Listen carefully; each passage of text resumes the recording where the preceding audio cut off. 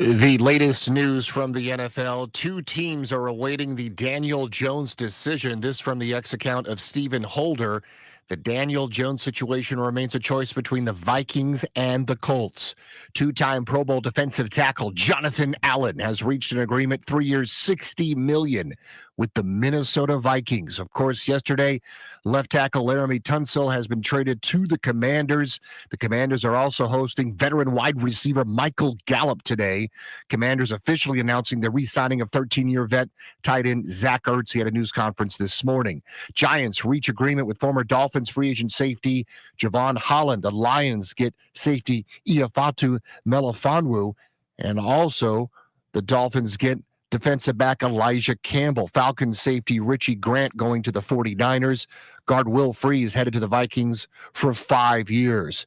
49ers release 8-time Pro Bowl fullback Kyle Juszczyk. Raptors beat the Wizards 119-104. Wizards back at it tonight at Detroit. 6:45 pregame live play-by-play on Team 980. Capitals and Ducks tonight 9:45 on the Fan. Caps have won 4 in a row. Wayne Gretzky's record 9 away from Alex Ovechkin breaking. CAA final tonight, Care First Arena in town, Delaware against UNCW at 7. Virginia Tech, California, ACC, 4 p.m. on 1580 a.m. I'm Byron Kerr on The Fan.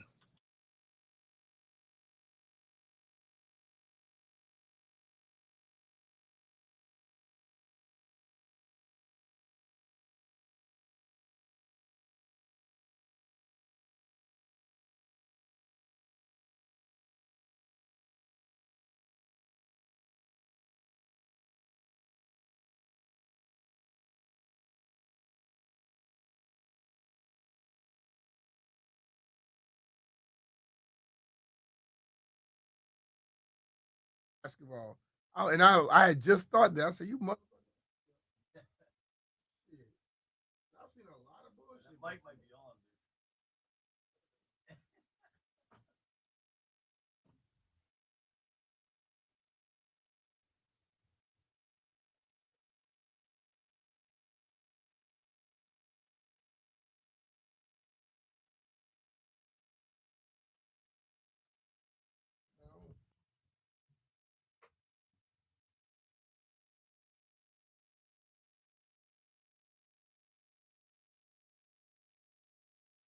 What up, everybody? It is 10 a.m. in the District of Columbia. Points north, south, east, and west. Busy start to NFL free agency, the tampering period, whatever you want to call it. They are off and running all over the league. Lots of different teams making lots of different moves.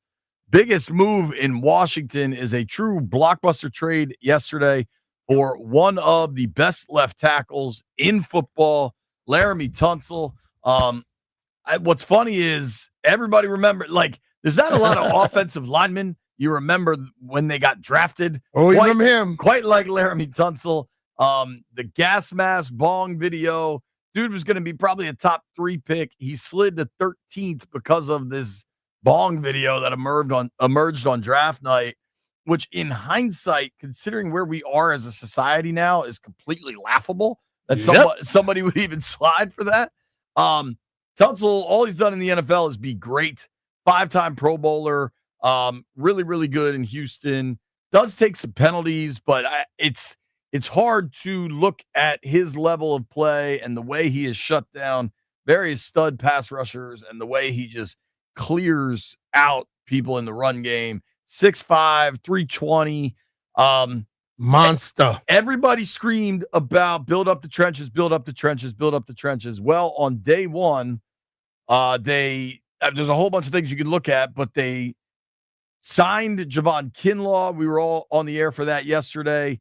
Kinlaw last with the Jets, previously with the Niners, and then they trade for Laramie Tunsil. So their first 2 moves of free agency of not bringing their own guys back were O-line and D-line. That's what everybody says. And I was happy. I'm not complaining about it. I'm happy as hell. The Tunsil move is a big one. Definitely impacts their draft capital. But what I'll say to the draft capital people is if you want to drive a Mercedes, don't complain about how much the insurance costs. I'm with that. You want a top 3, top 5, top 1 left tackle in football, it's going to cost you a lot in draft capital. Well, this year they lost 1 draft pick and they got an exceptional player. You can look at that as a trade-off. They gave up 2, they got 1 back, and they have a player that's there.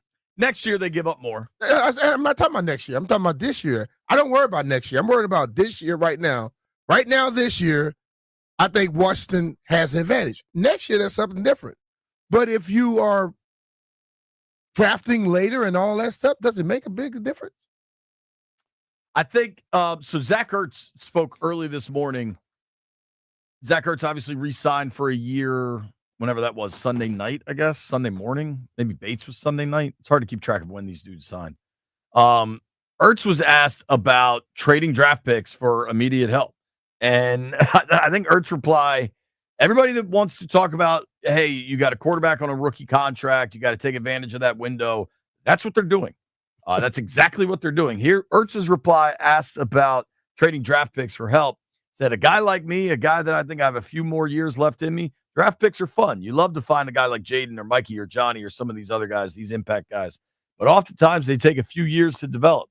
And so for a guy that wants to win now, just like everyone else in this building, sometimes it is a little bit of a shortcut to go get a proven commodity and a couple of those guys that are really, really, really good football players that can help our team immediately. And there's no guessing or projection in that regard. It's just an exciting time. So, I mean, there's no secret what they did yesterday. No. The Kinlaw deal we could separate and talk about exactly what that is. But if you watched the NFC title game or really any of the 3 games against Philly, the entire league is chasing Philly. Washington has to chase them at least twice a year. And it kind of feels like 3 times a year going forward here. Yeah. And where did Philly manhandle Washington and really manhandle the league? O-line and D-line. And totally. Washington's trying to get better there. I think we're going to talk to John McClain here in about 20 minutes or so. McClain's covered everything. I mean, McClain has covered professional football in Houston long enough. He covered Warren Moon and the Oilers. Damn. Like this dude knows. John been around a long time. He knows football down there. And what's remarkable, and I think most Commanders fans are all about the Tunsil trade. We're going to open the phone lines up at 11. We're going to let you weigh in. But what tells me a lot is I think people in Houston think they didn't get enough. And Houston think that they didn't get enough for him? For Tunsil, yeah. But that's what I'm saying. You got Larry Tunsil. You got a 4th round pick this year. The actual picks they gave up this year is a 2nd and a 4th, right? Or is that different? They gave up the high 3rd. They gave up the 3rd this year. One of their 2 and the 4 next year. And then there's some 7s. So a 2nd and a 3rd this year? Yeah. And then a 3rd this year, a 2 and a 4 next year. 2 and a 4 next year. That's it. And there's a 7th round pick or something like that in there too. There's a little bit. So basically, when you get Tunsil and a 4th round pick and you gave up a 3rd this year, you won this year. If Tunsil plays how he's capable of playing this year and he's here still next year, the amount of draft picks you give up then, you're not concerned about those draft picks. If he's solidifying that position and taking care of Jaden's blind side, no one is really talking about those, especially the 7th round pick. So we're clear. This year, Houston gets a 3rd and a 7th. Now, the third was a higher pick because it was Miami's 3rd. Yeah. I believe it was 79. And then next year, they get the 2nd and the 4th. Washington gets back this year, Tunsil and the 4th and the 4th pick, yeah. So if you're looking now, I think there is this like army of people that like taking stuff too literally, where Washington now has 29, 61, and then their next pick's not till 127. Mm-hmm. And then 3 of the 6 picks they have, half of their picks are 207 plus. Yeah. Right? Like they're not swimming in draft capital. I would say a few things. I think 29 and 61 end up becoming 4 picks before 100. Probably so. Maybe 5, honestly. So there will be a volume play somewhere in there. I also think, and I made a point of tweeting this video out yesterday, that Adam Peters, I think Fortier asked him the question, but Peters was asked about trading picks and all the things you have to do. And he was crystal clear. He's like, everything's a trade-off. It's all about building the best roster we can. Yeah. And so it's just like the people that are screaming that maybe the defense hasn't been added to enough. We can discuss that. But I think you've got to view this Tunsil trade for what it is. Dan Quinn said every year he likes to look at his offensive line with fresh eyes, which means they're going to consider all of their options.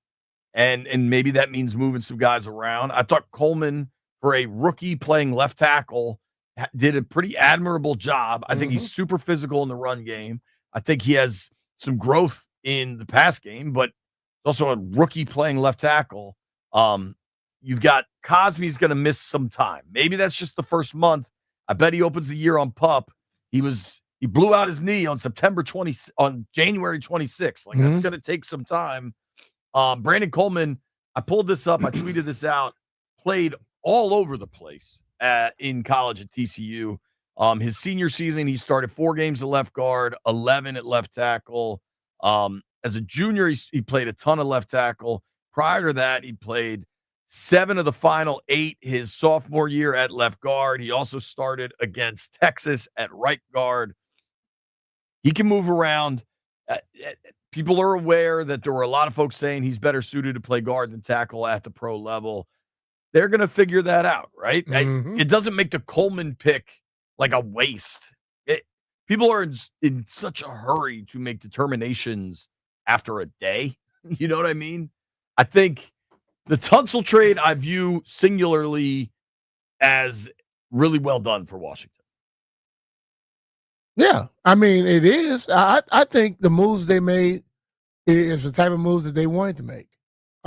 People are trying. It's like you say what you need to address, and you start addressing that. Now people start complaining about the level. You have to let this stuff take its course and begin to happen. Now, I understand people say, oh, like some people, well, you could have just kept John. No, you couldn't have. Not at the price that he was at. Okay? And he goes to Minnesota, he gets what he gets. But if Kinlaw plays well, and I think they're looking at him playing well, like you said, he played 10 games in his first 2 years, and then he didn't miss no games the next 2. They're looking at the upward slope. And I think when you bring in Tunsil, you make everybody else be able to fit in a certain position. We talked to Dan Quinn, and everyone talked to Dan Quinn about, are you going to try to put 5 on the field or the best 5? If Coleman can end up playing another position because he's one of the top 5 linemen on the team, he can play another position, that helps your football team out. I think a lot of the examination with the Kinlaw deal is looking at things the wrong way. I don't know that the direct comp should be Kinlaw to John Allen, because I think certainly to date, John Allen has been the better player, period, full stop. I think what they view it as is Johnny Newton takes over for John Allen, and then they get a versatile piece in Kinlaw that can help them on the edges, trying to maybe rush the passer or as a run stopper. I mean, he's a big, big, big fella, and sometimes having that kind of height can be disruptive when you're trying to be a space eater. I think he's bigger. I don't know that he's the same size. 320. I've seen him listed 6'5" and 6'6", Kinlaw. But I think you've got to look at it. The way they view this is it's more opportunity for Newton, and then Kinlaw is the replacement. Let's be crystal clear. You look at the structure of that contract. Kinlaw's here at least 2 years. Like the second year of this deal, it's well done by his agent, frankly. Like he is, barring complete calamity and disaster, he's on the roster in year 2. And that's fine, because when the Chiefs traded Joe Thuney for a 4th, people are screaming like, oh my God, Kansas City's giving up a player like Thuney. The reality is they're betting on the 4th rounder being better for them over the next 2 years than as Thuney's age starts to decline. At some point, these are mathematical equations for football teams where they're wondering what the productivity will be as a player ages and starts to decline. Now, whether that's correct or not, that's what these are like actuarial tables for football, right? A huge part of the decision in Allen to Kinlaw is projecting out what this looks like 2 years from now. Yeah. And yes, Kinlaw missed some time with some knee trouble during his first 3 seasons in the NFL, but in the last 2, he hasn't missed a game. Allen's coming off a year where he missed 12 games with a pec injury. The pec injury is a one-off. I understand that, but there were concerns about his shoulders previously. And I think everybody involved with Washington is just happy. I'm happy John got paid and went to a playoff team. I think that Vikings team could be pretty good. I think what Minnesota has done instead of paying Darnold, which I never would have done, they've invested a ton of money into their trenches. If you think about it, they signed Allen, Hargrave, and 2 starting offensive linemen. Yeah. And all in roughly the money that they would have had to guarantee Darnold this year.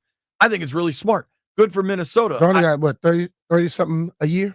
What's that? They didn't give him 40-something a year. Darnold? Yeah. No, I think he got more. No, he got 3 Whoa. years, 100. 3 years, 100 mil. 3 years, 100 mil. That's 30 I can't something. hear a word right now, B.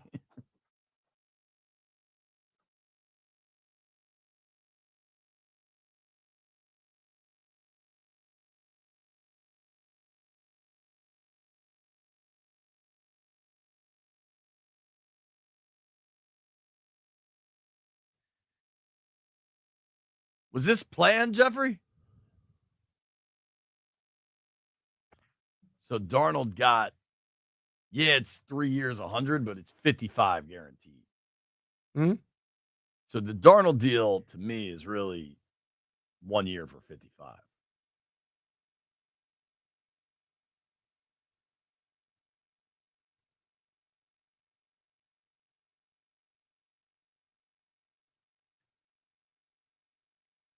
Is this an actual emergency?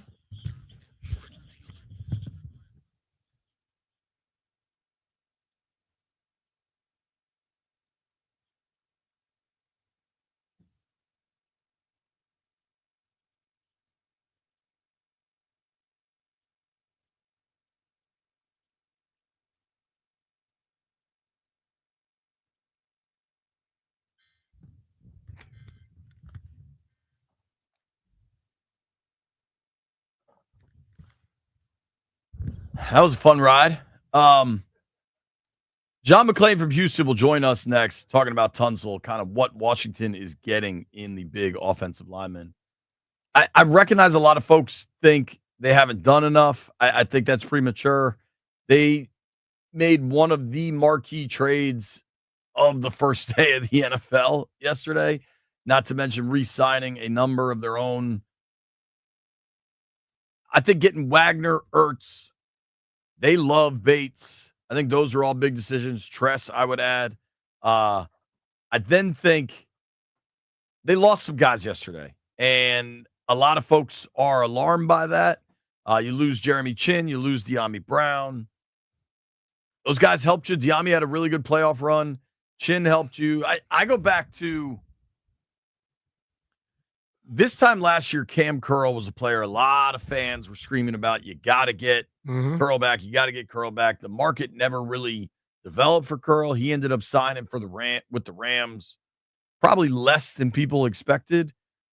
Chin, I think, had a more robust market right away, but it's not like it was a 2 years, 16 mil? Yeah, but if you remember, Curl just took a few more. I think Curl was a free agent for like 4 or 5 days. Yeah. I think the marketplace for safeties is not. It's just not the same as corners or something. It just takes longer. 2 years, 16 mil. I'm trying to figure out how much of that is guaranteed. It's not nearly that significant. Mm-hmm. So Chin was good for them. Maybe some questions about being out in space, but these dudes that were here that played well and now are going elsewhere, I just wish them luck. Like, I like Jeremy. Yeah. He was a really nice guy. I enjoyed getting to know him. I wish him luck, but I think either one of those guys, there's no one that you can't miss. You couldn't lose. Like, that's not the mindset. When we talked about Ertz, Wagner, Chin, Ertz and Wagner came before Chin, right? I think we all knew they had to get Ertz and Wagner back. Yeah. And I think Chin, you kind of knew he was going to have a market. And listen, the player got to take care of themselves too. But the ultimate thing, I believe that they got some young safeties around that can play. They're not the same player he is. They don't have the size and speed. They don't have the size. They do some other things that he didn't do. So, I mean, and De'Ami got a 1-year deal. He had to go jump on that. Sure. I mean, but the whole thing about it, hey, I'm not upset. I'm happy about what we got than what we lost. I think getting Tunsil is just a massively big deal, and folks should be really, really excited about that. If you screamed that you wanted help in the trenches, this is it. I don't listen for everybody listening on the radio. I don't, if we were off air or you heard the emergency test, it wasn't up to us, man. I'm not even going to blame Jeff. Sometimes they just run these tests and there's nothing we can do. People are coming at Jeff. I'm getting texts about it. I hope everybody's all right. It happens. And it's part of what the radio world is. Just take a chill pill and keep moving. Now, I do want to point something out because otherwise we just won't make mention of this. What makes March Madness so cool, we don't do a lot of Delaware basketball on our program, B-Mitch, especially during NFL free agency. Towson was the 1 seed in the CAA. Delaware was the 12 seed. And they whoop them. Towson was 16-2 in conference play. Delaware was 5-13. Delaware beat Towson last night by 10. And they're going to listen, man, I gave him here. I told you I watched Wofford and Furman last night. I saw some of the best, most skilled basketball I have seen in my life. And Wofford shoots threes, and I'm talking, they were going in like layups. But Furman was playing. Wofford ended up winning at the end because Furman kept trying to shoot threes with Wofford, and they couldn't. That was some good basketball. It's fun, man. Yeah. This time of year, all that stuff is fun. What else is fun is if you got to make a serious decision about buying or selling a home, there's only one dude you should work with. That dude is named John Leahy. Yeah, reach out to John just like Amy did. Amy wanted to be closer to her family, but in order to make that happen, she'd first need to sell her Vienna property. This would potentially be a challenging and sensitive move as she was looking for the right fit to navigate all the complexities involved. Amy needed a real estate team who could handle everything with the utmost care, professionalism, and attention to detail. Lucky for her, she found John Leahy with the Fine Living Group. Thanks for their knowledge and feel for the market. They knew it was red hot for this listing. A flurry of offers soon followed, with the result being a sale of $65,000 over the asking price, with no contingencies. Looking for your own stress-free transaction? How about a guaranteed offer on your home? Check out the details and more at johnsellsdmv.com. That's John without an H. This is John Leahy and the Fine Living Group of eXp Realty. John offers you flexible fees, customized to your needs. Here's the thing. If you just want to check out what your home is worth, how much maybe equity you're sitting on, go to John's website, johnsellsdmv.com. Click on the home valuation tool. Punch in your address, maybe a little more info, and you'll get an answer on how much cash you're sitting on. 30, 45 seconds. Think about that. Then you can make a decision if you want to move, you want to retire, you want to move closer to your kids, whatever it is. JohnSellsDMV.com. That's JON sellsdmv.com. He's got a deep bench of buyers in waiting, more than 10,000 folks ready to buy your house. It's worth checking out, getting a number, and then being able to make a determination on you and your family's future. Call John today, 301-900-3052. Go online to johnsellsdmv.com, or what's even easier, just Google John Leahy Group and start packing.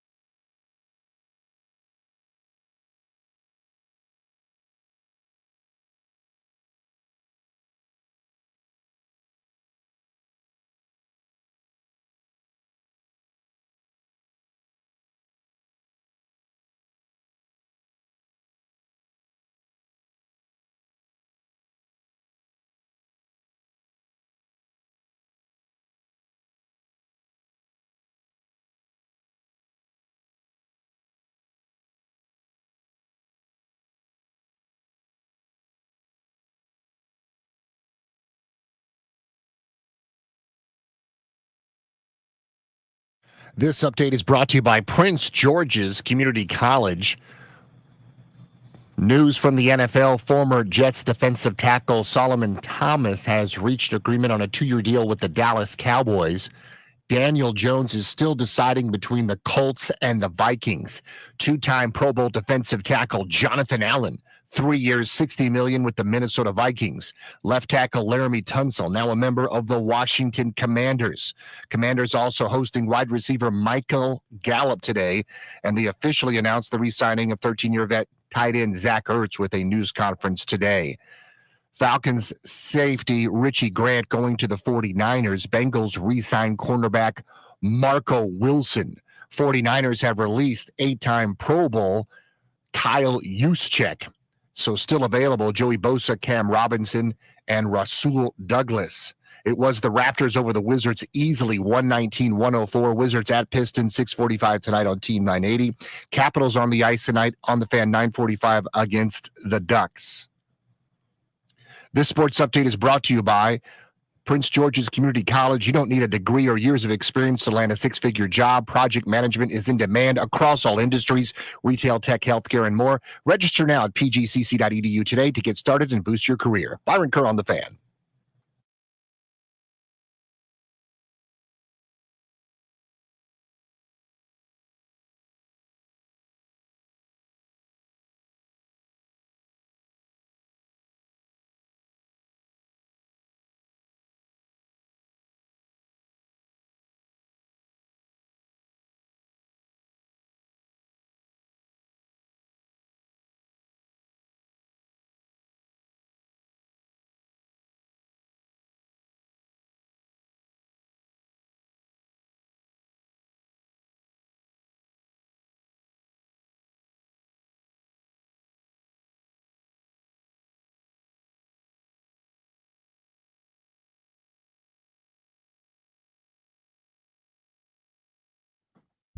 I cannot confirm or deny if this was Laramie Tunsil's theme song coming out of college. Doesn't matter now, though, because he's been in the NFL a long time. Yeah. Helping us understand how good the player is Washington traded for yesterday. John McClain from Houston, Texas, has covered the Texans, the Oilers, all of it. John, thanks for making time for us, sir. My pleasure, guys. Thanks for having me. All right. Let's start with the basics. How good of a player is Laramie Tunsil? Laramie is an outstanding pass protector, mediocre run blocker, and the problem that he had last season, he led the NFL in penalties with 19, I think 13 with false starts. He got to a point where when he committed a false start penalty at home, fans would boo him like crazy. If he committed holding, they didn't do anything because it just got so frustrating. And one reason, he's always out there by himself on an island. He wants to get as quick of a start as he can. And some of those officials, they call it closer than others. Yeah. But he'll do a terrific job as protecting Daniel's blind side. And the problem with Laramie, and maybe the Commanders won't have a problem with it, when Bill O'Brien, who was coach and general manager in 2019, he was obsessed with trading for Tunsil. And he traded 2 1s and a 2, and he threw in a couple of tomato cans and to get Tunsil and a couple of backups. But that's how much he wanted Laramie. And he solidified that position, and they won the division, won a playoff game. And when he wanted his contract redone, he didn't have an agent. Everybody said Laramie Tunsil does his own contracts. No, he's got 3 guys that help him, and they made him the highest paid offensive lineman in NFL history. And then when his next one was due, they made him the highest paid offensive lineman in NFL history. His next contract, current one, expires after the 2026 season, and he's trying to get another extension, which I'm guessing he's going to try to be the highest paid offensive lineman in NFL history. And don't know if he can get it done before the season or if they wait till after the season. But he doesn't show up in the off season except for the mandatory minicamp. He's always in shape, steps right in, solidifies the position. He had a stroke last year on his knee, which he spent most of camp on the side working out on his own. But then he played really well, as he always does as a pass protector. So it's a good job, a good trade for a team with a great young quarterback on the rise. And they gave up, in essence, only 3 picks since they swapped 4s. And I think the Commanders will be really happy that they have acquired Tunsil. All right. You said that he struggles a little bit with the run. What's the biggest issue with his run blocking? He doesn't get paid for run blocking, and he knows it. He puts out the effort. The Texans' offensive line was one of the worst I've seen, and this is my 49th year covering the NFL. And it was just terrible. Mainly the interior. Tunsil was their best offensive lineman by far. And they've got, he wasn't a bad run blocker. I just think everybody did. If you look at his run block stats, he's in the middle of the road. But it's not like, oh my God, Tunsil got stuffed. He doesn't get stuffed. He doesn't get knocked backward. So not many people pay any attention to that. And when Joe Mixon was healthy, they had a really good running game, and he ran to the left side a lot. But overall, their offensive line was terrible. It affected Stroud, and but they still won the division, won a blowout playoff game, and lost the divisional round on the road, which is what they've done every time they've been in the playoffs. And so people here are stunned that you'd be that bad up front and trade your guy, even if he wanted a new deal. So what? He's got 2 years left. He's not going to sit out and lose millions of dollars. Sure. I'm curious if you think he's got guaranteed money left on the deal this year. Whenever he's going to start asking for a new contract, does that come next year? Oh, I'm sure he'd like to get it now because this will probably be the last one he signs at his age. Even though it's strange the way tackles now can play longer. Yeah. And he's got a lot of mileage, but he showed no signs whatsoever of letting up as a pass protector. He takes people on one-on-one, and sometimes, and this was blatantly unfair, I saw a fan website last night here talking about Tunsil getting beat on sacks. Well, if you watched it, he was beaten because the other side let pass rushers in as soon as the ball was snapped, and Stroud ran right in to where Tunsil was taking his guy wide, as he's supposed to do. And I don't know why they came up with that was Tunsil's fault, other than they were clueless. But I just think it's a great trade for a team on the rise. And the Texans, of course, they're trying to load up. After free agency, they're going to sign Derek Stingley Jr., their quarterback, to a new contract. And I'm sure he'll be the highest paid defensive back in history over J.C. Horn, who will become official tomorrow. And then next year, they're going to start thinking about extensions for Stroud and Will Anderson Jr. And I don't think they were interested in giving Tunsil a third extension that would make him the highest paid offensive lineman in history. Yeah, I mean, a lot of it, if you're Houston, they're a year away from having to probably pay Stroud $300 million or something, right? Yeah, no telling what that's going to be. And, I think this time next year, if they do what they did with Deshaun Watson, they extend him after 3 years. And so that's what we all expect him to do. Well, and talking with our friend John McClain from Houston after this massive trade, Washington goes and gets Laramie Tunsil. I mean, you've watched a lot of ball over the years, John. Do you consider him a top 3, top 5 left tackle in the NFL? absolutely as a pass protector, without a doubt. And once he gets out there, Dan Quinn won't have to worry about that position. So Kingsbury won't have to worry about that position. They have other things they'll have to worry about. It will not be Laremy Tunsil pass protection. Now, he's missed some games with nagging injuries, nothing serious, and he'll play hurt. Now, a lot of Cliff's designs have even his tackles moving, getting out on the edges, a lot of screens. How does Tunsil perform kind of on the move? Yeah, I mean, this was a bad screen team till this past season, and they weren't very good anyway. I never understood why they couldn't run screens, no matter who the play callers were, offensive line coaches.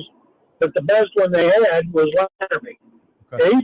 He was their best offensive lineman overall. They won the division 3 times with him in his 5 seasons, won a playoff game each of those seasons. And he was, until the emergence of Stroud, and Tunsil was their best offensive player. He's still, a lot of people, based on his achievements, he's right up there. He was numbered the second best offensive player on the team. And so anything they want him to do when it comes to pass protection, he'll do, I wouldn't say effortlessly like he did earlier in his career. He has to work a little harder, but he's smarter. Well, John, last one. This is breaking news. Apparently, the Texans just traded for C.J. Gardner-Johnson, the Eagles safety, and they're sending Kenyon Green, the guard, to Philly. Yeah, Kenyon Green played next to Laremy Tunsil. He was a first-round pick, and he'll go down as the biggest bust in Texans history. He's from Texas A&M. He missed his first year. His problems, his inadequacies were exposed here by the Commanders when they just flattened him. He lost his confidence. They knocked him backward in that game. He lost his confidence, missed the next season, came back last season at left guard. He was terrible. Maybe now he'll go to another good team with a great line coach. He'll be better. But the Texans needed depth safety because they had so many injuries there. So I like that deal because they would have cut Kenyon Green anyway. Oh, wow. Hey, what's Laramie's like personality? What's his personality like? He sometimes he's kind of moody. I remember when he came here, when the media first time we interviewed him in the locker room, he was boring as hell. He said, "Ask me something interesting." And somebody said, "Who's your favorite singer?" And he goes, "No, that's the kind of questions I like." So he's got a kind of a playful personality. I like dealing with Tunsil. He knows he's good. You know, he doesn't create any controversy when he's talking. Most of the time, he's cooperative. And I can't think of anything negative about him other than the fact he wants to get paid.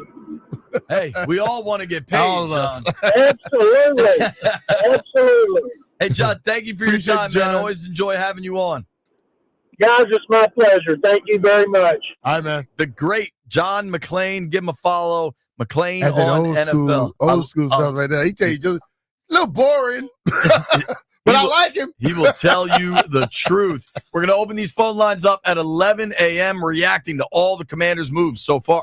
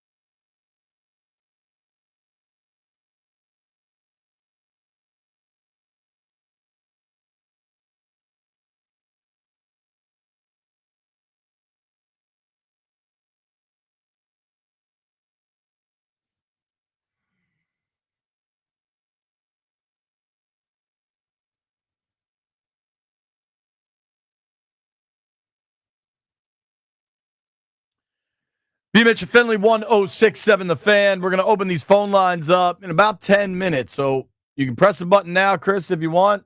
Release the hounds. If folks want to jump on hold, they can. 800-636-1067.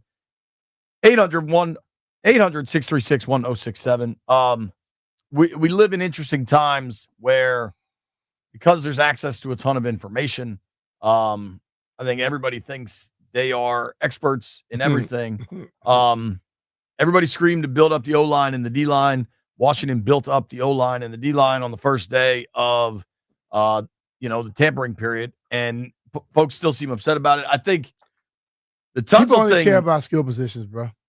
Well, the Tunsil thing seems like an absolute slam dunk. The Kinlaw deal, I think it's about more opportunity for Johnny Newton, as well as a player they believe they know how to better optimize in Javon Kinlaw. Mm-hmm. These are, if you wanted Milton Williams, he was almost double what you paid Kinlaw. Yeah. Listen, man. People, I've said it before. People talk about how much you pay somebody all the time. Then they go out and they get a player who has been good the last 2 years. Okay? And then people just want you to go break the bank on everybody. Spending the most money on every player is not the way to go. Okay? You got to find a guy who you spend a little less on, who can go and overplay that. And if you believe in Peters and Quinn them to get the job done, we would expect him to play better. If he plays better, no one's going to be complaining about anything. But if you don't go out and you just get a big splash with skill position players, nobody cares. That's all they look for. Here's what I want. Adam Peters, I thought this was a really telling quote from the Combine. I believe 48 asked him this question. I tweeted this video out. Jeff, you're ready to rock there, right?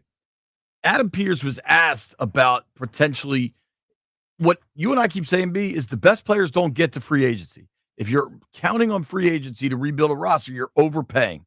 And it generally doesn't work that great. The NFL has gotten smart. They give guys extensions. They use the tag. And so what happens is more and more players get traded for. This is Adam Peters asked about roster building, including if that means trading away draft picks. I mean, there's always gonna be trade-offs if you do something like that. And we have 7 picks, and so it's a full allotment. It's not our own 7 picks, but I think it just goes back to Sam just always doing what we think is best for the team. Doing what's best for the team. I don't think it's that complicated. Yeah. And whatever, we're going to give you guys an opportunity to weigh in. 800 Remember this, Jay. 636. They didn't like the moves last year either. But the team went 14-5, 14-6, and people completely lost their minds. So I hope the same thing happens again. Don't like the moves and let them go win again. Well, how about the people that are screaming about go all in while you got a rookie on a rookie deal, rookie quarterback on a rookie deal? Kind of what they're doing. You By basically trading win away and got, picks you for a got veteran. protection for his backside. I'll tell you that. Daniel Jones has signed. Back to Minnesota. He went to Minnesota? No. Where? Yes. I wouldn't know, man. I'll tell you when we come back. It's B. Mitch and Finley.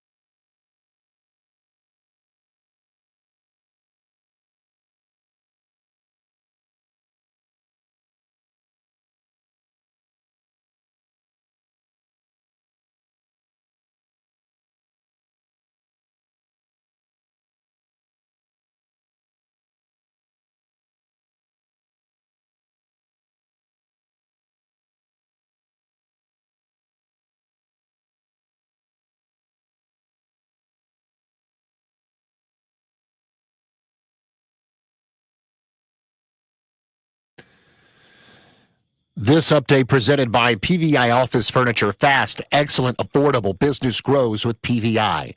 Breaking news from the NFL where Daniel Jones is headed to the Indianapolis Colts and he'll battle Anthony Richardson for the top spot. It's a one-year deal worth $14 million, according to Adam Schefter. Daniel Jones, who used to be a former Viking and former Giant, will go to the Indianapolis Colts upcoming season. Meanwhile, the Texans have acquired safety C.J. Gardner-Johnson from the Eagles in exchange for Kenyon Green. Former Jets defensive tackle Solomon Thomas agrees to a 2-year deal with the Dallas Cowboys. Two-time Pro Bowl defensive tackle Jonathan Allen, formerly of the Commanders, reaching agreement 3 years, $60 million with the Minnesota Vikings. Offensive tackle Laramie Tunsil headed to the Commanders, the 5-time Pro Bowler, and a pick sent to D.C. for 4 picks. The Commanders also hosting wide receiver Michael Gallup today at the Park. Commanders officially announced the re-signing of 13-year vet tight end Zack Ertz. In the NBA, Raptors beat the Wizards 119-104. A.J. Lawson, career-high 32. Wizards trying to get a win at Pistons, 6:45 tonight on Team 980. Capitals on the fan tonight at 9:45 against the Ducks. Caps have won 4 in a row. The CAA final tonight at Care First Arena, Delaware against UNCW. Looking to upgrade your office game? Swing by PBI Office Furniture, where we've got everything you need to take your workspace from the bench to the big leagues. Mention the fan to score 15% off your in-store purchase. PBI Office Furniture, where productivity gets a hat trick. Visit PBI because business grows with PBI. Byron Kerr on the fan.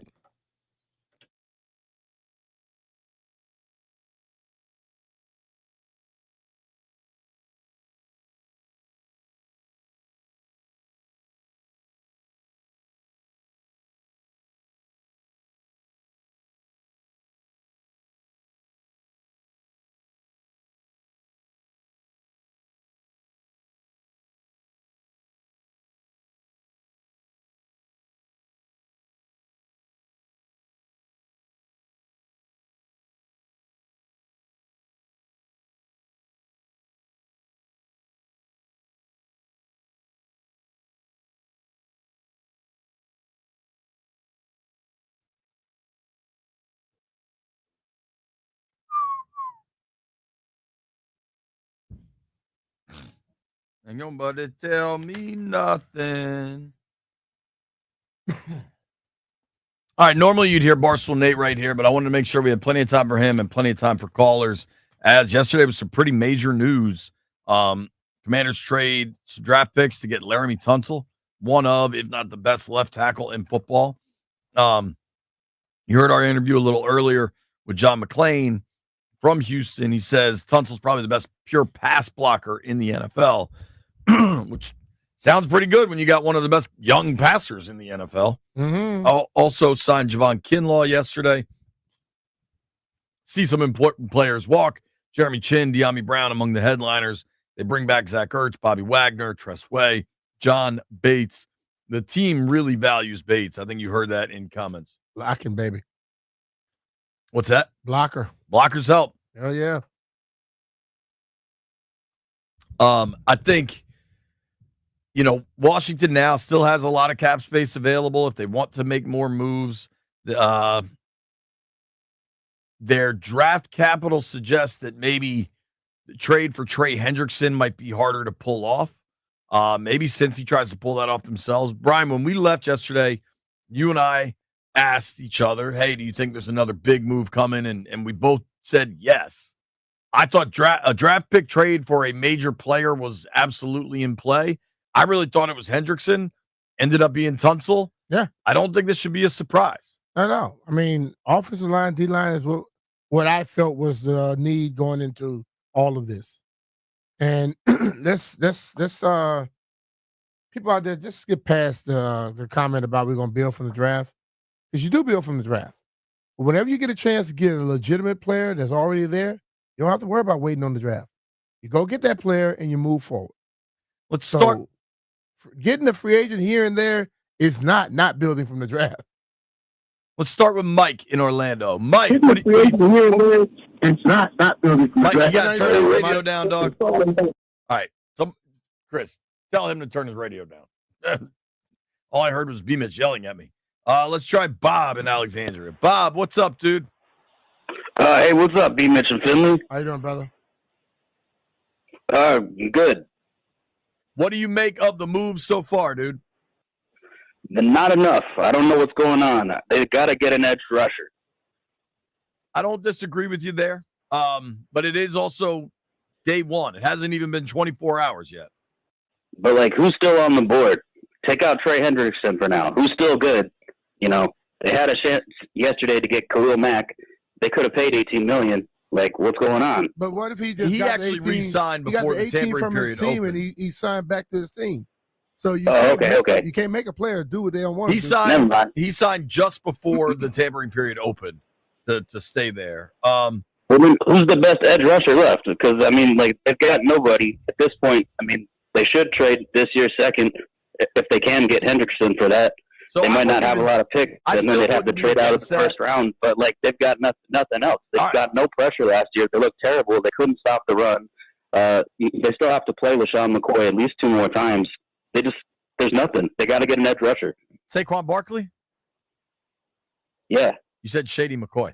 Oh, man. I'm sorry. I messed that up. It's all right. Now, listen, it's easy to get caught up in the, oh, my God, there's nothing left. If you're looking just straight pass rushers, Judon's still available from Atlanta. Joey Bosa and Von Miller are still available if you want to go the veteran route. Or you may go in the draft. You can still add in the draft. Hell, you might be able to bring Fowler back. I'm not saying it's ideal on the edge, and that's an area that a lot of people identified as an area of need. But the only thing I would say is, as of yesterday, nobody thought Tunsil was available. So there could still be moves that surprise you. The league year hasn't even technically opened yet.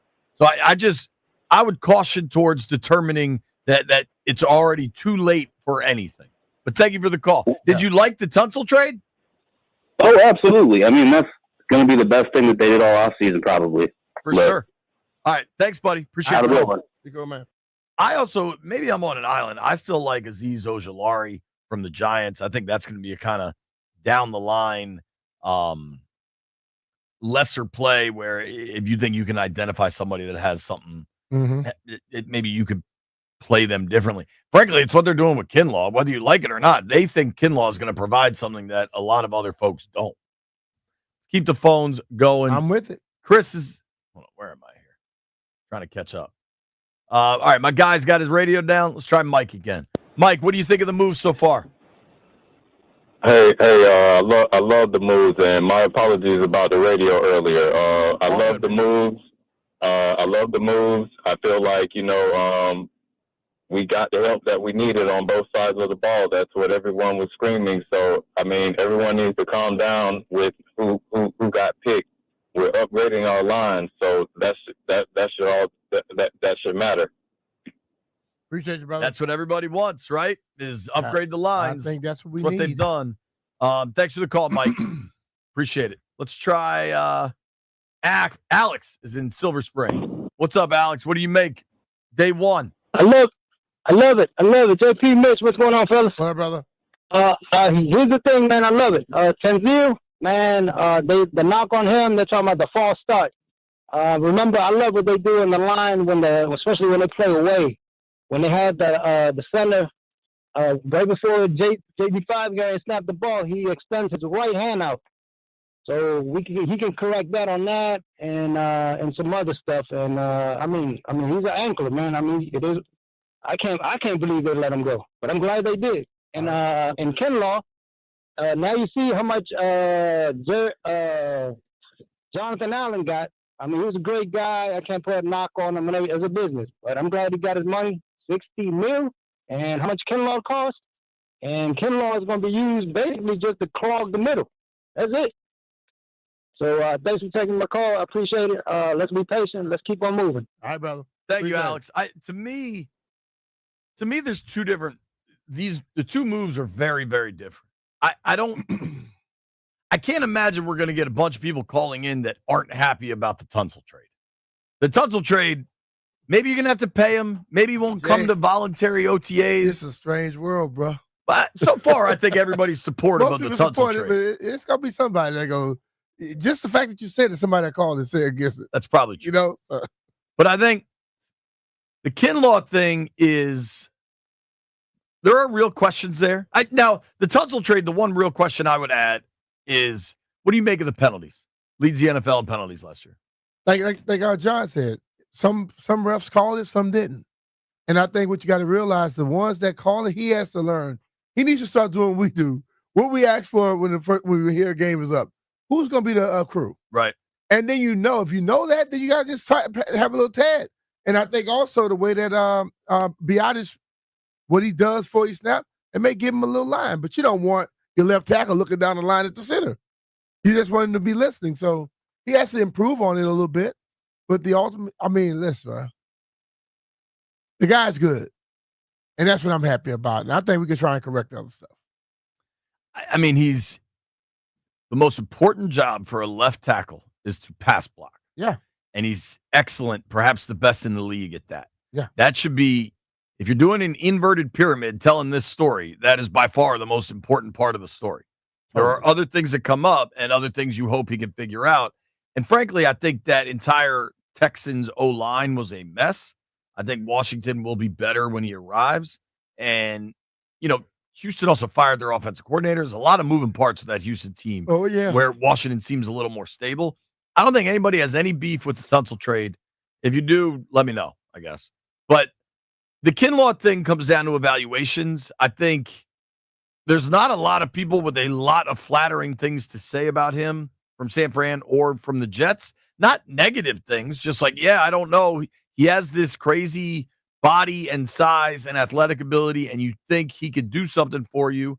He does tend to get moved off the ball, and sometimes a D lineman with a big frame at 6'6", that's going to happen. I think they believe he could probably be a disruptive pass rusher for him. I also think that's about getting more looks for Johnny Newton, and still having some depth in a rotational piece. I know it's easy to get caught up by the cost, but I think the cost is more reflective of just a rising salary cap across the league. See, the thing about it is, like, the judgment on the cost has to stop being how much we think. That is what people make in the NFL, in his position, at his level. that it happens. You can't get upset at that. That's going to happen anyway. It's fairly fascinating as things continue. We'll let folks keep weighing in on the lines. What do you think so far? We're literally less than 24 hours into the legal tampering period. Our guy Toothpicks on the line from Texas. What's up, brother? Hey, what's good, man? D-Mitch, JP, long time listener, first time caller. Listen, I really do like the trade for Tunsil. I see Mekhi Becton still sitting out there. And I like that for him being a guard to take care of those two big boys in Philly on the inside, especially if you take our draft pick from last year and kicking him in the guard. Now, we strong in the middle, and we already know what Tyler Badass going to do, and that gets us closer to Philly. I'm interested in your thoughts. What is the question, Pick? He's Forgive me. Looking at going for Becton. Mekhi Becton. Mekhi Becton at guard. I don't think you're adding Becton and who else? Goff? No, Becton. You already got Tunsil. You move Coleman inside. You already have Becton. You already have Tunsil. Yeah. You're saying if they were to go after Becton. I don't see that happening. You've got Allegretti, Wiley, Coleman, Cosme. I think they already now have to figure out what their move is with Coleman, and maybe that move has put him at left guard where he played a lot in college. Then Allegretti becomes your right guard while Cosme comes back. Wiley stays at right tackle, or you move Wiley into guard and you put Coleman at right tackle. I don't think what Becton's going to cost, I don't see it, honestly. That's the only thing that gives me pause. He's a massive dude, obviously, but Andrew Wiley's a guy that played right guard for the Chiefs, played left guard for the Chiefs. He didn't play. He played tackle in Kansas City. Wiley can be moved around. Coleman can be moved around. Allegretti's been a versatile piece. I'm not ruling it out, I suppose, but I think for Becton, at some point, if they are going to address more, Becton might cost you a little bit. And Becton was a tackle for most of his career until he got to Philly. So, mm-hmm. Right. I think the D line the outside edge of the D-line needs to be addressed. Yeah, and I think you need another corner. There's other things you need. Thank you, Pick. Appreciate you always listening, buddy. The Rams are now just releasing Cooper Kupp. What's going on with Cooper Kupp? They're gonna release him. Release him. Hey, cost you nothing outside of what it costs. Yeah. I mean, it's gonna cost you whatever he negotiates, and that. But that's what I think about it. Cooper Kupp is going to have interest. And that's not going to be as easy. Hell yeah. Did you see how many? Nobody traded for him. Somebody traded for Christian Kirk. But I'm not trading for you because I know they're going to cut you. Everybody knew they were going to cut Christian Kirk. I wonder if there's like serious injury issues there that a lot of the league is just like, that's a no for me, dog. I think Christian Kirk trade, what he got for him, they will be expecting more for Cooper Kupp. Cooper Kupp now is a free agent. Then I could go out there and sign him. I ain't got to give up nothing for him. I am interested in Kupp, and I recognize he's missed time. I'm fully aware of that. But when he is on the field, he's very good. And he gives Washington something else. Just being 6'2", just being that big, much bigger. Not that Debo's not super physical. And hell, Terry's physical. There's a lot of physical players. I don't want to take anything away from him, but Kupp's just a bigger dude. He played in the playoff games for the Rams, was pretty good. I don't know. That one, for all the people calling in with various players, that one to me is kind of remains on my radar. I'm interested for the right price. Sure. I think everything's the right price, right?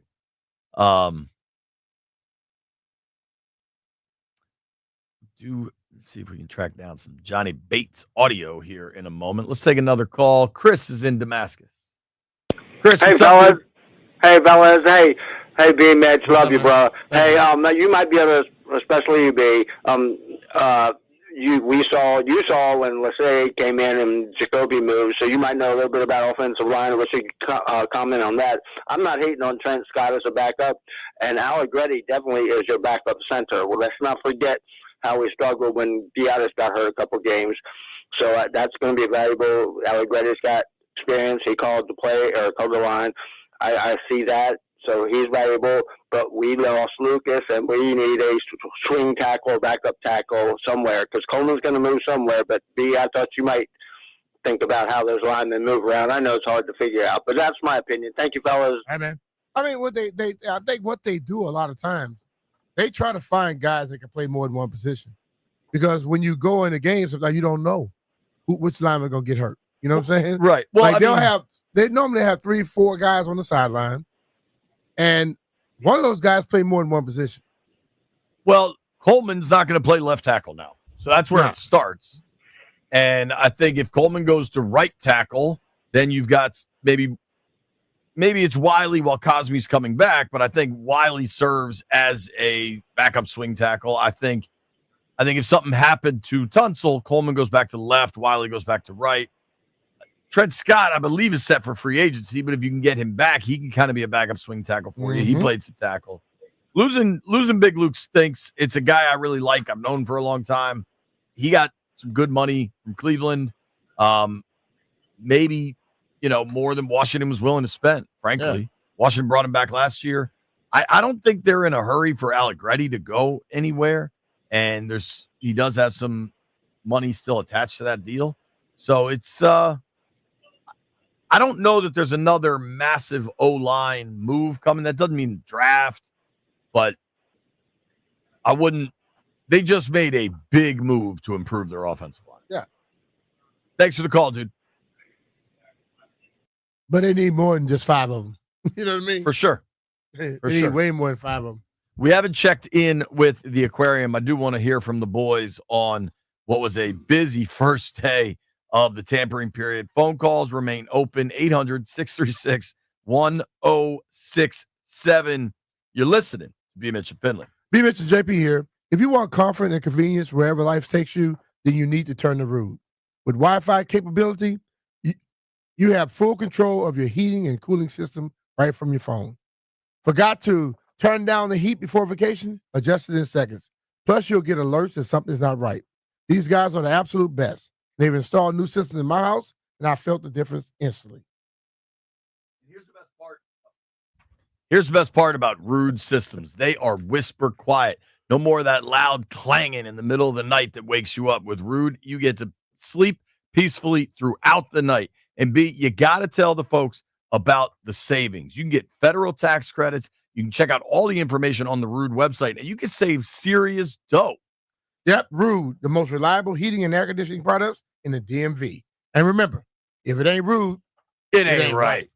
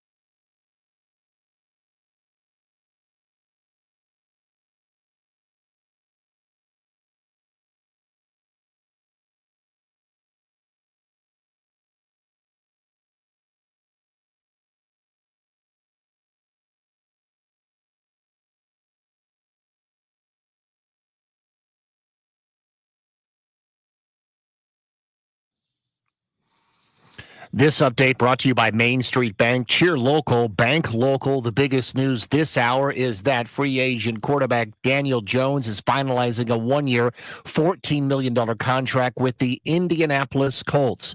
Meanwhile, the Dolphins are re-signing linebacker Quentin Bell to a one-year deal. Texans acquire safety C.J. Gardner-Johnson from the Eagles for Kenyon Green. Former Jets defensive tackle Solomon Thomas to the Dallas Cowboys. Two-time Pro Bowl defensive tackle Jonathan Allen, formerly the Commanders, now with the Minnesota Vikings, 3 years and $60 million. The buzz in D.C. for offensive tackle Laramie Tunsil, traded to the Commanders, the five-time Pro Bowler, and a pick sent to D.C. for 4 picks. Commanders are also hosting wide receiver Michael Gallup. His best seasons were with the Dallas Cowboys when he had 21 touchdowns. The Giants reach agreement with the former Dolphins free agent safety Javon Holland. 49ers have released 8-time Pro Bowl fullback Kyle Juszczyk. The sports update is brought to you by Main Street Bank. It's a business-focused community bank proudly serving DMV since 2004. Visit mstreetbank.com to learn more about how you can put your team in your office. Main Street Bank, member FDIC, equal housing opportunity lender. Byron Kerr on the Fan.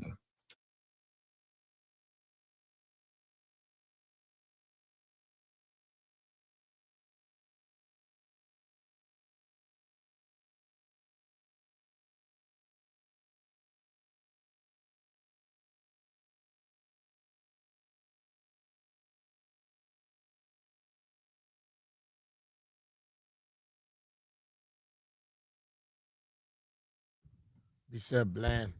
That's said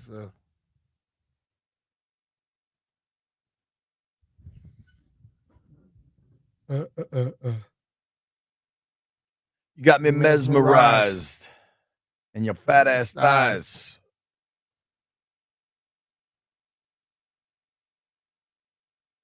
You would not pay. Hey, yo, my man Fife Diggy, he got something to say. I like him, Brian. Puerto Rican, not Haitian.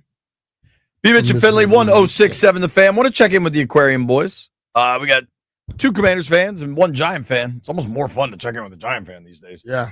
Jeffrey, what do you make of yesterday's moves? We talked Kinlaw, and then you add Tunsil. Big move for Tunsil. I like both moves, JP.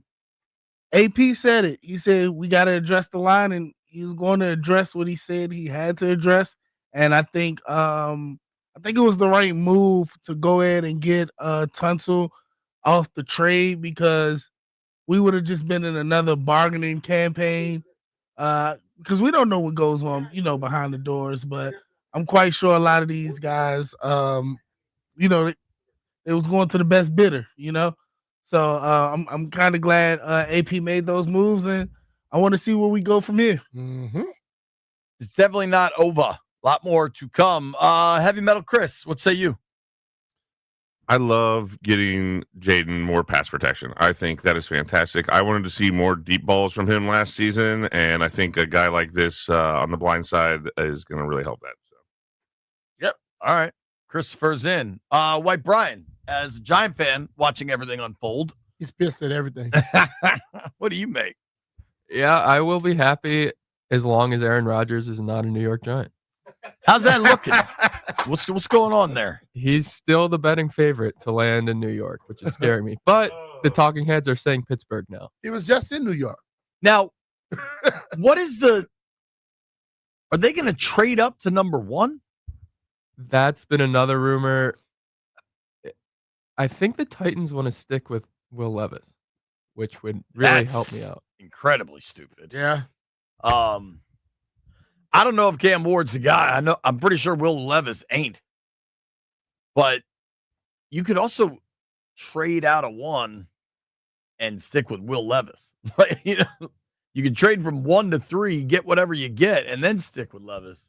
If I was the Giants, if Cam Ward's there at 3, I'm very interested. I don't know that I'm paying to go up. Mm-hmm. I do like Ward, though. Have the Giants done anything of note otherwise? Mm-mm. Did they sign a safety after letting the safety walk? DeVito. Yeah, they got Holland at safety, and they got a corner, and then they re-signed Darius Slayton. They basically said we're pissing Brian off this. But didn't they who was the safety they let? Xavier McKinney they let walk last year, right? And then he led the league in interceptions. Good thing you signed one this year. Wait. Y'all let Yeah, him McKinney. leave. He led the league in interceptions. You let Saquon leave, he leads the league in rushing. So y'all let people go, they go find themselves. Yep, and they paid Darius Slayton the amount of money Saquon Barkley wanted. $36 million. The Giants are like that girl, who every guy she dates and then breaks up with, the guy marries the next chick. Mm-hmm. Like that's what the Giants are acting like right now. They scare people into you better just go get hitched. All right, let's take some of them out there like that now, Jay. Let's take some calls. Romeo's on the line, B. Romeo, what up? Wherefore art thou, Romeo? Art thou right here? What's up, B? Man? What up, one of my favorite players, Redskins players of all time, man. It's good to talk to you. And JP, you do your thing, bro. Thanks, dude. Yeah, but man, I like the moves we made yesterday. I would really love to see us get Hendrickson, but we can and AP we trust for right now. Yeah, I'm with that. Listen, I would also like the Hendrickson trade. I think it's still entirely possible if you're looking at if it's what we heard before, and I don't know how accurate it is, but they were interested in a late second. 61's still sitting there. And I understand if folks want to scream about building through the draft.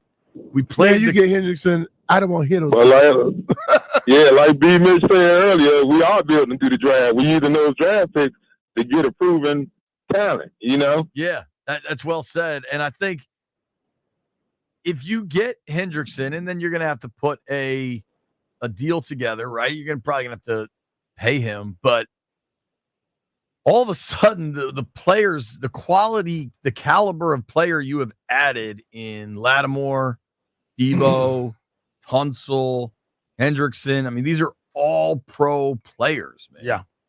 If you go back in time, I think Breer tweeted this out.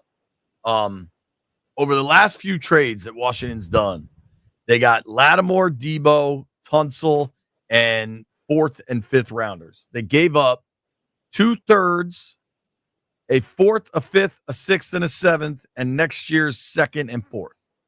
So if you start, if you cancel out what would be the 4th and the 5th for 2/3, a 6th and a 7th, and a 2nd and a 4 next year, you got Lattimore, Debo, and Tunsil. You work, baby. You're at least working. Yeah, I mean listen. It's a process, and it's going to take a little bit of time, to get it really where we want it. But while we got this rookie quarterback, top 5 quarterback, where we got him at right now, this is the time to make those moves. Thanks for the call, Romeo. Appreciate you, man. I think if you're not happy about Kinlaw, I can at least entertain that conversation. But you've got to allow for Peters and Quinn to have their own evaluation of it. Yeah.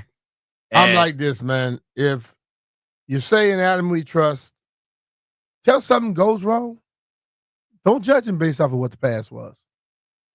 You know what I mean? The man has been hitting for you. Yeah, I mean, the Lattimore trade didn't go well last year. I don't know how healthy the guy yet, is. Though. Yeah, I think you got to see him healthy. Let's go to Rick in D.C. What's going on, fellas? How y'all doing? We're good, buddy. How you feeling? Brother? I'm good, man. All right, so I got a couple questions, but first I want to say I love the Tunsil trade, and I really think the Kinlaw trade is actually underrated, purely off of size. I really love Kinlaw just as a big body in the middle.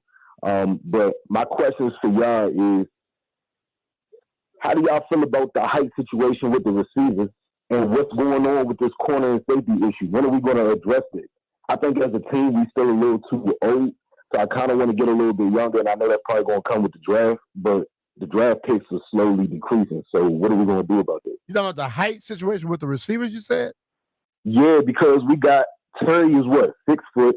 I think Debo is 6'1".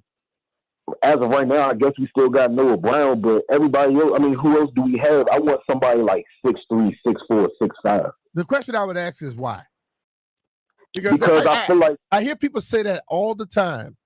And then I start running around the league and I see a lot of people 5'10" making plays all day, 6 feet making plays all day. I don't think it makes a difference when you're beating the people. So my question to you, B. Mitch, is those 5'10" receivers that you see that are making big plays, who are their complementary receivers looking like? Are they also 5'10", 5'11", 6 foot, or are they also on the taller side to where they create? My thing is, I don't need a huge big name at 6'5". I just need somebody that's going to bring attention to them. And if they're tall enough, they're going to create attention. I care somewhere between your point and Brian's point, I guess. I care. It'd be great to have a tall receiver. I'm with you. But I don't care if it's a big name. You're better off having good receivers than necessarily tall receivers. Because I respect it. If I can, my man Jeff, who did you once call for a 10? Was it a 10 touchdown season or just a 5 touchdown season? 10. No, 5. It was 5. It was 5. Who was that? It was Cam Carroll. And It was Cam Sims. And Cam Sims. He was 6'3", right? 6'5". He was 6'5". tall. And I don't think he garnered attention or was good enough. I'm not mad at the prospect of tall receivers. I hear what you're saying and like it. I like it in the hypothetical space. But what I care more are good receivers on the field. But you know, I 100% agree. I just think maybe one receiver that's maybe 6'3", 6'4", and we should be straight. And my main issue, because we just did a whole lot. That Tunsil trade made a big difference, whether people believe it or not. So I'm not really too stuck on offense. I know y'all don't like bashing names, but I do not want to go with Quan Martin, Percy Butler, and Benjamin St. Juste on our defense going into 2026. St. Juste is a free agent. He's a free agent? He's not here next year for sure. Quan is headed to. I think Quan's a really good player. Quan can play. But see, I just like. But do you think that there are ones? I love them as players, I think Quan, but not as all ones. I think. This time last year, people had those same questions about Chin. I think Quan played. I love Chin. I love that Chin. But go back a year ago, and we had people over from Carolina that were like, "Oh, that dude can't help you." So that's true. You also got to see what people look like in this system. I mean, specific. You want to talk about a tall wideout? Do you want Keenan Allen? I think he's like 6'3", isn't he? Yeah, I told you I like Keenan. Yeah. But the reason I like Keenan, not because he's 6'3", because he's a good receiver. Right. See, I've heard that all my life, and I've been on a lot of football teams. I've seen a lot of football. Ain't a lot of 6'3" receivers. You got them. It's more of them that are shorter that can just cook people than the tall ones that cook people. You know, you had Randy Moss come along. We had T.O. come along. We got my man right now. Went back to Cincinnati. Chase or Higgins? Higgins. You saw, but if to say you gotta have one, they don't have 32 of them a year that's real good at 6'3", 6'4". They don't have 16 of them a year. That's true. Yeah. So I appreciate the call, brother. Yeah, it's a good call, man. Thank you. It's a good conversation. Yeah, I like it. There's obviously stuff people want. Quick break. If you're on hold, don't go anywhere. We're taking your calls when we return. It's B. Mitch and Finley.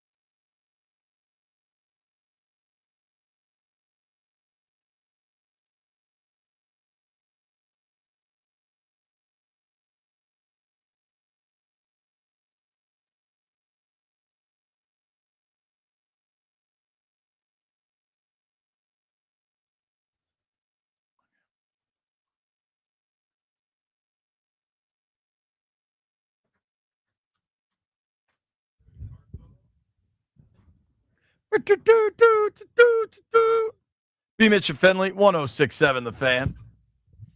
My guy Rusty's in Delaware. What up, Rusty? You fired up by the first day of Commanders action? How are y'all? We're good, buddy. How about you? So, I'm very fired up. And, I was on the line here yesterday when we found out about the Kinlaw, so that was exciting. But also, I love being on hold with you guys because I forward all the office calls to my wife, and they just come unannounced, and it's kind of a hilarious joke between us.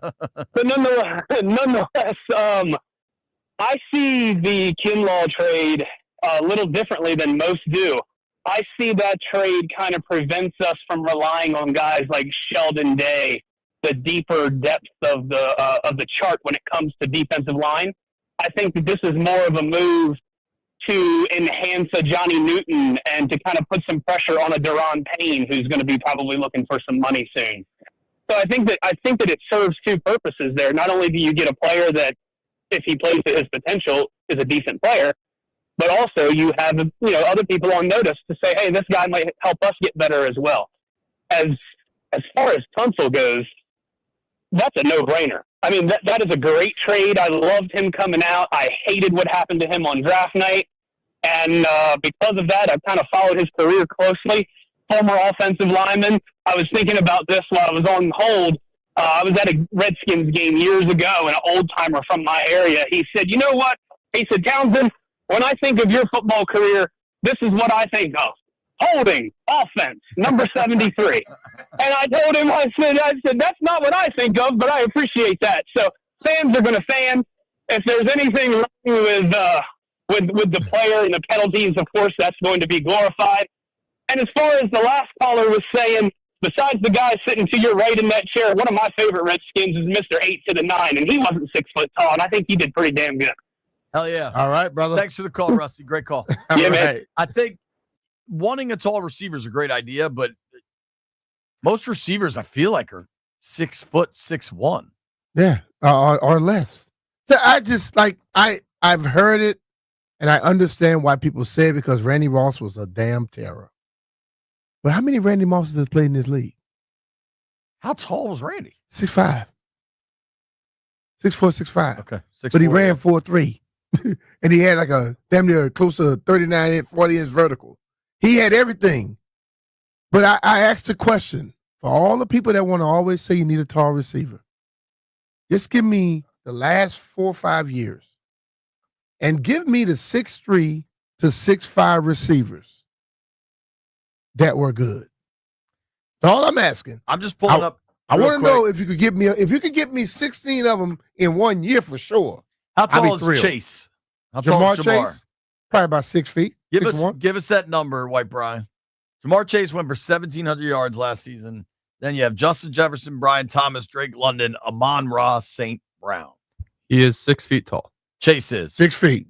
What about Jefferson? Amon-Ra is probably 5'9". I was gonna say Amon-Ra, but seems short. Justin Jefferson probably 6 feet, 6'1" at the most. Brian Thomas is 6'3". Okay, he's right at 6'3". Rookie with Jacksonville. Okay. I think you're right though, B. To your great. No, but I've heard Amon-Ra is probably not even 6 I've feet. heard it since I got into the league. People saying that, and I promise you, I'm gonna go on a limb. There's 32 teams in the NFL. There have not been Drake London 6'4". Haven't been 32, 30. I'm gonna say hadn't been. I'm gonna get a little bit. Hadn't been 40 of them since 1990 in the league that were considered good, that are 6'3" or higher. I don't know if there's a real math guy out there that wants to try to do the homework on this and figure out how many, what's a fair, we could make it Pro Bowl, but we could certainly make it all pro. How many dudes over 6'3" have made all pro teams since every receiver in the last 25 years? Yeah. And now that might look different for tight ends because you start counting. But we ain't talking about tight ends. Yeah. Tight ends are normally going to be 6'3", 6'4", whatever. Right. Because you need them to be a little base in between, right. blocking and all that. But the receiver is different when people say it all the time. They have to be this, they have to be that. And I'm like, why? Why?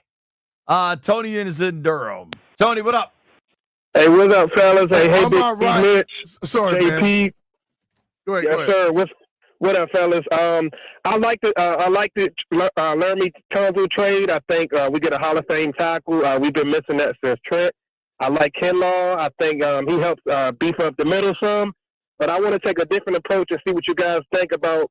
Instead of trading for Trey Henderson, maybe we go and trade for Jair Alexander, use one of those second and third round picks, and sign DeMarcus Lawrence on the edge, and maybe sign Cooper Kupp for maybe a 1 year to $8 to $10 million a year salary contract, and roll with that, man. Tell me what y'all think, fellas. Is someone? I think a few things. Are they trying to trade the kid he just said? Alexander, yeah. Okay. He's asked for it.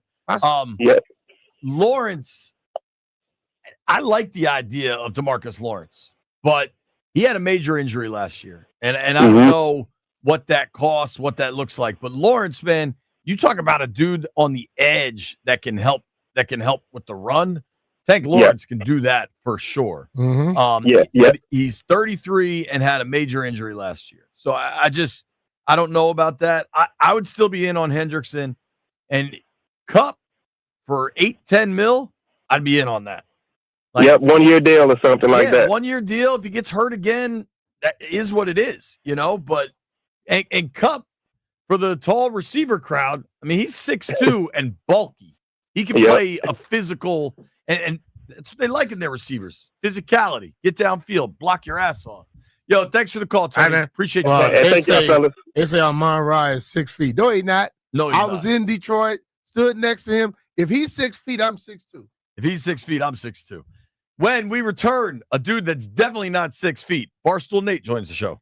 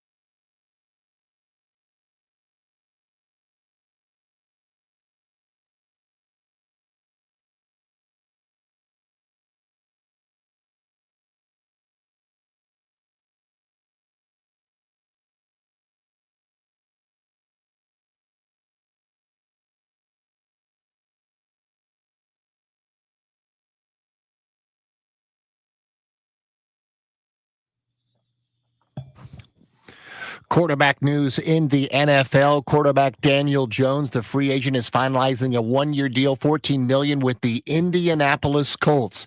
Texans acquire safety C.J. Gardner-Johnson from the Eagles for Kenyon Green. Former Jets defensive tackle Solomon Thomas agrees 2 years with the Dallas Cowboys. Two-time Pro Bowl defensive tackle Jonathan Allen with the Commanders has now reached an agreement after being released for 3 years, $60 million, with the Minnesota Vikings. Offensive tackle Laramie Tunsil has been traded to the Commanders last night. He spent 3 years in Miami and 6 with Houston.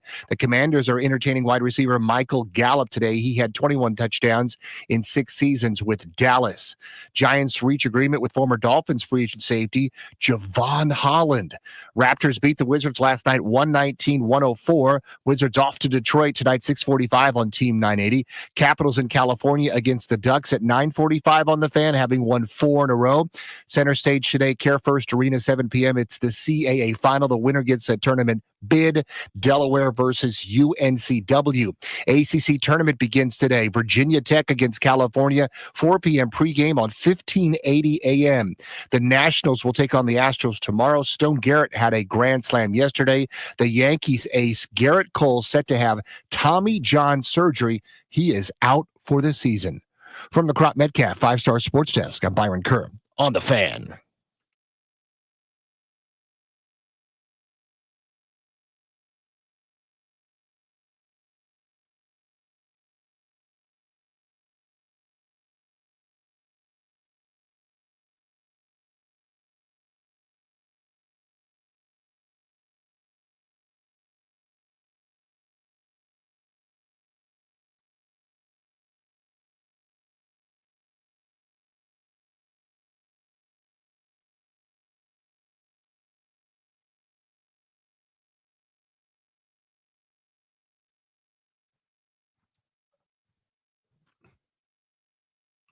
Beat it to Philly, 1067 The Fan. Let's go to the Rude guest hotline right now. Rude, the most reliable heating and air conditioning products in the DMV. And talk to our guy, Barstool Nate. We just been talking about 6'3" or higher receivers, and Nate don't fit the bill, but we're going to talk to him anyway. What's up, Nate? How you doing, brother? Yeah, I chose not to be a wide receiver. You know that, but I'm good. How are you guys? We're doing well, man. How you feeling? Other than great. I think yesterday was a very good fooling day. yourself about thinking that you're 6'3". No. We're the same height, B-Mitch. You know that. We're both 5'10". I look down on you. I eat soup off your head. That's a good line. Because all you can eat is soup because you lost all your teeth. That's funny, dog. Our friend Eric Nathan, Barstool Sports. You can give him a follow at Barstool Nate. Let's talk about this, Nate Dogg. 1 day in, barely 24 hours into the tampering period. Washington, everybody said you got to get better in the trenches. Well, their first 2 moves are to sign a defensive lineman and to trade for possibly the best pass-blocking left tackle in the league, if not a top 3, top 5 left tackle in the league. How do you feel about the first 24 hours?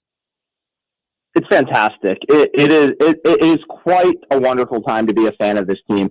And I'll say why I like it. We have one of the best quarterbacks, a top 5 quarterback in the league, on a rookie contract right now, which means you can go out and make moves and spend money because, as we know, the quarterback is the most important position in the NFL. And if you have one of those guys on a cheap contract, it becomes almost like a win now type of scenario, win in the next 3 to 4 years type of scenario. So you surround that stud quarterback on the rookie contract with as good of players as you can find and you can bring in and pay. And that is exactly what Adam Peters is doing. I love what he's doing. He sees the vision. He understands it. He made the in-season trade for a corner. He went out and got Debo. He went out and got the stud left tackle and Laramie Tunsil. I think he's doing an excellent job. I think he's putting the Commanders exactly where we need to be to challenge the Eagles next season and beyond. I could not be happier with what is happening in Washington right now. I think folks need to recalibrate their understanding. Like, the best players don't get to free agency. NFL teams have gotten smarter about that. Right. Because of the non-guaranteed nature of contracts, you don't have, in baseball, there's like 2 worlds, right? Yeah. There are baseball players not repped by Scott Boras. And those that who's probably that's probably 75, 80% of the league. Maybe even more. Maybe it's 85, 90. But of the best players in baseball, it seems like half of them are rep by Boris. Mm-hmm. So of the best players in baseball, half of them sign extensions early because they want to get paid. The rest of them are Boris, and they dictate the terms of the entire sport. Football doesn't have that. So most football players are going to sign extensions. Quarterbacks do it all the time. And you add that with the franchise tag, most of these guys don't get to free agency. Nope, they don't. And generally, drafting really well is the best path. And then you draft really well and you supplement it with trades is kind of the look at how Philly does it. Yep. And I think trading is becoming more common in the NFL now. I feel like growing up, there was never a single trade in the NFL. Rare. And it's becoming more common. Yeah. And I like that Adam Peters sees what he needs. He understands the business better than anybody. He understands the value of draft picks compared to getting, as you said, a top 3 pass blocking tackle in the league to protect Jaden Daniels' blindside. And I see some people saying, oh, the Texans fleeced us, this or that. I disagree, because you can't really put a price on having that guy protecting Jaden Daniels in year 2, bringing in a wide receiver to complement Terry. It's all coming together like a painting. Like just the strokes of the brush and the colors are all combining to make one fantastic just gallery portrait that Adam Peters is painting in Washington. And I think if you really sit back and look at it, you don't care about that 3rd round or 6th round draft pick, because you need that guy to protect the blind side more than you need that 6th round pick. What else? What other moves are you expecting, or you think should happen?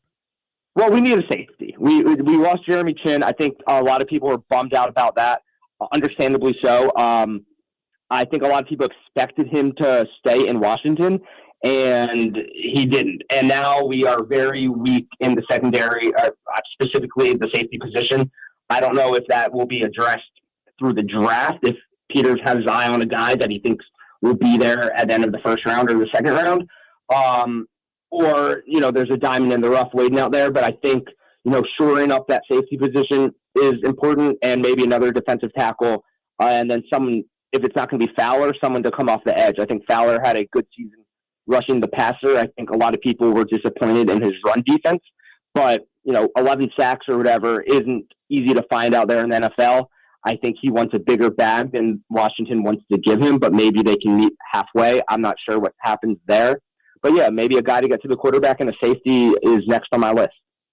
I don't hate you with the safety thing. It's kind of interesting. There are options. I would say Justin Reed's still floating around from the Chiefs. I've always liked Justin Simmons with the Falcons. Mm-hmm. Just seems like a playmaker.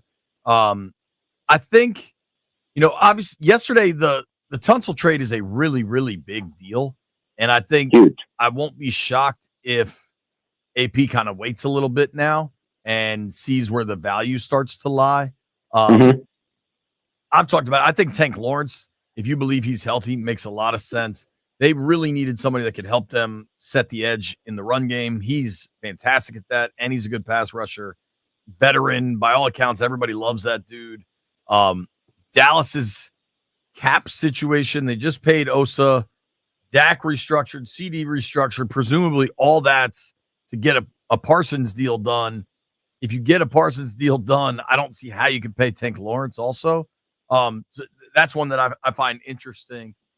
I think, though, Nate, you've hit on the right tone of this thing, that the Kinlaw signing, I think, has generated more reaction from Commanders fans. I think fans are fired up about Tunsil.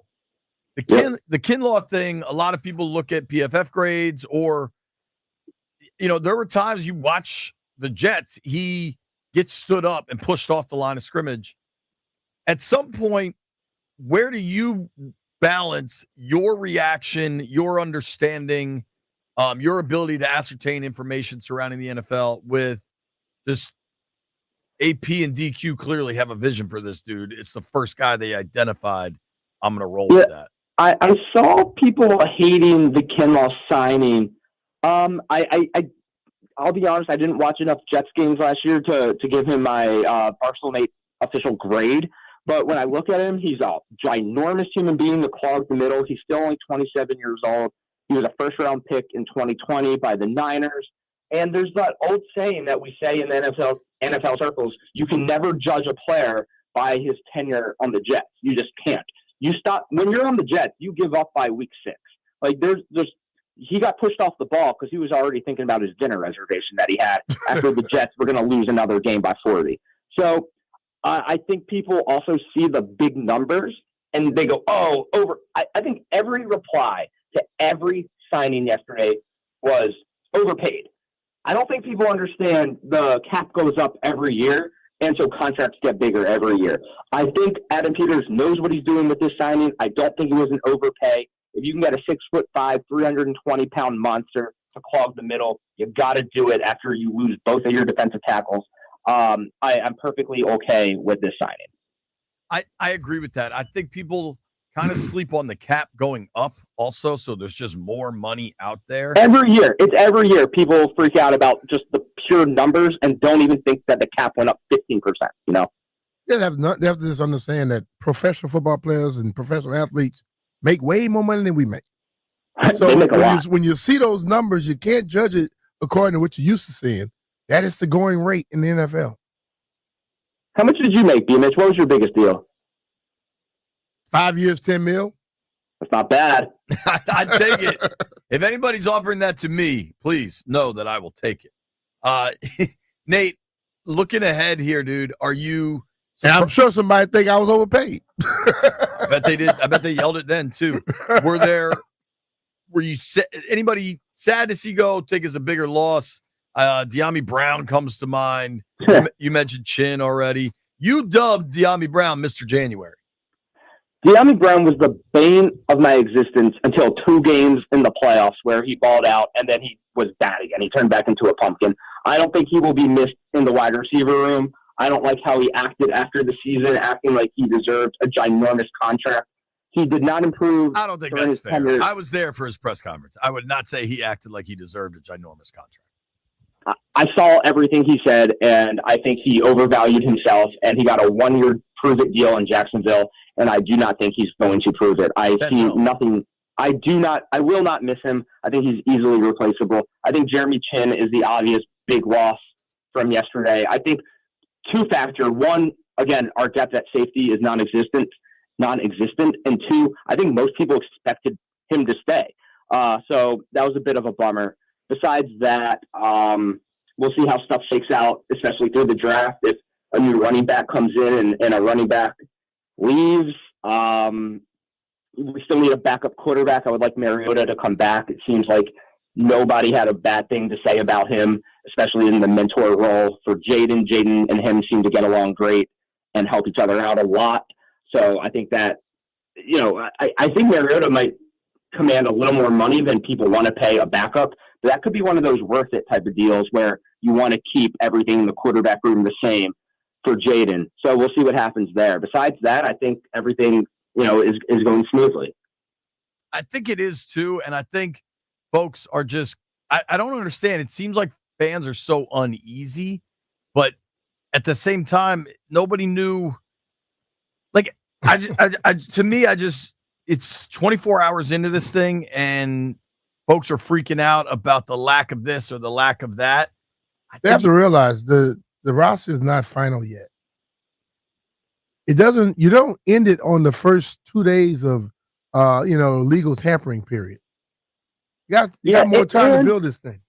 And B-Mitch, during the season, traded for Lattimore, who makes the cornerbacks better. So I know it's not a free agent signing, but it's not like Peters is sitting on his thumb. He's out there making moves, making trades, making stuff happen. This team still has plenty of cap space to make another move. As JP said, when the things kind of settle down and you see who's still out there, I think there'll be plenty of value. And then we have a draft, and who knows if we're going to trade back and collect more picks or what's going to happen in the draft. But I think for the most part, every position is going to be at least as good, if not better, than last season.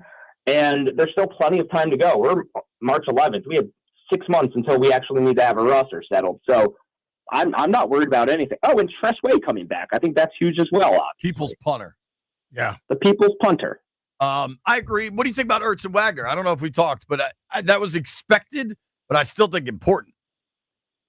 Ertz, I was a little harsh on at the beginning of the season. I think he got better and improved and became a very good safety blanket for Jaden, especially as the season went on. I still think we badly need a tight end too. I don't think John Bates is that guy. Sennett was weird how he was a second-round pick and really never saw the field, and that was concerning to me. I know he was just a rookie, but he was the 53rd overall pick. And he had 5 catches the entire season. And not just that, didn't get on the field whatsoever in any capacity. I don't know. I think Dan Quinn was very vague about what was happening there. I would really just love to know the answer to that mystery. Like, what was happening there? Why didn't he ever get any chances, any opportunities? And is he the tight end 2 of the future? Or is he just brought not everybody back? The guy, So if he's not the guy to, take over for Ertz or be another option on the field, we badly need another tight end. I think a double tight end set would just be another layer on this offense that could help a lot. And then, I think we need another receiver. We have Devo and Terry. After that, we're bringing back Jameson. We're bringing back Luke McCaffrey. I don't know what OZ's status is going to be, what Noah Brown's status is going to be. So I would love to just get another slot receiver who has sure hands and can pick up first downs. I may be alone on this one, but I like the idea of Cooper Kupp 1 year incentive-based. I don't hate it. Yep, I think Kupp can still play. Injuries aside, maybe he got the injuries out of the way. 31 years old, good hands, could come on the cheap-ish for how productive he's been in his career. So, yeah, I'm with you, JP. Throw a ton of incentives at him. See what he can do. A high risk, low risk, high reward type of guy. So I just said this. I'm curious what you say on the Cup thing. I was just talking to CK, the cluster buster in the men's room, just how we operate around here. And I was saying the Cup thing, and he's like, if you sign a guy like Cup, what does that say about Luke McCaffrey? I don't necessarily know that it says any one thing or the other. But Brian, how worried are you about at some point perhaps like stunting Luke's development? No, listen to me. I'm trying to build a football team. I'm not worried about stunting nobody's growth. Those guys have to realize right now this is no longer college. This is the pros. You're a professional. You come back better than what you were when you left. If you don't, it's not up to the coach to build you. And I think that's the whole thing right there. So I'm a little more harsh when it comes down to that than most people. I went through it. Luke also strikes me as that kind of dude. Yeah, well, his family you think is his that old type man's of dude. not working every day? Yeah, he should be. And I think the whole thing about that is, listen, man, if you feel Cooper will help or anybody you bring in will help, you bring him in. Point blank. I'll say this about Cooper Kupp. Last 3 seasons, 9 games, 12 games, 12 games. Still way more productive in those games than most players are for a full season. 9 games, 812 receiving yards. 12 games, 737. 12 games, 710. So each of his last 3 seasons would be the second most productive receiver in Washington last year. Absolutely, 100%. And for Luke McCaffrey, I don't think it stunts his growth. I think it gives him another guy to compete with, another guy to say, I have to get better than. Luke McCaffrey has played wide receiver for all of 2 years of his life now. So, I mean, he had 18 catches as a rookie, barely having any experience at the position. He's still 6'2", 200 pounds. He has a good body, good frame. He looked good in, little pieces. But he's 22 years old. He's not ready quite yet to be that guy. Cooper Kupp has proven he is that guy. And Cooper Kupp stays healthy, you have a 100 reception guy. He's really good. I would love to take a flyer on him. I tend to be on that side. West Coast swing coming for the Caps. Do we have an official Ovie record-breaking prediction from you, Nate? Oh, what game you mean? Yeah. So 9 more. We're on the West Coast now. Ducks tonight, Kings on Thursday, Sharks on Saturday. Then back home for 3 straight. It would be crazy if he did it during one of those games. Watch him. He could go off for a hat trick in San Jose, be 6 away. He's just that kind of monster right now, scoring at that type of clip where it could be anywhere from, March 22nd to April 10th. It could be any game in there. It's so hard because he's so good and the caps are so good that we're going to get so many empty net opportunities. That empty netter the other day, it's unfair to call that an empty netter. Yeah, like the degree so of skilled. difficulty to hit the backhand spinner off the board and drill it. I don't care if it's an empty net or not. Why was it an empty net? Because you were beating that team and they had to get an extra guy. They got the goalie out of it. It's a part of the game. Right. So your score is no less in my book. It was my official prediction is March 30th at home against the Sabres. It's a 3 p.m. game. I will be there. If it's not that game in our pool. If it's not that game, I will be taking the Amtrak up to Boston for the April 1st game in Boston. Then we will be hopping a flight down to Raleigh for that April 2nd game. Then hopping a flight to DCA for the April 4th game in DC against the Blackhawks. That's a lot of travel that I don't actually expect you to do. He's not going to do it. I will be in the arena for the record breaker no matter what. Wow. Nate putting letting the world know right there. All right, we're going to hold you to that, buddy. Hold me to it like a 70%. That's when I give B a firm maybe. Hey, you want to do this? Firm maybe. He knows JP ain't coming. He ain't coming. It's like Nate not going to those games he's talking about. Thank you, Nate Dogg. Appreciate you moving times. It All right, worked out Nate. great. Appreciate you guys. See you soon. All right. That's our boy, Barstool Nate. Give him a follow at Barstool Nate. Of course, he joins us via the Rude Guest Hotline. Rude is the most reliable heating and air conditioning products in the DMV. Hey, it's Brian Mitchell here. This week, FanDuel is bringing you a Dog of the Day Profit Boost token. One of the best parts about the tournament is when an underdog takes down a powerhouse. And right now, those upsets can get even better because if your underdog bet wins, you'll land even more winnings with Profit Boost. This is your chance to ride with the long shots, the scrappy teams, the ones that refuse to go quietly. Listen, I watched last night. I watched Wofford against Furman, and I'm going to tell you, Wofford's going to be a problem for somebody. They may not be that tall, but they are exceptional shooting, and they also run a lot of skilled plays out there. If you've been waiting to join FanDuel, there's no better time. The app is easy to use, and when you win, you'll get paid instantly. Just visit FanDuel.com/Brian to download America's #1 sportsbook. And back your dog of the day with a profit boost. Because after all, anything can happen in March. You have to be 18 years old and present in D.C. Opt-in required. Wage of the at least plus 100 odds required. Bonus issued as a non-withdrawable profit boost tokens. Restrictions apply, including any token expiration and max wager amount. See terms at sportsbook.fanduel.com. Gambling problem? Call or text 1-800-GAMBLER. That's 1-800-426-2537.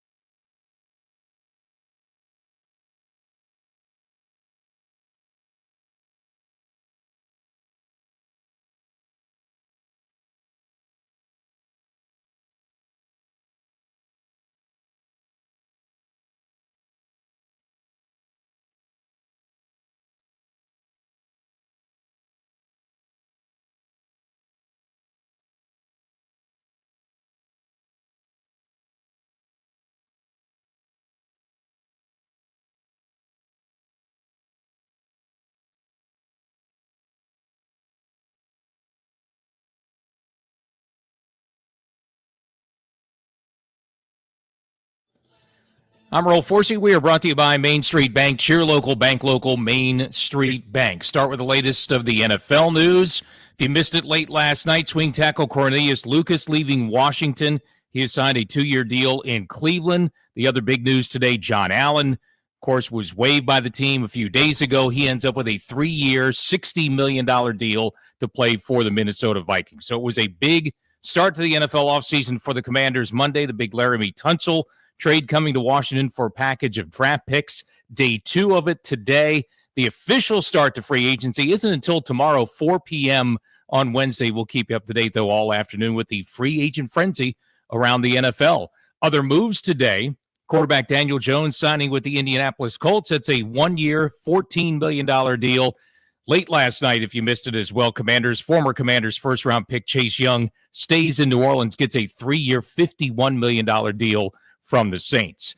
Caps are back in action tonight. Final West Coast trip of the season starts in Anaheim, 10 p.m. face-off, late-night Caps here on the Fan. College basketball in Charlotte, the ACC tournament getting underway. Virginia Tech takes on Cal today. That's a 4 p.m. tip-off this afternoon for the Hokies over on 1580 a.m. Main Street Bank is a business-focused community bank proudly serving the DMV since 2004. Visit mstreetbank.com to learn how to put our team in your office. Main Street Bank, member FDIC, equal housing opportunity lender. From the Crop Midcap 5-Star Sports Desk, I'm Earl Forsey on the Fan.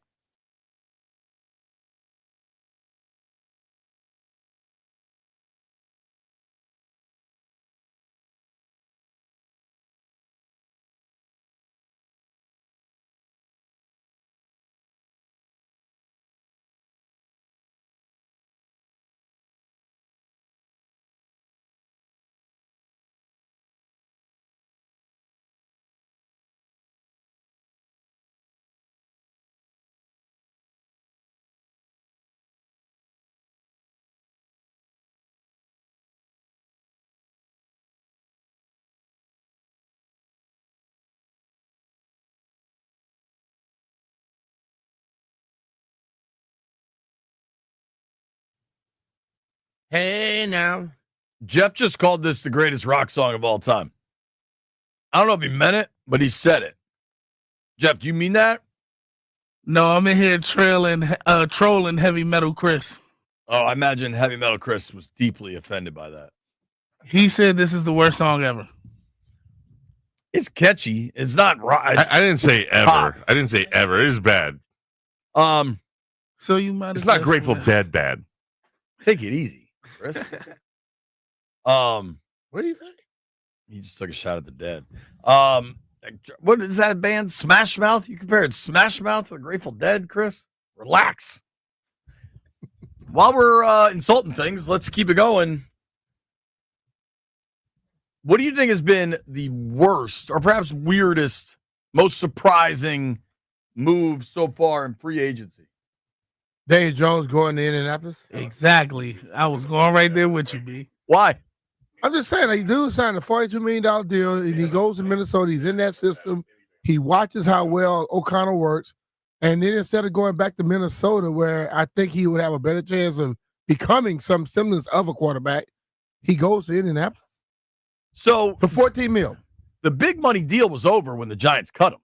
He signed a veteran minimum. I understand it was over, but what I'm trying to say is I thought he could still probably get on somewhere, you know. That's how it happens for first-round quarterbacks. They always find a job. Bro, I think two things. I think Minnesota is J.J. McCarthy's job, and that's why he got out. So you think he's going to go somewhere else and take the right job? I think he's going to take the job in Indy. I think he takes Anthony Richardson's job. We'll see. And I think Indy, if you can play a decent quarterback, is a pretty good job. So you calling Daniel Jones a decent quarterback?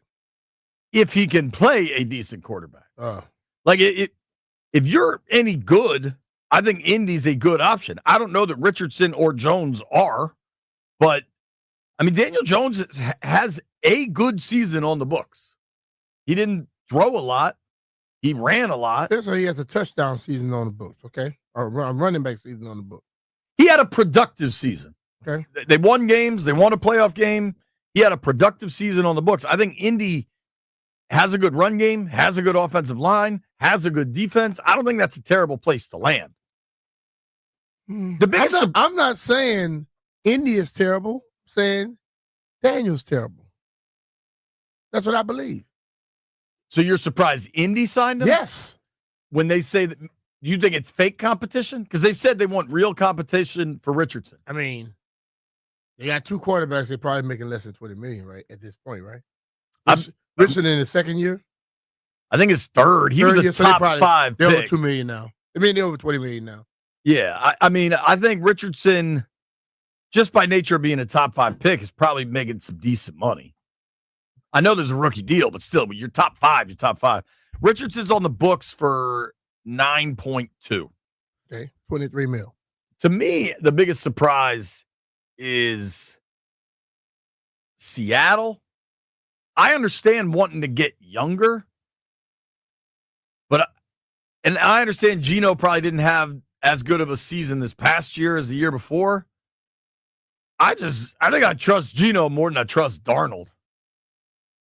Yeah. But I mean, let's be real, though, Jay. You have a year, and as I say to you all the time, coaches think they can make everybody better. Okay? And Geno is going to be 35 this fall. I understand all that, but I saw the 2 games, just like we say Diami got paid off the playoffs. That's the reason why I wouldn't have paid Darnold. In the playoffs, he wilted. He just wilted. I wouldn't have played him before those 2 games. I'm not buying Darnold. He had some level of success throughout the regular season. Then all of a sudden, I guarantee you, somebody's going to put it on social media. It's going to be him going into the playoffs, and all you're going to hear is, I see ghosts. Because he said that, didn't he? He said it. He said he see ghosts, and I think he saw him in the damn playoffs because he wouldn't throw the ball to people, and he held on to it. So I'm shocked. You said it's a 1-year, $55 million deal. I don't know. I think they probably think he's going to be there for 2 years. He might walk away with $55 million for 2 years. That's the guarantee, right?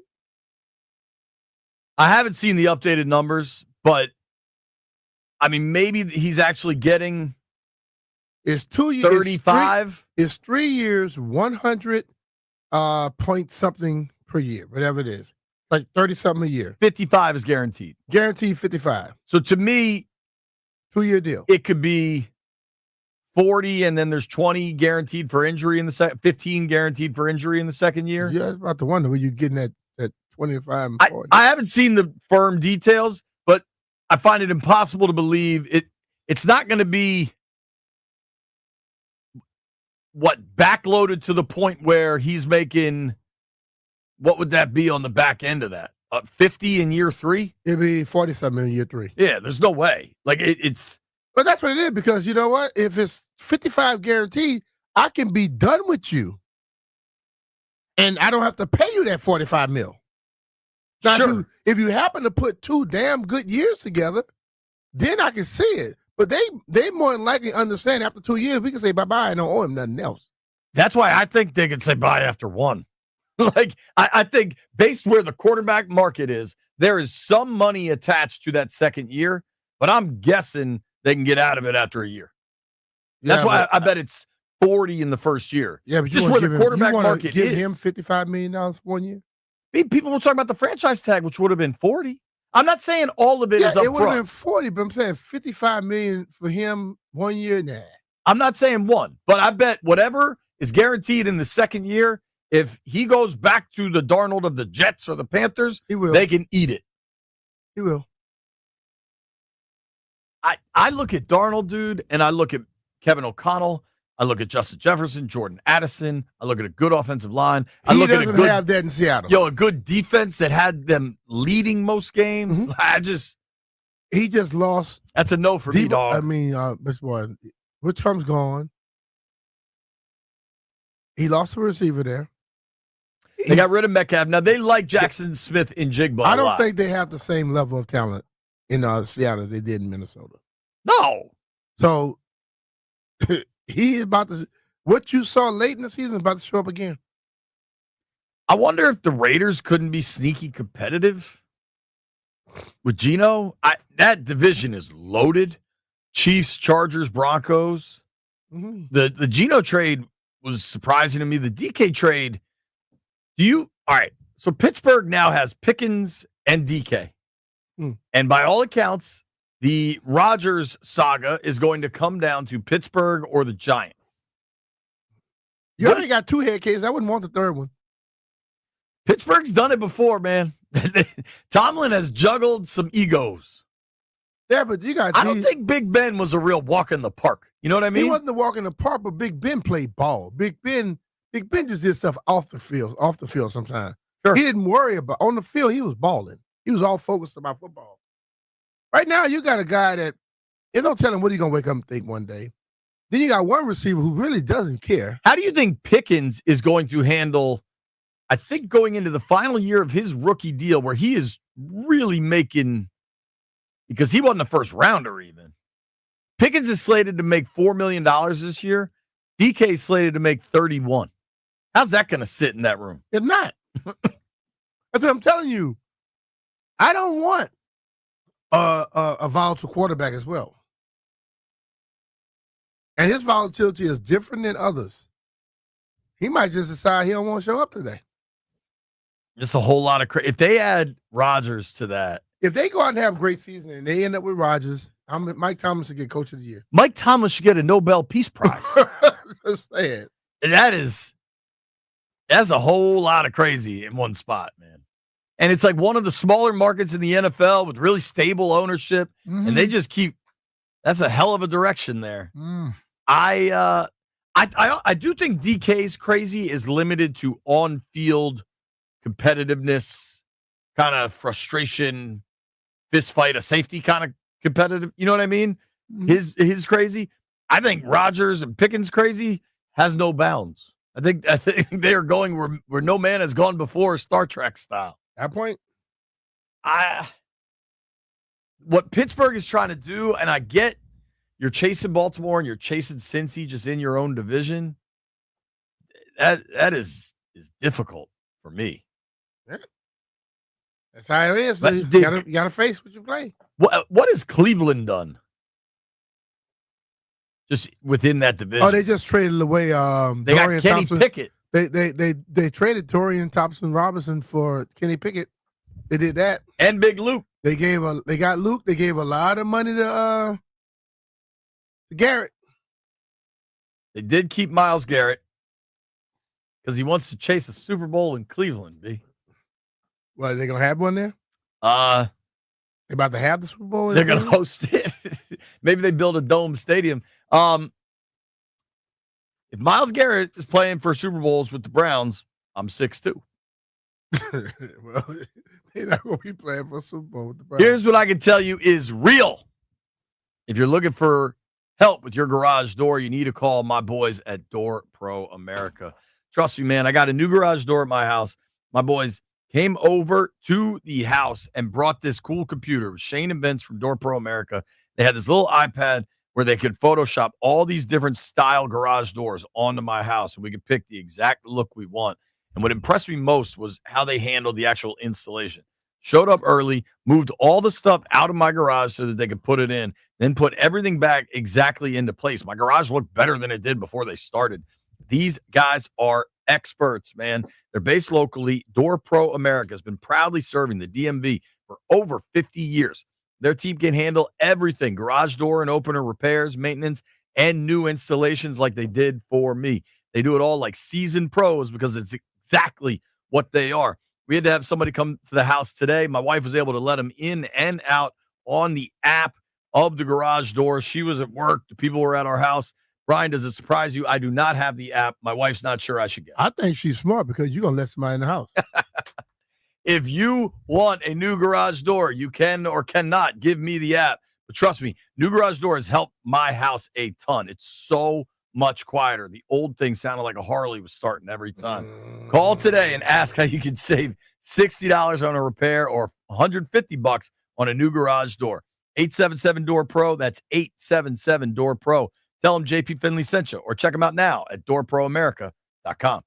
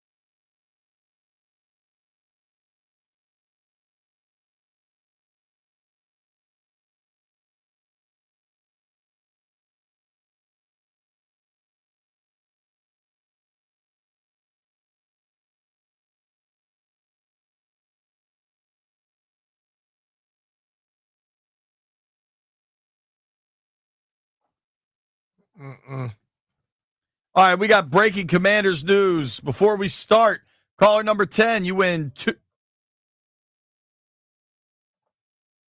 All right, we got breaking Commanders news. Before we start, caller number 10, you win 2 tickets to Dropkick Murphys and Bad Religion Summer of Discontent Tour, Tuesday, August 12th at Pier 6 in Baltimore with special guests, the Mainliners. Tickets are on sale now. For tickets and more event information, visit thefandc.com/events. 800-636-1067. You can win those tickets. Dropkick Murphys.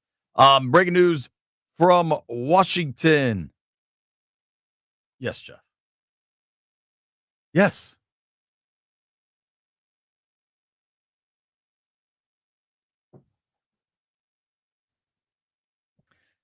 Washington Commanders have signed safety Will Harris to a 2-year deal. NFL Network first breaking the story. I've confirmed it. Will Harris was drafted by the Detroit Lions. 3rd-round pick in the 2019 NFL Draft. Played his college ball at Boston College. 6'1", 206. Played for 6 seasons in Detroit. I'm sorry, 5 seasons in Detroit. 1 year last year with New Orleans. Played 13 games. Had an interception. 74 tackles. Physical player. If you go back to his combine testing, one thing you find time and time again with players that Washington seems to prioritize, athletic testing. If you go back to Will Harris's athletic score coming out of BC in the combine, the scores they come up with are based on scouts, right? His production score based on his time at Boston College was a 61. His athleticism score, however, was an 83. That's pretty significant. Ran a 4.4 40. The 10-yard split on that was a 1.49. 36.5-inch vertical, 10-foot, 3-inch broad jump, 6.91 cone, and 20 reps on the bench press. Physical player, has obviously been in the NFL now, productive, relatively durable. You know, this is this time last year, nobody was excited. Not many were excited about Jeremy Chin. The word on him in Carolina was that he started really well and then was a box safety, couldn't really help you. So these guys have identified the safety they want in Will Harris. 2-year deal. I don't think the money's prohibitive. Per Garofolo, it's 2-year, $8 million, max value of $10 million. So you're talking about which guy, right? A little less. Leave. Yeah, but also think about Lance Newmark was in Detroit with Harris, clearly knows him. Versatile player, can move around in the secondary for you. Folks that were worried about the safety, there you have it. They've added one. What do you think, B? I'm with it. I am with it, Jay. I'm not questioning now, Adam. I'm just going to see what happens. Trying to keep my mind out. You and I both said that 2 years ago when they brought him in. And I'm trying to just go along with it and see what happens. Yeah, you know, what's interesting is one thing I find Chin's numbers coming out of Southern Illinois from the productivity side were higher. But if you compare Harris and Chin's athletic scoring stuff, it's really pretty similar. Chin was a 4.45 guy. Harris was a 4.41. Chin's 10-yard split was a 1.5. Harris was a 1.49. Now, Chin had a much higher vertical, but Chin's also a lot taller. So that's going to kind of impact it. They both bench press 20 pounds. The vertical don't care how tall you are. The vertical is just how high you go. I'm just saying he's a better, bigger athlete. He runs a little faster. But Harris has a little more speed. The athleticism score, the spark score, was an 81 for Harris and 88 for Chin. 83, rather. So 5-point difference on a scale of 100 is really a pretty similar player in that regard. One was a 2nd rounder. One was a 3rd rounder. These guys identify the athletic traits they want, and then they go seek them out. So I think folks need to just kind of be aware of that. We'll open the phone lines up, see if you think they've done enough in the secondary. People wanted a safety. They got a safety. Nobody go anywhere. It's B. Mitch and Finley.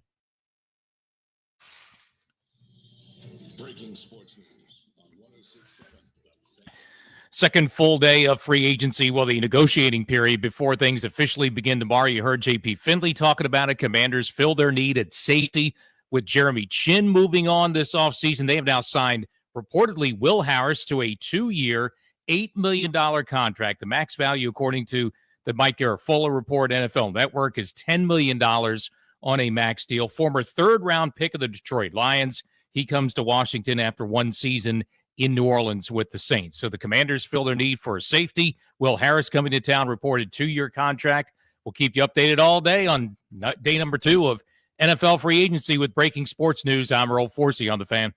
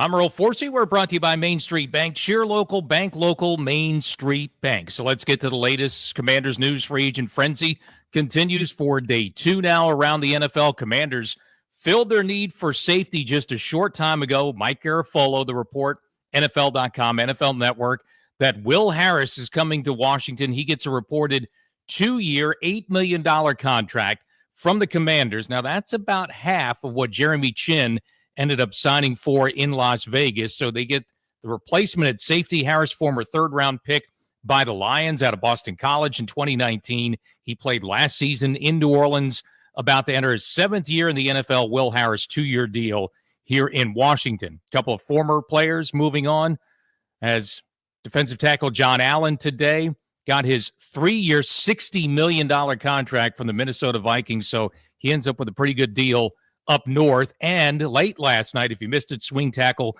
Cornelius Lucas leaving Washington. He signs a 2-year deal in Cleveland. Caps back on the ice tonight. Final West Coast trip of the season in Anaheim. 10 p.m. face-off. Late night Caps on the Fan. College basketball as well. Virginia Tech takes on Cal. First round of the ACC tournament in Charlotte. 4 p.m. tip-off for that one over on 1580 a.m. Main Street Bank's a business-focused community bank proudly serving the DMV since 2004. Visit mstreetbank.com to learn how to put our team in your office. Main Street Bank, member FDIC, equal housing opportunity lender. From the Krav Metcalf 5-Star Sports Desk, I'm Earl Forsey on the Fan.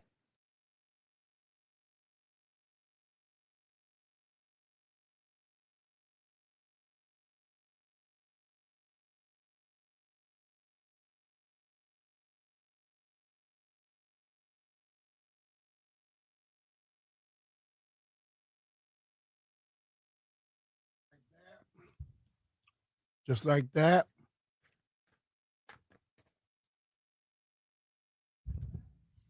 B. Mitchell Finley, 1067, the Fan. Lot to discuss, right? I think the Commanders just made a big move. You heard Forsey talk about it there. Mike Garafolo first to report it. Since then, everybody's confirmed it. Will Harris joining the organization. Will Harris was a third-round pick of the Detroit Lions back in 2019. Played his college football at Boston College from down south from Georgia. 6'1", 210, 205, depending on the listing. Pretty physical player, likes to come downhill. Has played all over. He's played free safety, strong safety, corner. It's kind of a slot corner last year in New Orleans. Largely durable in his career. Missed a couple games over the course of 6 seasons. Harris is the presumed replacement for Jeremy Chin. Harris going to cost you less than Chin. I'll open the phone lines up. You think they've done enough now at safety? Just an hour ago, Barstool Nate was concerned about the safety position. They addressed it. I think the safety position is very, very tricky. I think 2 years ago, fans were very much concerned about losing Cam Curl. Why wasn't he extended? That didn't happen. They signed Jeremy Chin. When Jeremy Chin was signed, a lot of people were convinced he wasn't the right guy, wasn't the right fit, wasn't the right answer. Now they don't want him to go. Now they don't want him to go anywhere. The safety market and the safety payment in the NFL is a funky one to try to figure out. And I think clearly I look at the athletic testing and they're pretty similar for Chin and for Harris. If you look at the two of them, Harris is a little faster. Chin's obviously a little bigger, a little jumpier. I think there's a profile for what Washington likes at given positions. And honestly, Peters kind of lifted the curtain a little bit on that when we were in Indy this past year, talking about pass rushers and talking about how much value he puts on the 10-yard split in the 40. Mm-hmm. So there's specific stuff they look at, and I think there's got to be a reason. Because as much as I think, because we are so deep in the weeds on NFL free agency, that folks get like alarmed or convinced they haven't done enough. The league year hasn't even opened. Technically, free agency doesn't even start till tomorrow. There could still be surprise releases over the next 24 hours. Could be. I mean, I don't even know that the Rams have officially released Kupp yet. Right? Yeah, not that I know of. it's early in this process. Early in the process, but it's the same hysteria every year, dude. This is nothing new. I don't care what happens, the fans will always be up in the tizzy. Jeffrey, how you feeling about Will Harris? I'm cool with it. I know he laid CeeDee Lamb out one game, so I know he could. He laid some big hits. I'm not really familiar with his game, how he is in coverage and stuff. I'm gonna go and check on that, but I'm cool with it. I love a safety that could hit, that could thump. Yeah, he can hit, man. He has not been necessarily like a ball hawk over the course of his career, I wouldn't say. In 6 seasons, he's got 3 interceptions, a couple of forced fumbles, 19 passes defensed. This is not the most exciting, outrageous signing ever, but this is fairly consistent with what they've done last year, this year. Maybe there's a couple of headliners, and then you fill in holes with guys you like. Do you feel better the fact that Lance Newmark, the assistant GM, was in Detroit when this dude was drafted, and clearly there's a relationship there?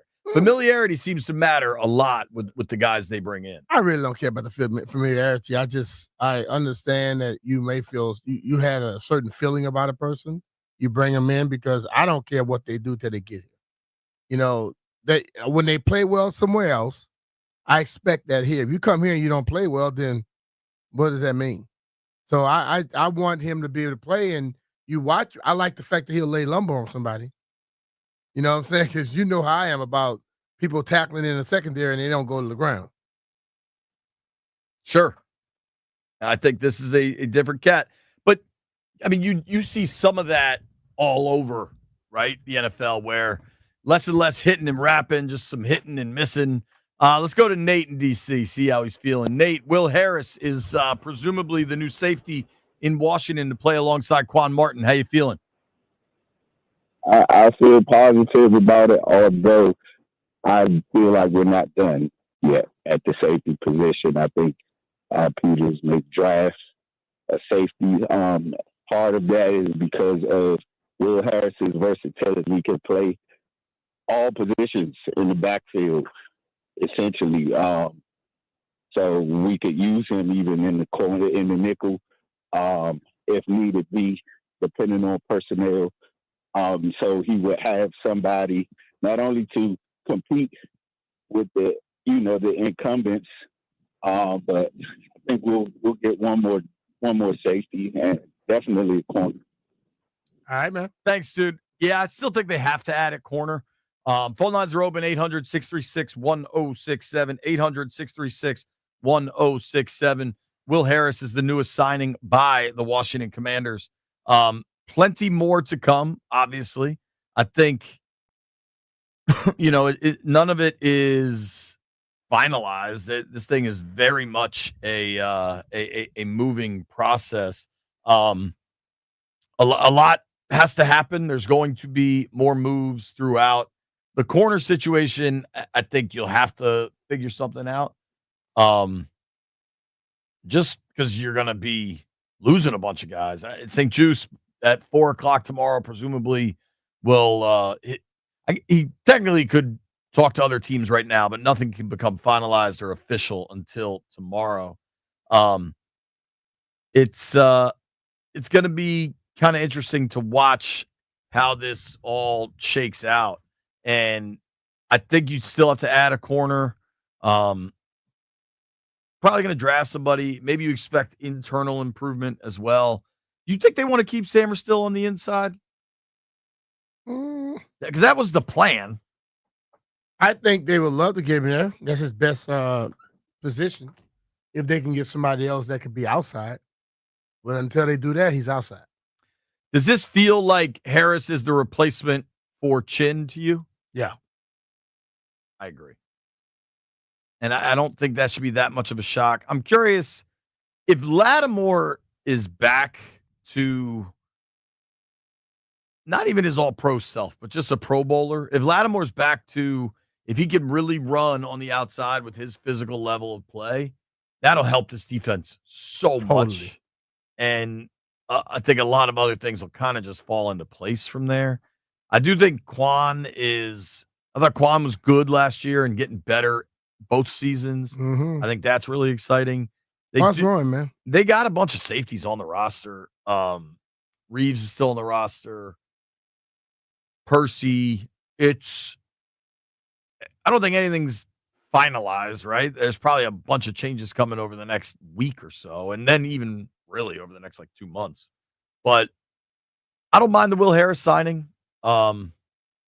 It's funny how people kind of pick and choose the guys they want based on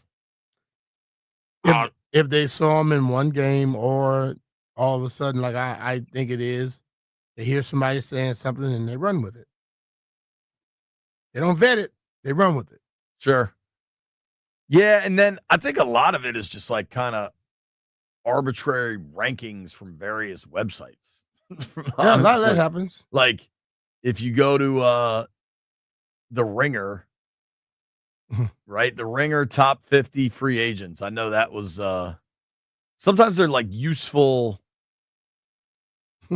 kind of pieces of information, but it hardly makes them definitive, especially in a sport like football where everything is just so subjective and scheme dependent and changes dramatically. And I think for Washington, if there is top of the table money, they want it to be for a legit blue chip player. I think there's enough body of work to support that. Totally. Ward signed somewhere, right?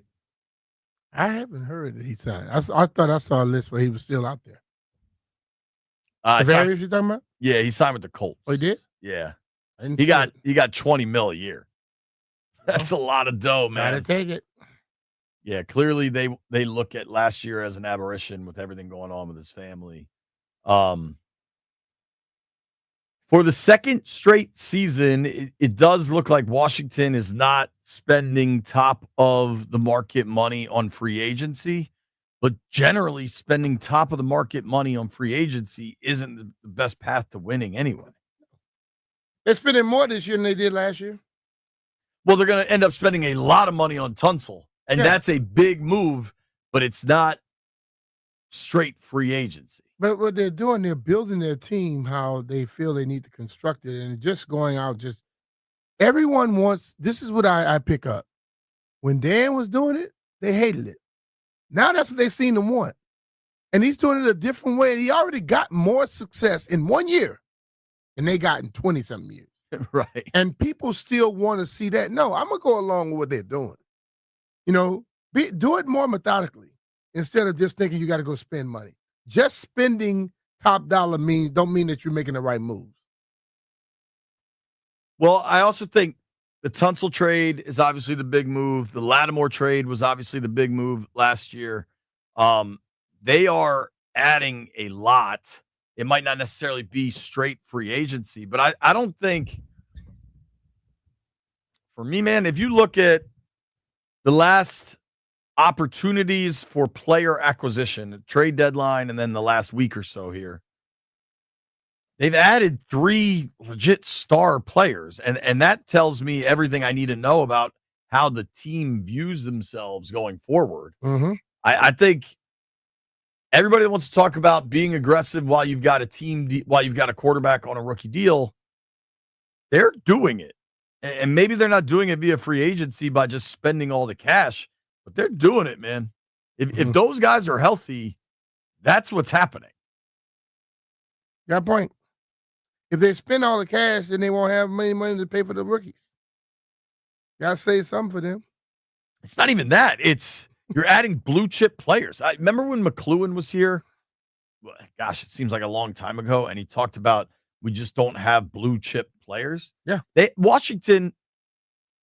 I'm not disrespecting the players they've had, but since before Jaden and since Trent Williams, who was a player on their roster you could say legitimately was the best or a top 3, top 5 player at their position? Been a while. Last year you could argue it with Terry. Yeah.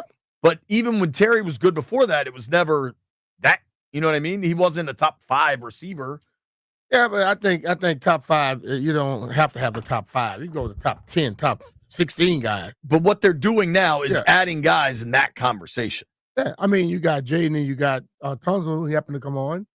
I don't know how many old people. Debo has an all-pro season on his resume. Not top 5. Maybe it's not top 5, but to your point, where it's top 10, whatever, you're adding true elite talent that they haven't had. I think Terry, Debo, who has all pros? Wagner. Yeah, right. Luvu now has a second-team all-pro. They have increased the level of athlete for sure, and then. Now, I don't know that Lattimore is going to get back there, but if it can, it changes a lot. They're going to try to get him there.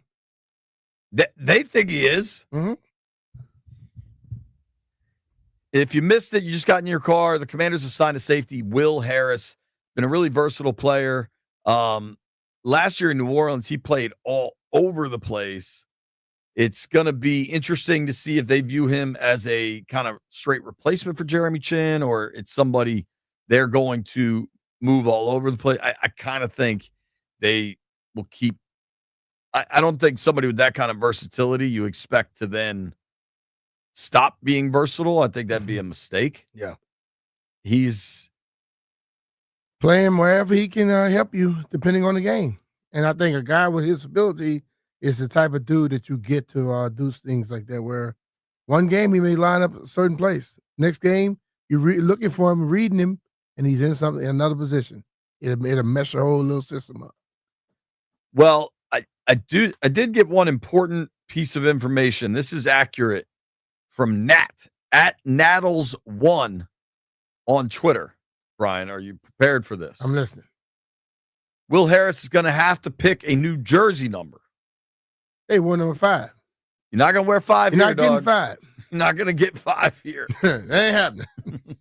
I think he already knows that. I'm sure he's aware. Yeah. I also think, in general, fans care far more about jersey numbers than players do. I think established players, but when Will Harris signs this deal, he's more interested in the $5 million guarantee. But when he looked to sign, when he was looking to sign here, he already knew 5 was out the question. Right. You know, if it was some other person that had it, maybe he'll come in and request it. But when he looked and saw who's wearing number 5, he can forget about it. I think that's correct. We were talking a little. I do want to do some March Madness stuff. Terps are moving up in the rankings. I still think they're kind of being slighted, but maybe that's just me. That's just you, Jay. I don't know. Well, that's why Brian, the resident college hoops expert. What we do know is March is heating up. We're getting close to the Ides of March. You better beware. And soon enough, somebody's going to be cutting down the nets. Who's it going to be? Well, you can get in on all the tournament action at ESPN Bet Sportsbook. We got Big 12 tournament action right now. Cincinnati's playing Oklahoma State. The ACC tournament starts today. The Hokies are playing at 4:30. A vaunted ACC rivalry, B-Mitch. Virginia Tech against Cal. Oh, wow. I mean, if that doesn't scream Tobacco Road, I don't know what does. Syracuse, Florida State tonight. Delaware surprisingly took down Towson last night. If you had the Delaware money line last night, you got rich, buddy. We got plenty of college hoops action. Gonzaga St. Mary's tonight is a legit, very good game. St. Mary's is 19th. There's going to be more ACC action as the week goes on, more Big 12 action, UCF, Utah, whatever it is you're looking for, futures, point spreads. You want to bet those upsets. If you can find the Cinderella story and bet the money line, that's going to be a good night for you. Whatever you do, whoever you think it is that's going to win it all, if you bet $20 on the team you think wins it all, and they do, you'll win a share of $2 million in bonus bets. Plus, you'll receive $10 in bonus bets for every win your team has in the tournament. Download the ESPN Bet Sportsbook app to get started today. Make sure you check out Maryland and Virginia laws, odds, and lines subject to change. And you must be 21 plus. If there's a gambling problem, call 1-800-GAMBLER. Terms and conditions apply. See app for details.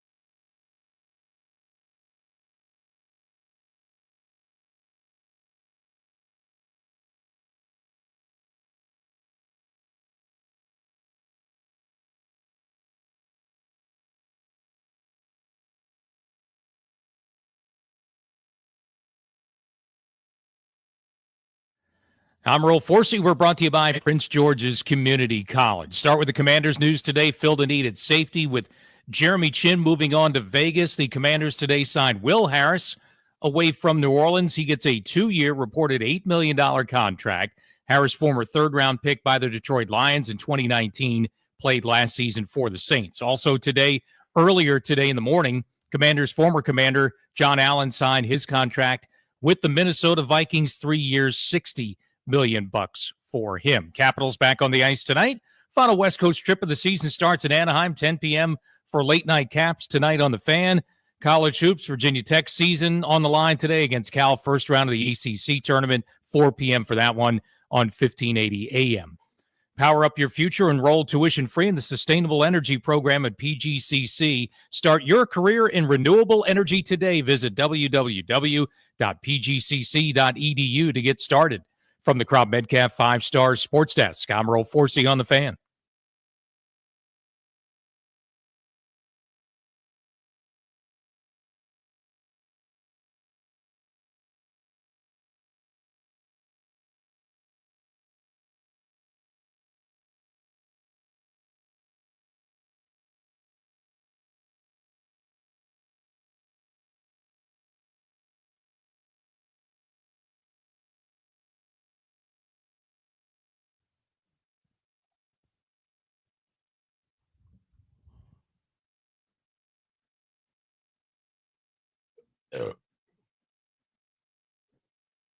B. Mitch and Finley, 106.7 The Fan. I wanted to talk about this earlier. Obviously, there's been a lot of free agency stuff. I saw this tweet from Zach Ertz this morning, and I'm sure a lot of people had to put a lot of work into getting this done, including folks at the league and ESPN and TNT and everything else. But we've been calling for it. A lot of folks have. You first heard it here. First heard it here. Hell yeah. They took our thing and ran with it, and they're supposed to. That's cool with it. However the sausage got made, I just want the sausage made. This I'm reading now from Leonsis on Twitter. He said, "We want to ensure that Caps fans can listen to their hometown announcers' call of Ovie's record-breaking achievement, which is why we've come to an agreement with the NHL to produce our own monumental broadcast during the 4 exclusive nationally telecast games remaining this season for archival purposes and real-time clips on social media." So, dude, like, we have the technology. Let's do this, man. Do it. And I don't know the specifics, what this means, if you can watch it in real time or they'll just have it immediately after, or if it's like they just have a stream and if you want to watch a game on TV, it's ESPN or TNT or whatever. But, like, I'm just happy that enough grown-ups, intelligent folks came to the table and said, yo, let's figure this out. Yeah. That's what Joe B should call that goal. It doesn't hurt anything. But what it would hurt if you don't have Joe or some level of that, game being called locally, because everybody don't have where it's going to be. You want to hear it from the person you hear all the time. And I think it makes a world of difference. Dude, I do too. And I love Walton, and I don't want to take anything away from Walton. The radio call is awesome. But, I also think there could be a deep playoff run accompanying this regular season Ovie thing. And we know in the playoffs it's going to be Walton clips that are the most memorable because Joe B and Locker don't call those games. So I'm just so happy for something that is a regular season record.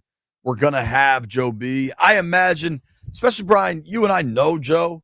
Mm-hmm. He's got to be thrilled. He is. Now he'll be cool about it, but he's got to be. He actually, when we talked to him, when we mentioned it to him, what we were thinking, you could hear the excitement in him. He said, "Oh man, that would be great."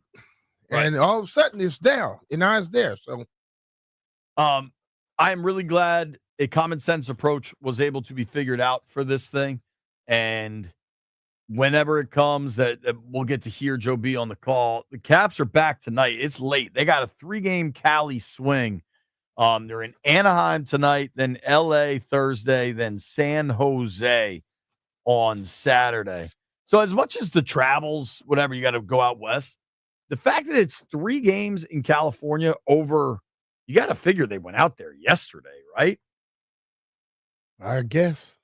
I would think, right? You're not flying today to play tonight. No, they probably went yesterday. It's 3 games in Cali, but you've been out there now. You get a week to do it. Maybe even Monday to Sunday. The travel's not that killer. There's no back-to-backs on there. Mm-hmm. I think the tough part is tonight's at 10, Thursday's at 10:30. If Ovie drops 5 goals over the next 2 nights, a lot of folks are going to be asleep. Yeah, but you know what? Yeah, it'll be playing on Monumental the next day. Right. Well, and I don't think he's going to score 9 over the next 2. If he does, it'd be incredible. What if he does that and say, you know what? Let me show y'all who's the greatest. Right. It's wild as this thing gets closer, dude, because it just becomes that much more and more real. Honestly, just cutting it to single digits, and we've been watching this closely for a while now. Cutting it to single digits makes it feel that much more inevitable, I think. Yeah. It's at 8 to tie, 9 to break, right? Right. When that thing gets into that, when it gets 8 to break, him being number 8, that's pretty cool. It's gonna be on and popping then, bro. It's one more. I mean, it's kind of all to me. It's there. It's been on and popping ever since he got close, but I mean, since he got to 20 something in my book. When he hit 30, I thought it was on and popping. I love that number 30. But when it hits 8, it's gonna become a little more special. That's when you find out how the players care about the numbers. You find a way to get your number involved. Sure. Leonard Floyd last year was with the Niners. This news just coming. I'm seeing it via Schefter. Won a Super Bowl with the Rams. Floyd has had no fewer than 8.5 sacks over the last 5 years. Veteran just became available in San Fran last year. That's the kind of name we've learned that they kind of bargain shop at some of these positions. That might be the kind of guy you're talking about. Former first rounder.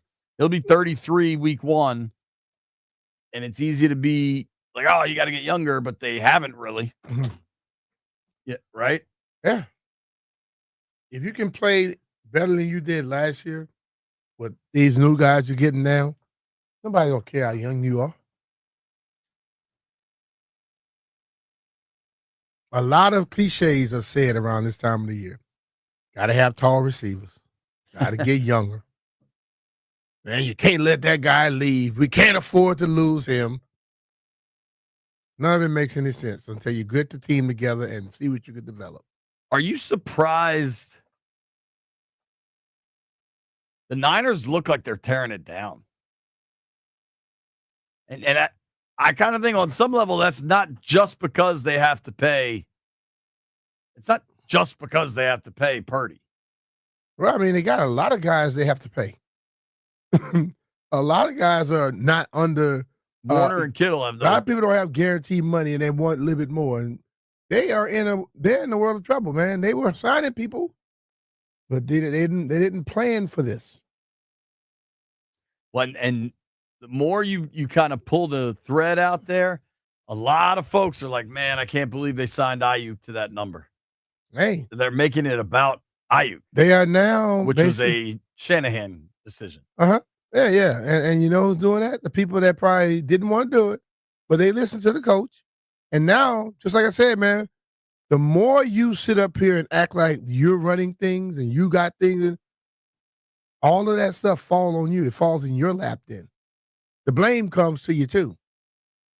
Well, you know who I couldn't help but notice, and I can't remember, B, maybe you remember, Robert Griffin III, who's a football analyst, tweeted out, not sure what the 49ers are doing, but losing your road dog at LB and Greenlaw, Travarius Ward, Hafanga, and your right guard Banks, OT Moore, trading Debo Samuel, and cutting your versatile H-back Juszczyk sounds like a rebuild. Better get it right or the fans will riot. I can't remember if Robert has history with anybody involved. Oh, he got history. Yeah. Who? How? No. I don't remember that. Oh, yeah.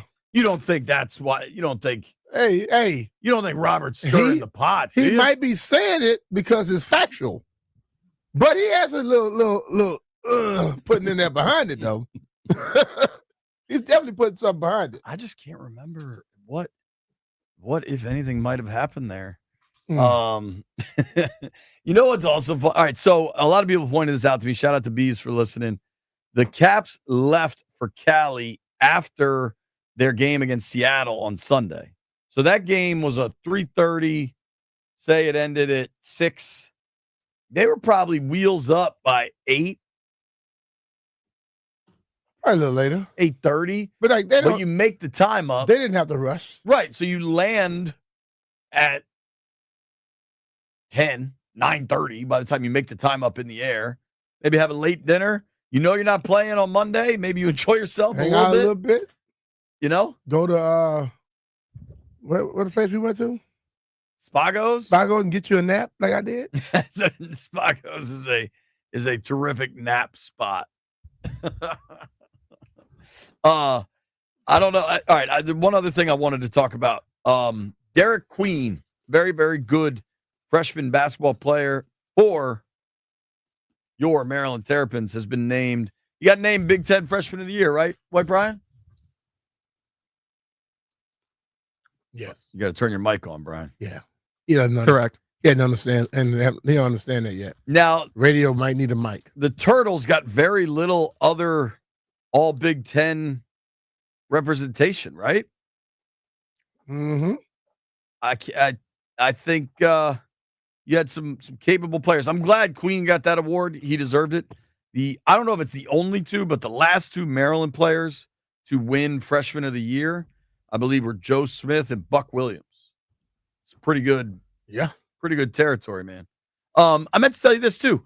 We had your boy Dwayne Simpkins on the Altcast last night. Yep. It was a lot of fun, man.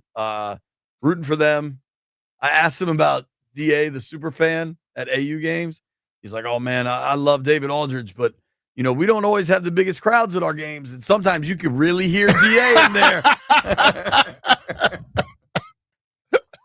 It was great. I wonder what he's saying. Can't wait to watch Maryland. Their first game is Friday night in the Big Ten tournament. And then they have climbed all the way up to the number 11 in the AP. Is that AP rankings? They're 11th? All right. Brian? Yeah, AP and coaches pool. Okay. Why the hell aren't they top 10?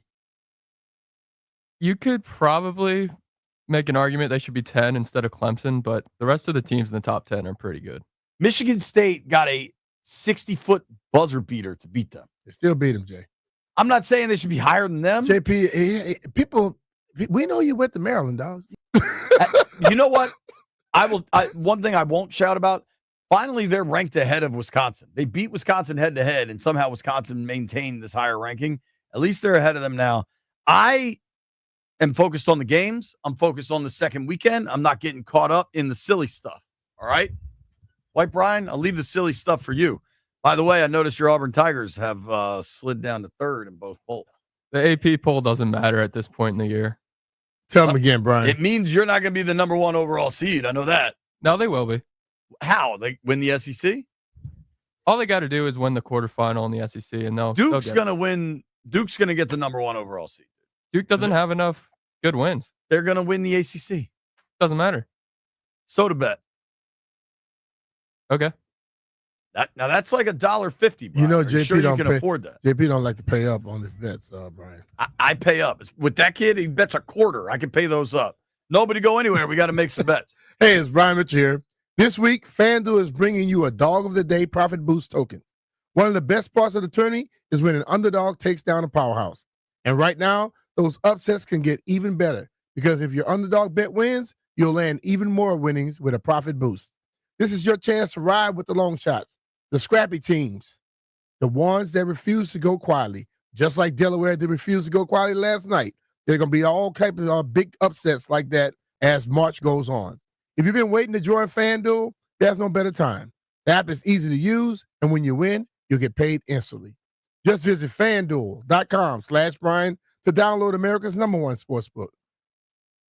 And back your dog of the day with a profit boost. Because after all, anything can happen in March. You have to be 18 years or older and present in D.C. Opt-in required. Wage of at least plus 100 odds required. Bonus issued as a non-withdrawable profit boost tokens. Restrictions apply, including any token expiration and max wager amount. See terms at sportsbook.fanduel.com. Gambling problem? Call 1-800-GAMBLER or text 1-800-426-2537.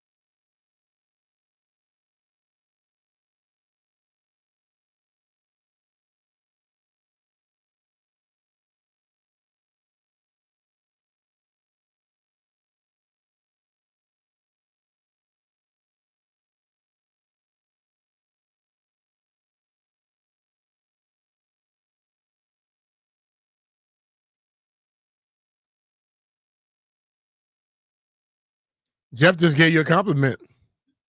Thanks, Jeff. B. Mitch Finley, He said you're hot. 1067 The Fan. Hope Professor Landini's enjoying his vacation. Still active in the text thread. Appreciate that, Landini. We'll have to track down this audio for tomorrow. Yeah, he just like Jeff. He talk more when he Pays gone more there than attention when he's off. Yeah. Ian Rappaport was on McAfee today and said that there were other teams involved in the Laramie Tunsil trade market, but that they decided not to offer what Washington did. Pretty interesting. And he said, of all the things that surprised him most, it was the Tunsil trade, and that just how big of a hole Houston now has to try to replace. It's going to be difficult for them to do so. Yeah, the awful offensive line. You get rid of your best offensive lineman. Yeah, that's a little weird, isn't it? It's unless you're just trying to clear space because you know you got to pay Stroud and you want to load up on draft picks to try to rebuild that O-line younger. Well, don't pay him in the O-line. It's just bad. Well, clearly that could be a problem. If you missed any of our interview with John McClain this morning at 10:30, he made it pretty damn clear what he thought the biggest problem was the Kenyon Green that they just traded away.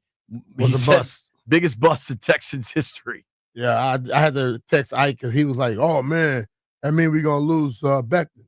I'm like, I don't know. This dude's based off a reporter from Houston. He sucks.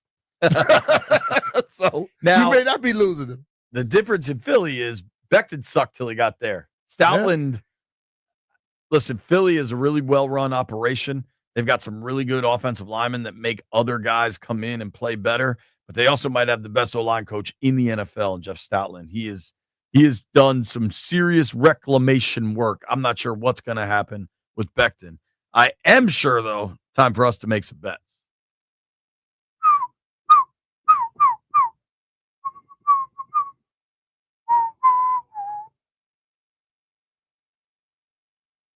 Gather around, gather around. I'm mostly happy Jeff didn't play another emergency broadcast system sounder there when he played All Ears or whatever that was. So I didn't play that, and that wasn't on the board, so you can't blame me for that. The second time? I've never seen that joint just pop in the middle of a segment. That it wasn't on the board. No, not that one. It was the second time it came up too. We were going to break. No, that was the ending of the EAS. Didn't you hear it say it was an annual test? No, it only happened came one time, like- and we didn't get the word If you about remember, it. it came later. You looked like, what are you doing?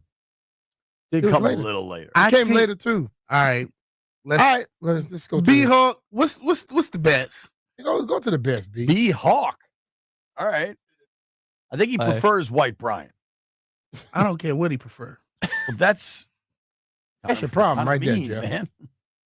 I like Jeff. He can call me what he wants. Whoa. Whoa. Pause. Yo, let's get the pause. bets. I'm not All right, messing with you. B-Mitch hit his parlay. Everyone else lost. That's what I'm talking about, son. Give me the Wizards plus 14.5. The Pistons are not doing that to us. I had the Wiz last night, and they lost by how much?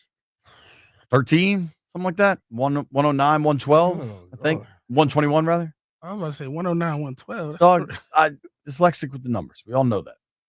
All right, what do you like, B Hawk? Sorry to all the Delaware fans out there because they'll probably lose, but Delaware plus 8.5. After the big win last night, it's messed up, man. We were about to become the foremost Delaware basketball radio show in this city, and White Brian just had to go and mess it up. Who? All y'all French or something? I'm not French. I wasn't going we. You're not riding the Delaware Blue Hell Hen no. basketball trade? Hell no. You're anti-Delaware Blue Hen? No, not anti, but I'm not. No. Mm-mm. I like forming like corporations and stuff in Delaware though. That's about it. There you go. I don't know what I'm doing. I'm taking the Caps. They play late night in Anaheim. Yes, Caps. All right, I don't know that I can. They are big favorites. Okay, can't take them then. You can add a puck line. What do we always use for this? FanDuel? Yeah. I can't take them. They're minus 210. Yeah, try to slip that in there. No, I called myself on it. Nobody else was going to say it. All righty, we got. They might lose by that amount. Who do you like? I got to look at my Kim Pom stuff. I haven't looked yet. Heavy metal. What do you like? I'm gonna take the Clippers -7.5.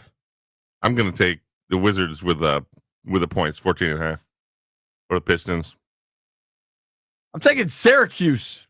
Go Orange. Playing Florida State at 7:00 on the ACC network. I'll be watching the Caps. I don't know that I'm gonna make it the whole game. Brooklyn and Cleveland over.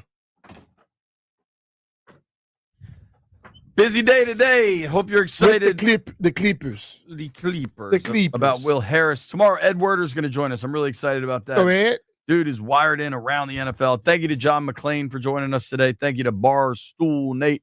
Thank you to everybody that called. Grant and Danny coming your way next. Made it this far. Owe you a beer.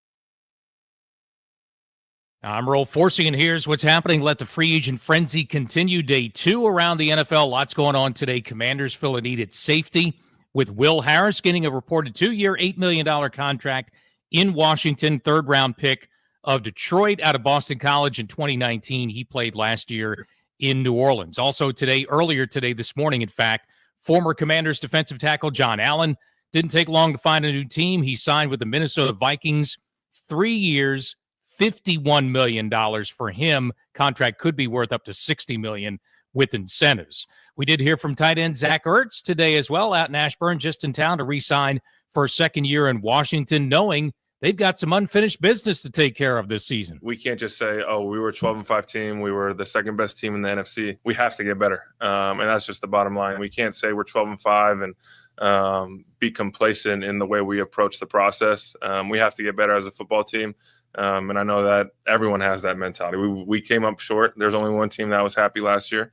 And so I know we got a bunch of guys that are hungry and ready to get back to work. Busy day in sports. NBA Wizards had a 2-game winning streak snapped in Toronto last night. They play again in Detroit tonight, 7 p.m., Team 980. Capitals back on the ice. Late night Caps, 10 p.m. in Anaheim for Caps hockey tonight here on the Fan. Caps are looking for a 5th straight win. And Virginia Tech takes on Cal. College hoops today, first round of the ACC tournament. That's at 4 p.m. on 1580 a.m. From the Crop Metcalf 5-Star Sports Desk, I'm Rolf Forsey on the Fan.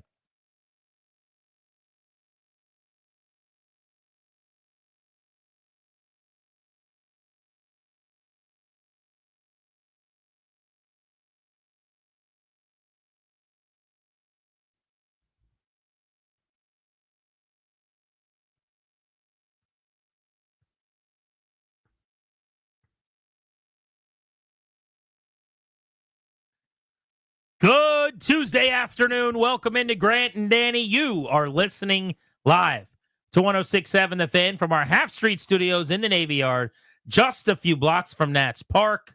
We appreciate everybody making the show part of their day. It is March 11th, 2025. Darius, Ryan, Toby on the production.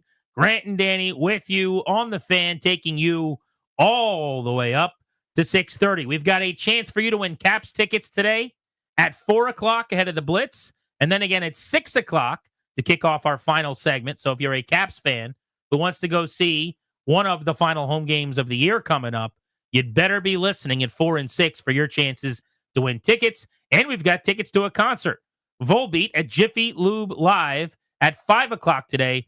Make sure you're listening if you want those tickets. Speaking of the Caps, before we get into the Commanders news of the day, Danny, they are on the ice tonight. Road trip beginning out west. Alex Ovechkin. What time's he scoring? He needs an 8-goal game to tie Wayne Gretzky tonight. 8 goals, and he ties Wayne Gretzky for the all-time goals record. He won't do an 8-goal game. He won't do it. You going to bet against him? Yeah, on this one. 8 goals is probably too many, but generally I'm not betting against that guy. I'm loving this right now. The league doesn't know what to do. Like everyone's like clamoring over themselves to broadcast the game. Monumental's doing something cool, which we'll talk about in a little bit, I'm sure. But, you know, again, the national media, aka the Canadian media, is like just sort of kind of pretending it's not happening to a degree, and yet they really want to televise it. No one knows how to handle it. I love it. Yeah, thrilled by the announcement made by Monumental today that Joe Beninati, at least for the sake of archiving the call and these highlights ultimately, is going to be doing their own broadcasts. Now, they won't be televised, but the highlight will be out right after the goal so everybody can enjoy it. And then eventually, when we are watching the montage that's put together or some documentary where you see goals 400, 500, 600, 700, 800, and then eventually 894, 895 and beyond, you're going to have Joe B and hopefully Locker, if he's back in the booth, on the call rather than having to hear the national broadcast. So cool. And that's what they're doing. They can't televise the games because of the exclusivity that the billion-dollar contracts that are signed by these networks call for. Which I get. It stinks, but I get it. But kudos to Ted, Zach, the Leonsis for going to the league, whatever else had to be worked out. And frankly, to the networks and the league and Gary Bettman for kind of coming together, because Caps fans have made it very clear. They've been very vocal on social media. So you guys got what you wanted. You needed Joe B's call to live in immortality here, and it's going to. Yeah, for sure. I mean, imagine, you know, any of the local teams, right, who've achieved that kind of a high level. I would have loved to have had Joe B and Locker on some of the national calls when the Caps were on the way to the Stanley Cup. Same with, Bob and FP at that point when the Nats go to the World Series. Would have been really neat to have some of those calls for the archives. It's a novel, interesting idea. I'm glad the NHL got on board with it, by the way, because you could see them being super protective and treating it like it's undermining their thing. It's not. It's just a nice little little treat for fans that have rode with you. I love that. Free agency began with the legal tampering period yesterday at noon. So we're 26 hours and 6 minutes in at this point. Washington's lost 4 of its own, if you count John Allen, who they cut. De'Ami Brown, Jaguars. Jeremy Chin, Raiders. Cornelius Lucas, Browns. And Allen to Minnesota. By the way, how about his contract? Yeah. 3 years and $60 million for him. Pretty amazing. They have added 3 players. Yesterday we knew about Javon Kinlaw, the 3-year, $45 million deal that he tackled from the Jets. Also the big trade that broke while we were on the air, which was awesome to get to react to. Got the juices flowing, the excitement of being live on the radio for big news. Laramie Tunsil and a 4th-round pick to Washington for a 2, a 3, and a 4 over the next couple of drafts. So you added a 5-time Pro Bowl left tackle. Today, the Commanders staying busy. Just about 90 minutes or so ago now, they signed a safety in the form of Will Harris. 2 years, $8 million. Played in New Orleans last season. And in camp, in talking to Matt Paris, was texting with him, buddy of ours, used to cover the Commanders, who's now working in Nolans. He told us that it looked like that position was going to be a real cluster and be a debacle this year. And then he emerged as a guy that didn't even start in Detroit the previous season, not only as a starter, but a pretty good one. Made 74 tackles and did some good things in the run game where he ranked 59. Years of his career, Danny, were spent with the Lions. Lance Newmark was your assistant GM. Nobody, and I mean nobody, in the history of the National Football League has preferred to sign and acquire players that they already know from their previous stop more than this regime since last year. And Newmark obviously really, really likes the player, or else they wouldn't be going to get him. So this is quick and dirty. It doesn't tell the whole story, but just by way of example here. Look at this is his position chart year by year from his career. Ready? 2019, free safety. 2020, strong safety. 2021, free safety. 2022, right side linebacker. 2023, cornerback. 2024, cornerback. So shout out to Ron Rivera and the Martys for position flex, I suppose. But this is clearly this organization going, we don't want to pay a premium for part of a safety tandem. We would like to turn a profit. We would like to spend a little, get a decent amount. If you had a superstar available to you, maybe in-house, maybe you might consider it. But I think given their scheme, given the design, given where they want to emphasize, this is not a position that they wanted to overspend on. I think that became pretty clear. And Harris, I think, fits the mold as fine. I mean, that's what you're looking for. I think you want solid. I think they're looking for more impact in some different spots. This, to me, is inexpensive. It's basically punter money, that the kind of the measuring stick I use. They're hoping to turn a profit on it for a guy that they can come in and play right away for him. Clearly not a priority in terms of, top of the market. We got to get the best one. Best I can tell, I know he's listed as a corner, and maybe he lined up as a corner occasionally last year. He was almost exclusively a safety for the Saints. Mm-hmm. Didn't really play any cornerback. And I have to imagine that he's being signed here as a safety after they lost Jeremy Chin. Now, whether he's definitely going to start, I'm not really sure. I would imagine that that's the idea right now until something else shakes free. But it's not like he is a marquee, Pro Bowl type player, or even someone who's been a full-time starter in his career. He's basically had 2 seasons where he was starting exclusively. One with the Lions back in 2021, and he made 93 tackles that year from the safety position. And then last year with the Saints when he made 74 tackles. Now, he will not be the first Will Harris to play in Washington, D.C. The last Will Harris to do so was a pitcher that never really pitched for the Nats because he had unbelievable arm problems. But before the Nats signed him, he's a hero to me. And he didn't pitch for the Nationals. He threw one of the most important pitches in Nationals history as a member of the Houston Astros. Howie Kendrick, how you doing? No balls and a strike. Outside target, Chirinos the pitch. Swinging a line drive, slice down the right field line toward the corner. Springer back, looking up, and this one is gone. It hits the foul pole, and the Nationals lead. Howie Kendrick has done it again. A slicing 2-run homer off the right field foul pole. Do you believe it, Howie Kendrick? Part 2. That was Game 7 of the World Series. I'm so sorry. That pitch was thrown by Will Harris. Filthy cutter down, a base hit percentage on a pitch like that. Honestly, my eyes are glistening thinking about it. Your typical hitter hits 0.00004 against that. Sorry about Howie Kendrick, wily veteran, taking a cutter down off the right field foul pole. The Howie Kendrick pole down there in Houston. Everybody in that ballpark, do me a quick favor. Shut up. Our time. 29-year-old defensive back Will Harris. Different player. Georgia native Will Harris, the pride of Rosemary Hall High School in Connecticut. This is a different guy. This is not the one that threw that pitch. But that name will always be okay with me. Yeah. That is a name that I will welcome into the nation's capital. By that guy's stake. Whenever you're ready. So they get their first DB. They still have a lot of work to do as far as I'm concerned in the secondary. Agreed. Corner, one of their biggest needs, has not yet been addressed. And by the way, the market has really thinned out because Byron Murphy re-signed with the Vikings last night. Carlton Davis got the huge deal from the Patriots.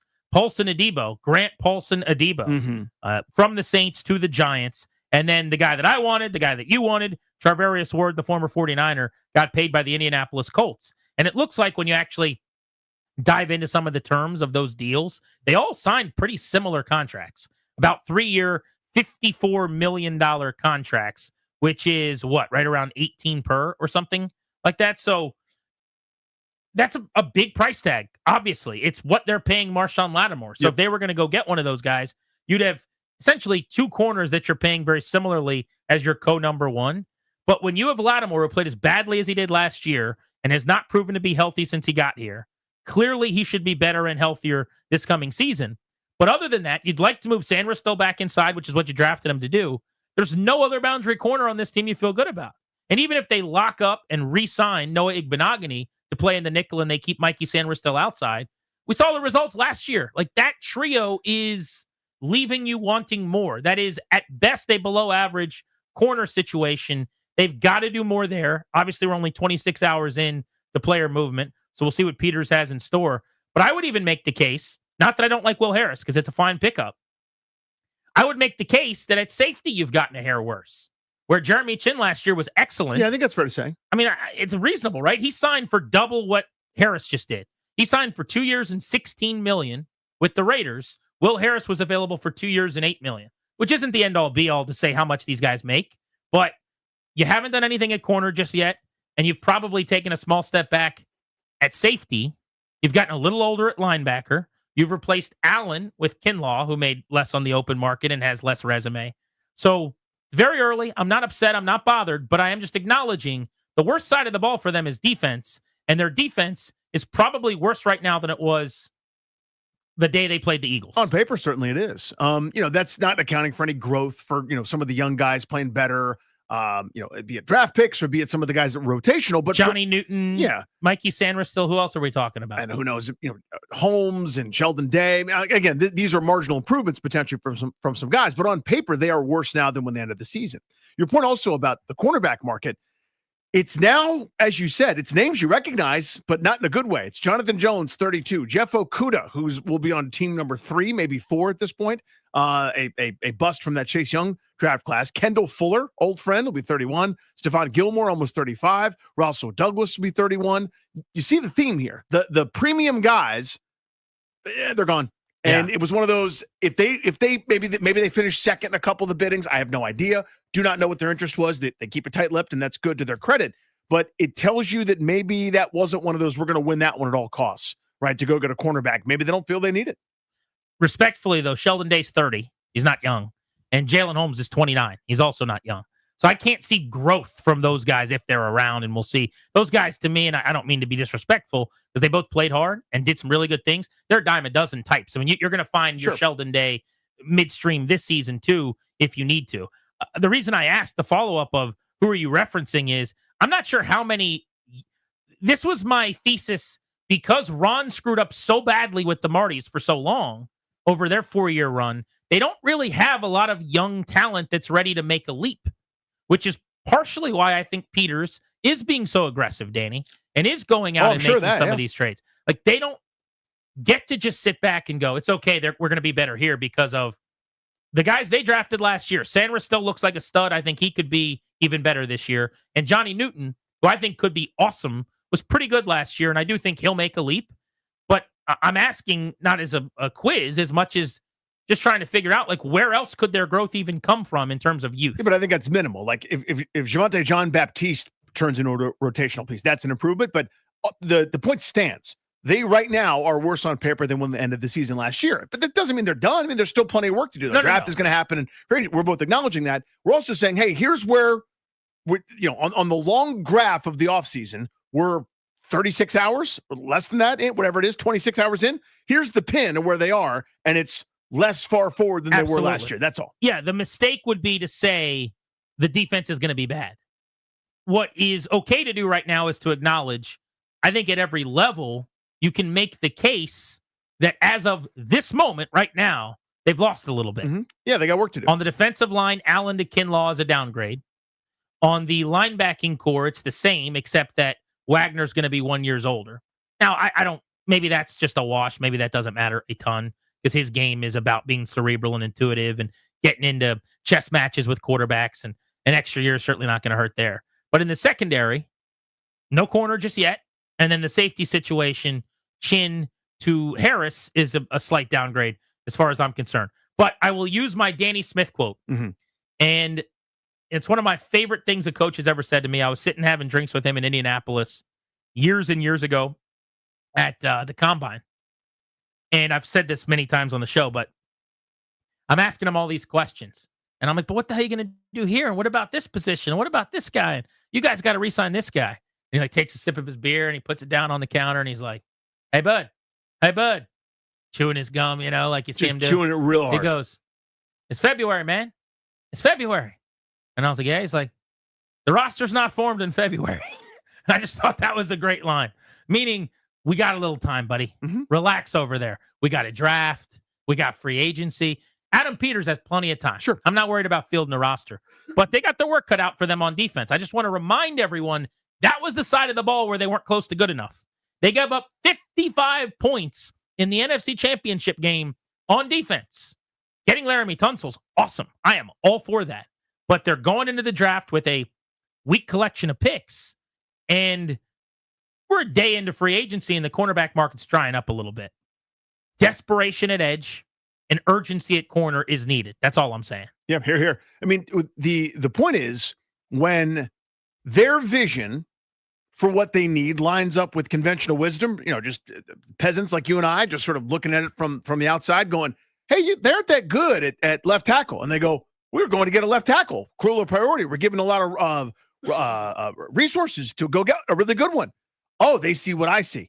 We need another defensive end, which hasn't happened yet. Another cornerback, which hasn't happened yet. So that's my point, is that if they recognize the same need that everybody else does, you thought there might be some urgency at that point. I guess that's all. Again, nobody should be upset about anything at this stage. Well, if nothing else, you should be elated that they just got a left tackle to protect Jaden Daniels' blind side. Yeah. And the fact that I'll still call all this a win, even though I didn't love the Kinlaw contract, and a couple of guys that I wanted to keep are gone. To go get a Pro Bowl elite left tackle in the first 36 hours of free agency is an eraser for everything else, essentially, to this point. But the news today, Will Harris, 2 years, $8 million, safety coming over from the Saints. We can start here on the phones. We'll open up the MGM National Harbor listener lines. Would you guys have rather kept and paid Jeremy Chin twice as much, 2 years, $16 million, or brought in Will Harris? I guess it's possible they may plan on playing him at corner, think he can play there and still have a hole at safety. But it certainly sounds like after playing almost exclusively safety last year, that's the plan. And what are your thoughts on the defense and some priorities moving forward? 800-636-1067 is the number. We're Grant and Danny on the Fan.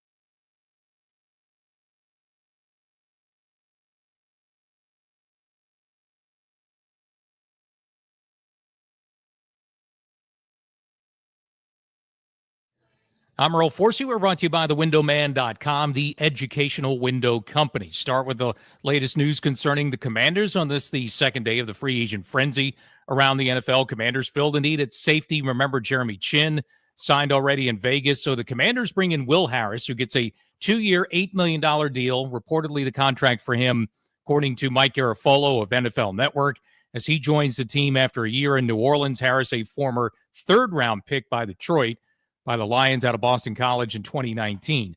Also earlier today, this morning, former Commanders defensive tackle John Allen signed with the Vikings, 3 years, $60 million. Late last night, swing tackle Cornelius Lucas left Washington. He gets a 2-year deal in Cleveland. Caps hockey tonight, back on the ice, 10 p.m. against Anaheim here in the Fan. College hoops, Virginia Tech, Cal. First round of the ACC tournament today, 4 p.m. over on 1580 a.m.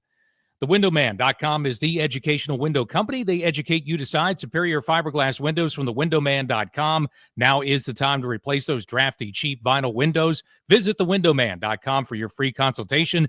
$200 savings per Infinity replacement window only. Minimums and installation apply. From the Crop Metcalf 5-Star Sports Desk, I'm Earl Forsey on the Fan.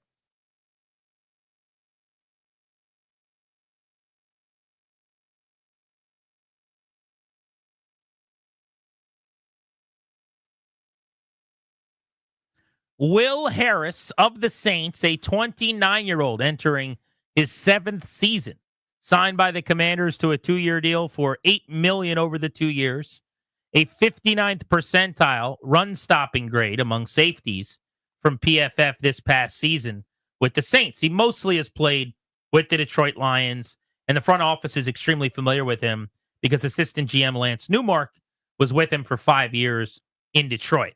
Feels like this would be the replacement to Jeremy Chin, who was lost yesterday.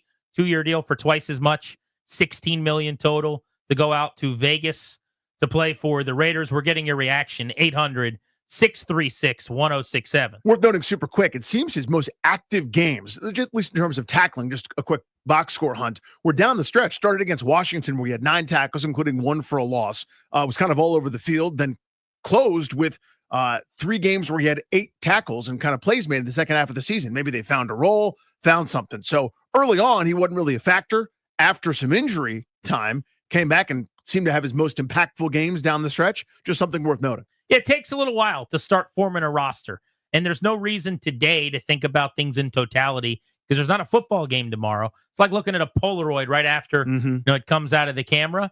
Nothing is finalized yet. We get that. But they'll have plenty of work to do moving forward on this defense. Because if you look at it as the moves versus what's in and what's out so far, John Allen leaves and Kinlaw replaces him at D tackle. Allen has been better throughout Kinlaw's time in the league.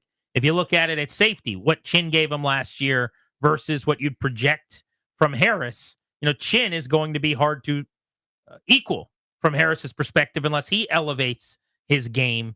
And those are the swaps so far on the defensive side of the ball. Still need corner help, and the edge is really the important one here for me. Fowler's still a free agent. Remember, the last time we heard about their negotiation with him was just the tweet that he deleted. Yeah. Where he was very angry and vulgar and had to delete the tweet and then said he'd been disrespected. So he, after 10.5 sacks, is on the market, meaning their starting defensive ends right now are Dorrance Armstrong and I guess Javonte Jean-Baptiste, their 7th-round pick from last season out of Notre Dame. But that obviously won't be who they're trotting out there when the season begins.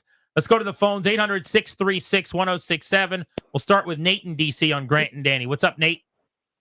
Hey, how's it going today? So, buddy. Doing well.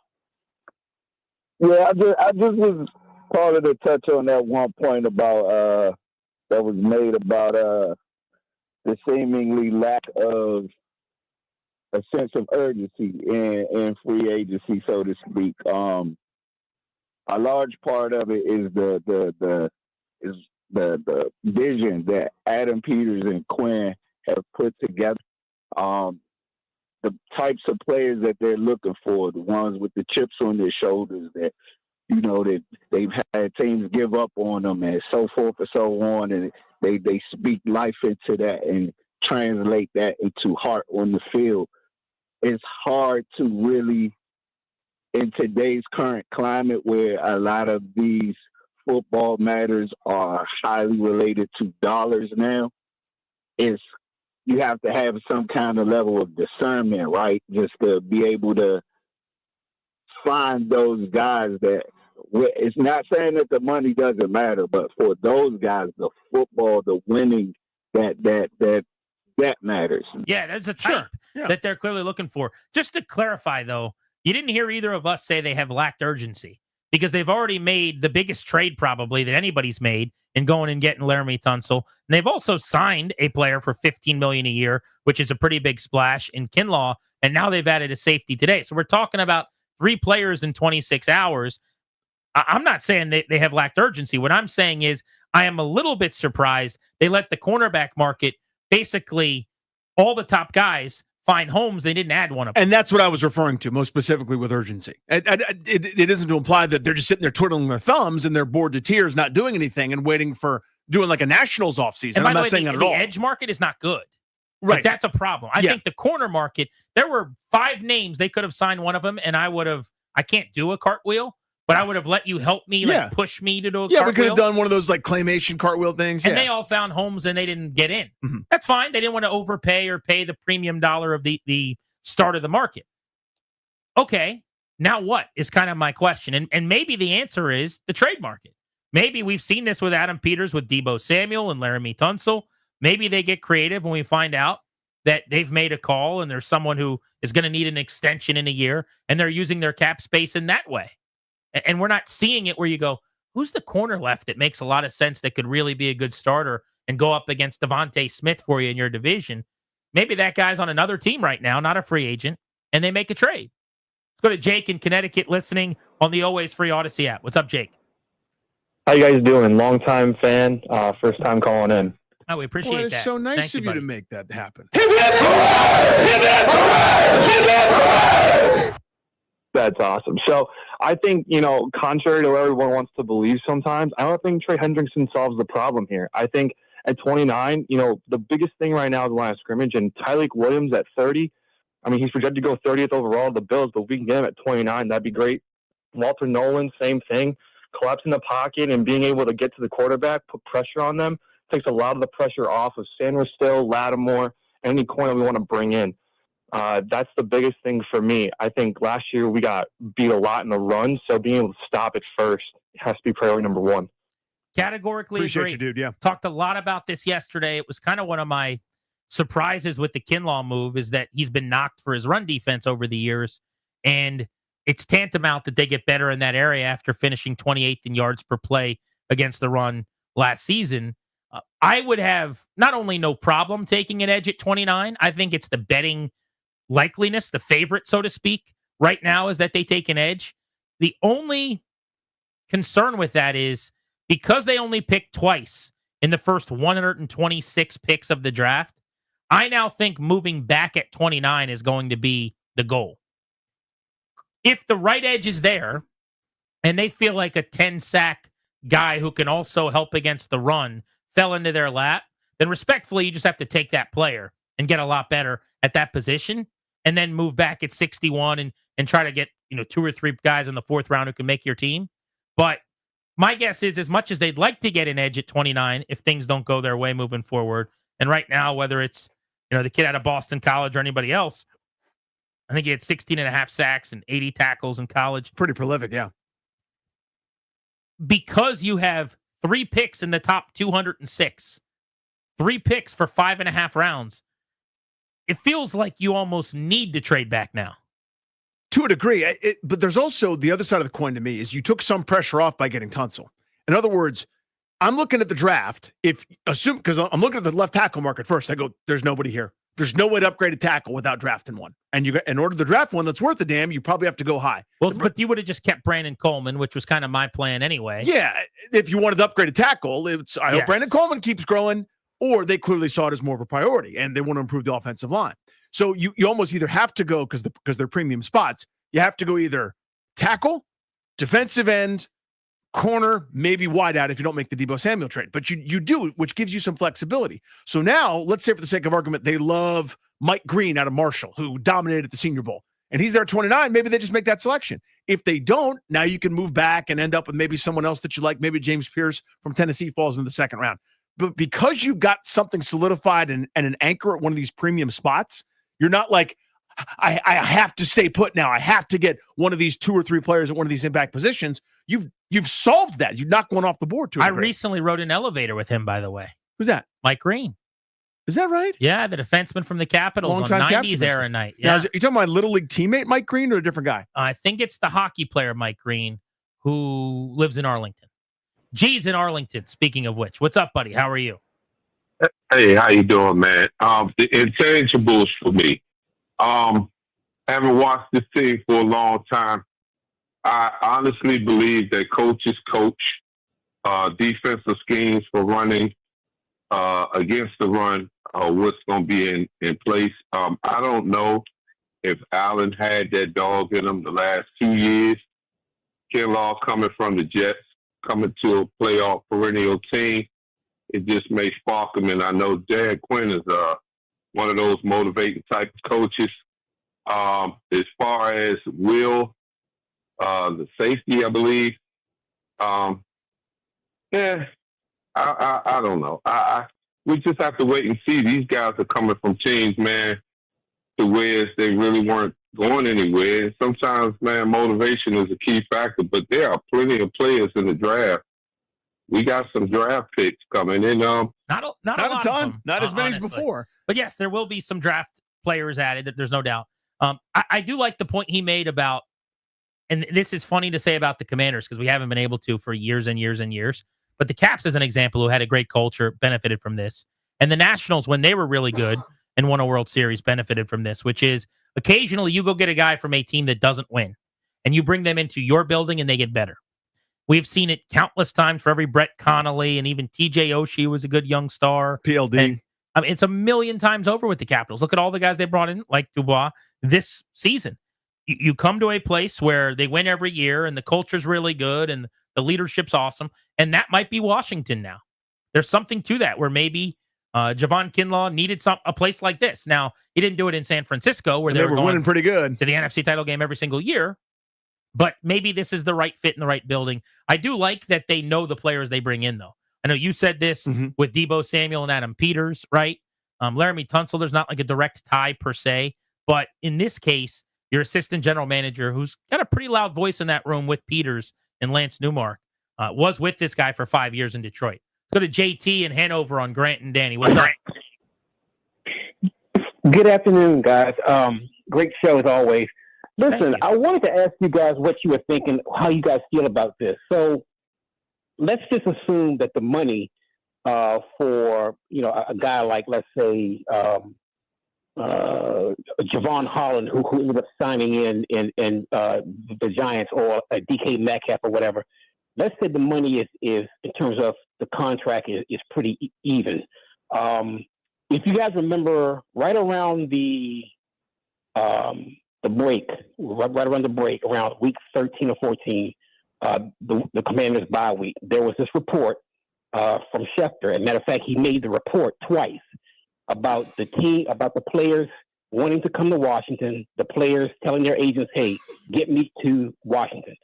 I'm looking at the first 2 days, and I know it's still early, but I'm looking at some of these free agents where, again, if the money or the contract was fairly similar, I'm seeing a lot of guys who the Commanders may have had interest in are signing elsewhere.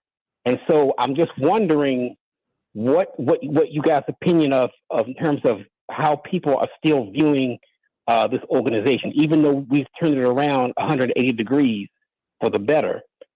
It just seems like when given an opportunity to choose, I'm seeing a lot of guys going elsewhere. And it's a good question. It's a fair one. I appreciate it. I remember that report. Sorry, we're up against it. Here's the thing: is the answer is I don't know, and that's not a cop out. I have no idea if Trayvon Moehrig has family in Carolina, and that's why he signed there. I have no idea if Washington was interested because they're so tight-lipped. It's not like they're not advertising, hey, we came in second on Javon Holland. We offered the same money, but he turned us down. They could have offered nothing. They could have offered more. We have no clue. individually why someone chooses to sign somewhere or agitates to go a certain place. There could be a billion reasons. Again, it could be family. It could be the nearby school system is great. It could be they offer you $1 more. It could be your arch rival signed with the team that you're going to play twice a year. It could be a team that wronged you, a team that was kind to you in the draft a couple of years ago, and you always wanted to play there. I have no clue. The point is that we were making necessarily when that report came out, I remember, and then kind of this offseason is if there's a tie, hypothetically, if there is such a thing, Washington's now the cool place. So, like, I bet you people are now excited to get that, hey, your agent is reporting to you Washington's interested. Whereas before it's, nothing else comes up. Washington's interested. I think that's the difference. Well, you don't have to overpay, number one. You don't have to play the loser's tax. That's true. And number two, I think it can be the veteran 1 year, I want a shot to compete guy. Your Wagner situation. Exactly. Ertz maybe doesn't come back if they're 5-12 last year. Right. Wagner's not interested if they're 6-11 last year. But make no mistake about it. When you're in the prime of your career, most of these guys that are getting these big contracts, they could dress it up however they want to. And this is not me. It's not a pejorative. I'm not being nefarious or like trying to act like this is a bad thing. They're going to the team that pays them the most money. You get a couple of cracks at a contract for huge money in this league, and it's not even guaranteed to you, by the way. You're looking for the biggest guaranteed number ever because the monopoly figure that we hear over X number of years, you're probably never going to see. And so if Washington offers the most money, for the most part, they'll get the player. If they offer less money, they have a chance now to get the player they probably didn't before. Not that much more complicated for me than that. 800-636-1067. How do you guys feel about the first 26 hours of free agency? We'll pivot to that. Remember, we've got Caps tickets we're giving away today at 4 o'clock and 6 o'clock on The Fan.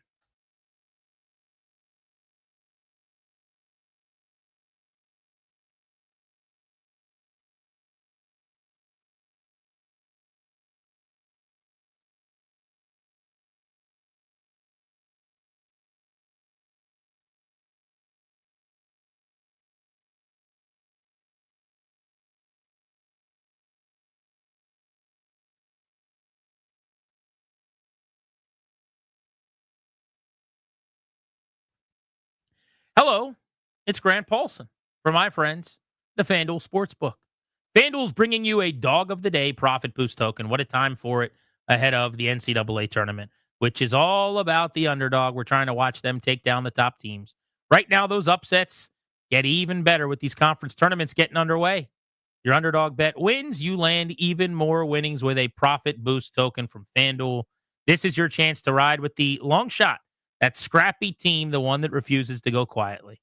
The app's easy to use. When you win, you get paid instantly. Love that. Go to FanDuel.com/GP. FanDuel.com/GP. Download America's #1 sportsbook today. Back your dog of the day with a profit boost. FanDuel.com/GP. Must be 21. Present in Virginia. Opt-in required. Wager of at least plus 100 odds. That's even money. Bonus issued non-withdrawable profit boost tokens. Restrictions apply, including token expiration, max wager amount. See terms. Sportsbook.fanduel.com. Gambling problem, 1-800-GAMBLER.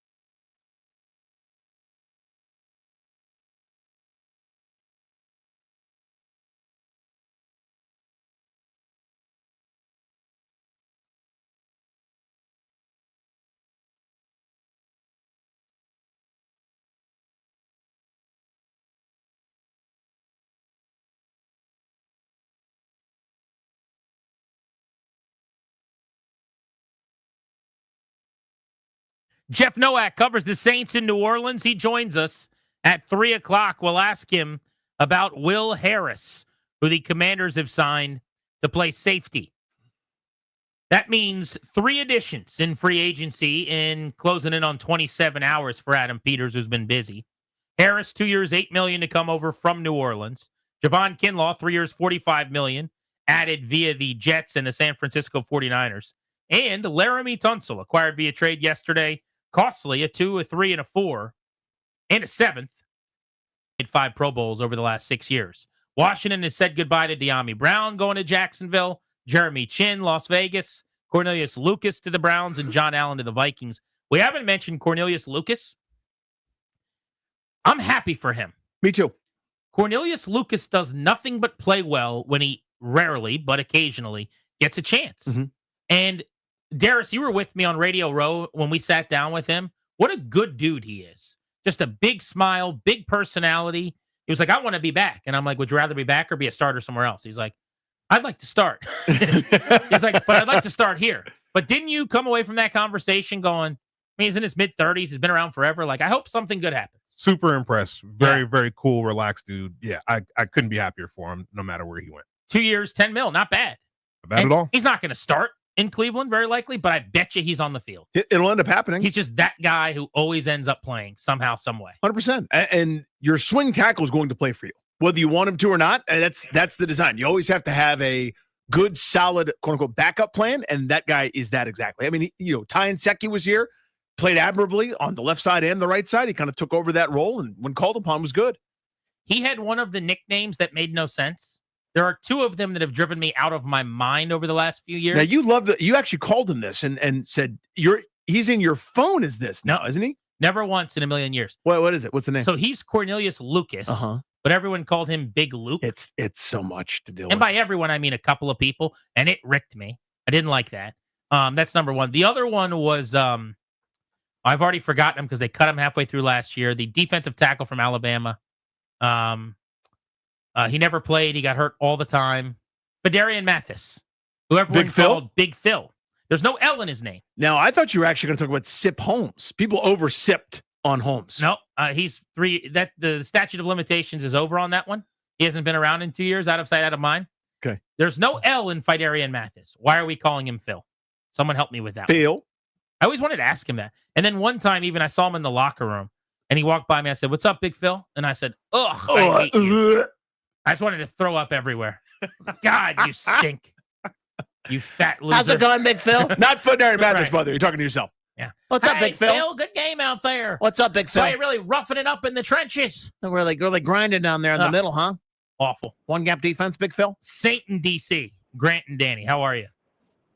I'm doing good, man. Hope you guys are doing well. Yes, sir. I just want to touch on some of the comments as far as like urgency in the cornerback market. I think Adam Peters has been telling everybody, including those in the media, that they are not sold on what could be available at the cornerback position in the draft, and also they didn't like from their pro personnel standpoint who was going to be available as a free agent. That's why they made this, the trade for Marshawn Lattimore, and they even said that this was beyond just the immediate opportunity of him getting on the field, but this was for the future as well.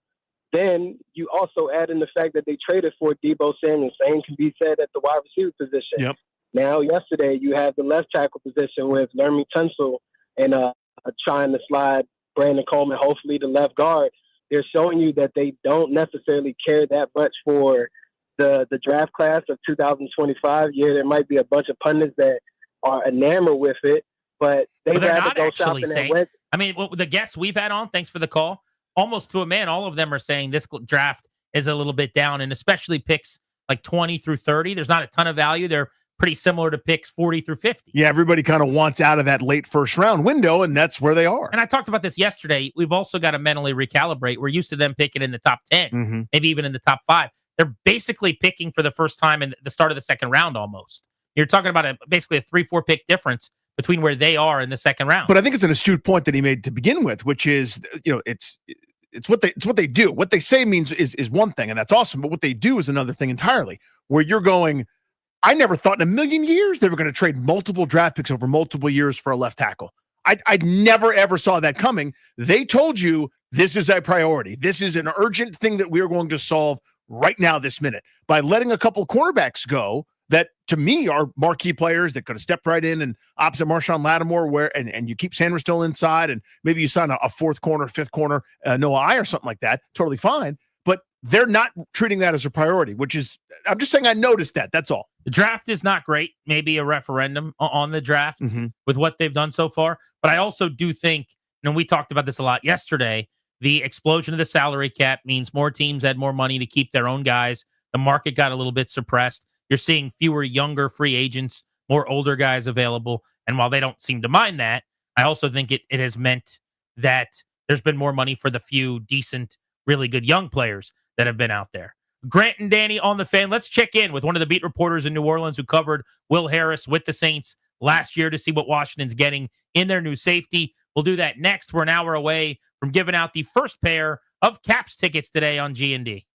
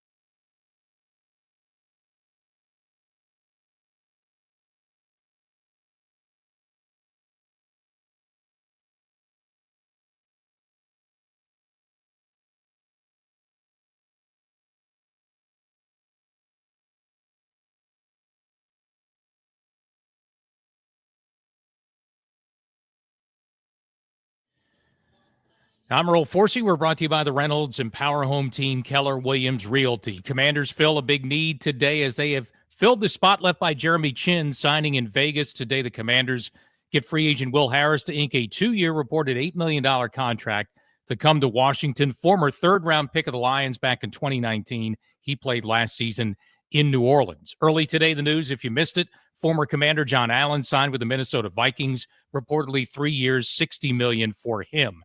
Tight end Zack Ertz was in town today to officially re-sign for a second season in D.C., saying he and many of these other veteran players still have a lot left to offer. I think I have a few more years left in me. Draft picks are fun. You know, you love to find a guy like Jaden or Mikey or Johnny or some of these other guys, these impact guys, but oftentimes they do take a few years to develop.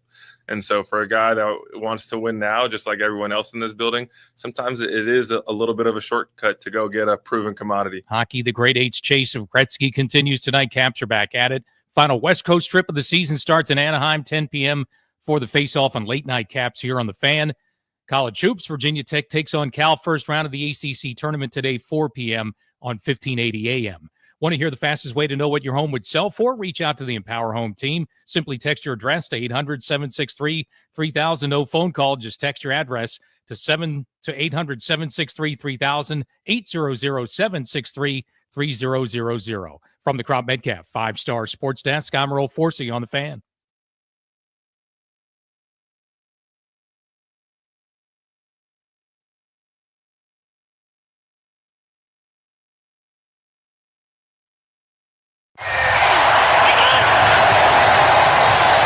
And Young is throwing on first down.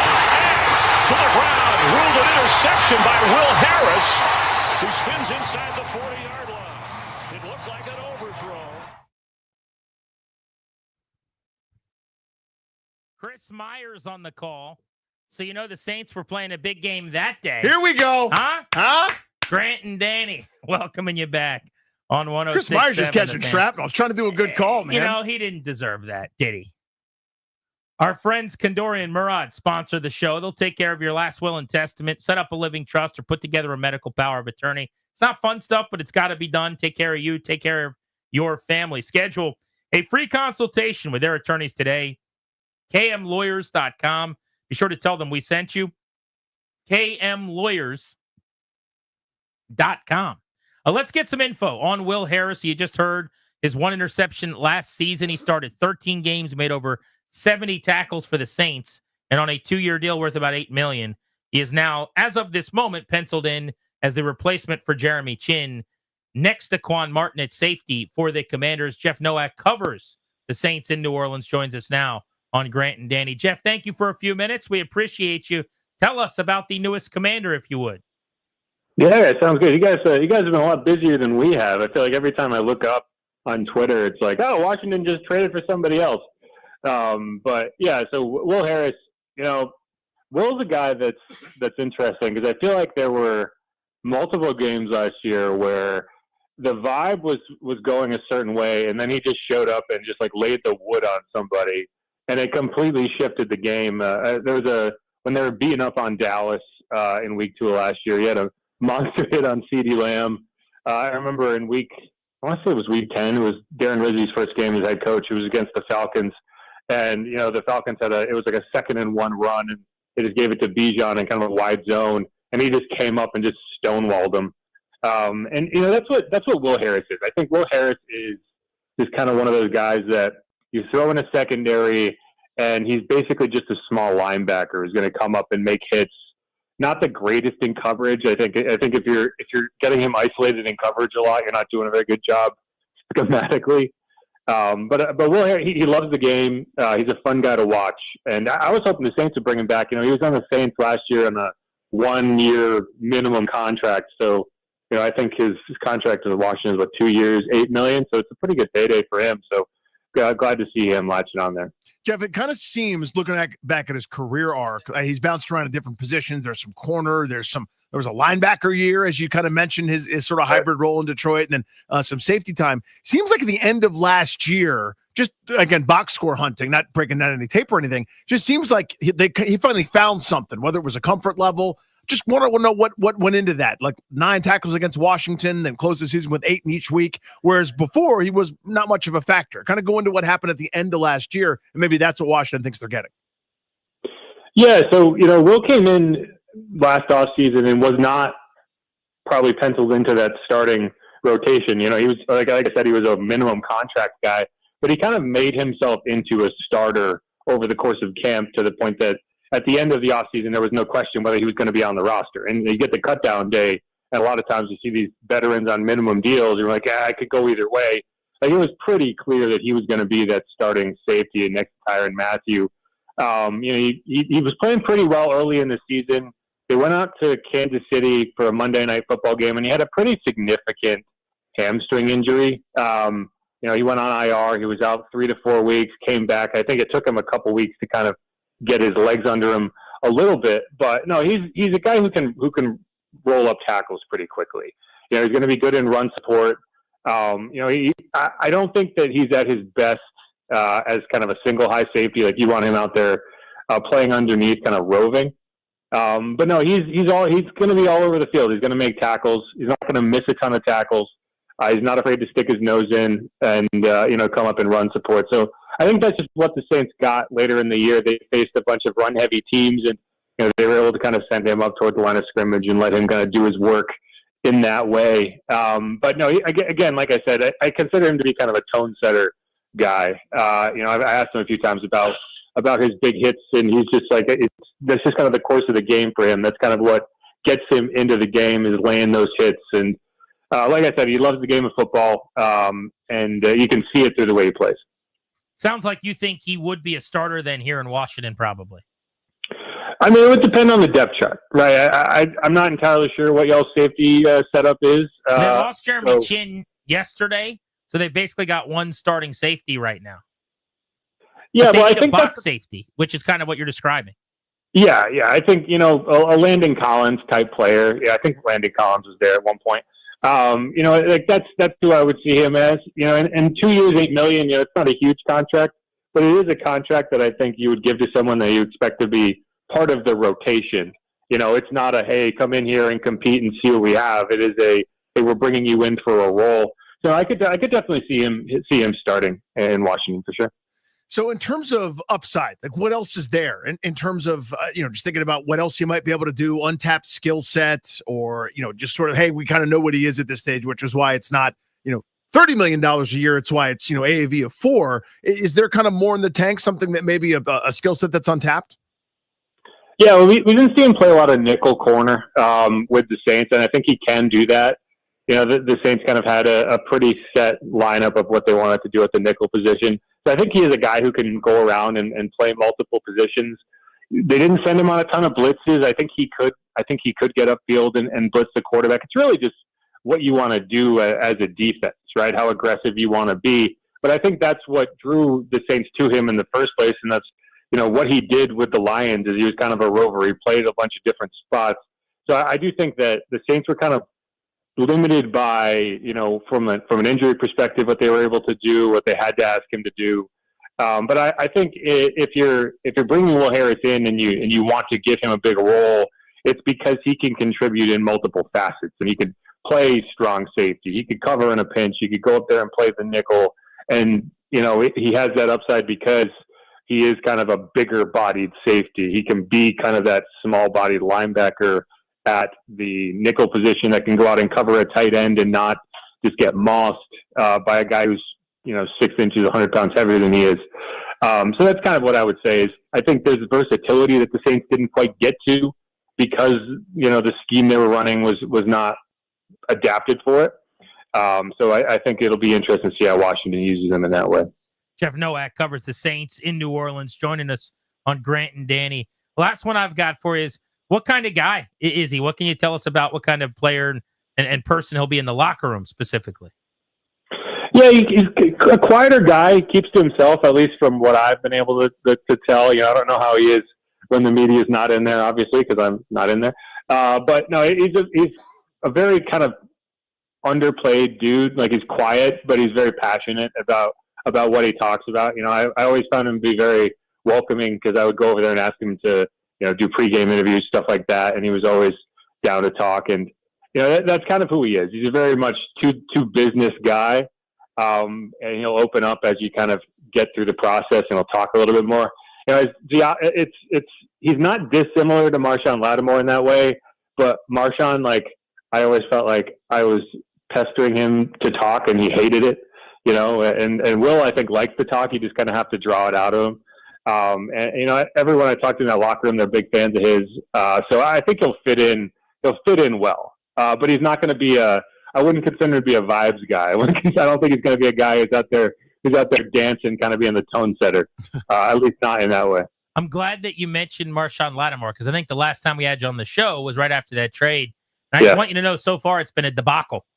He was hurt a lot, and when he played, it was really bad. Other than that, though, it's been awesome. Other than that, it's been fantastic. Yeah, I had some thoughts on that, and I did feel like he was playing hurt in the playoffs, and I didn't feel like you got the best. He was not playing like the Marshawn Lattimore I remember. I hope he can kind of have a healthy offseason and come in and be that guy, because I think physically he can still do it. I just think he was very limited. But you did get some peak A.J. Brown, Marshawn Lattimore. That's what I have grown in terms of Mike Evans, Marshawn Lattimore. It was always basically a 9-round boxing match. Anytime no, we got the fights and the penalties and the yelling, but then all of the catches and yards. Yeah, too. but there wasn't any production with it. You know what I mean? Yeah. It's more fun if you're fighting the receiver if they don't catch the ball every single time with no one around. Hey, I will say he saved y'all a point because they tried to go for 2 and didn't get it.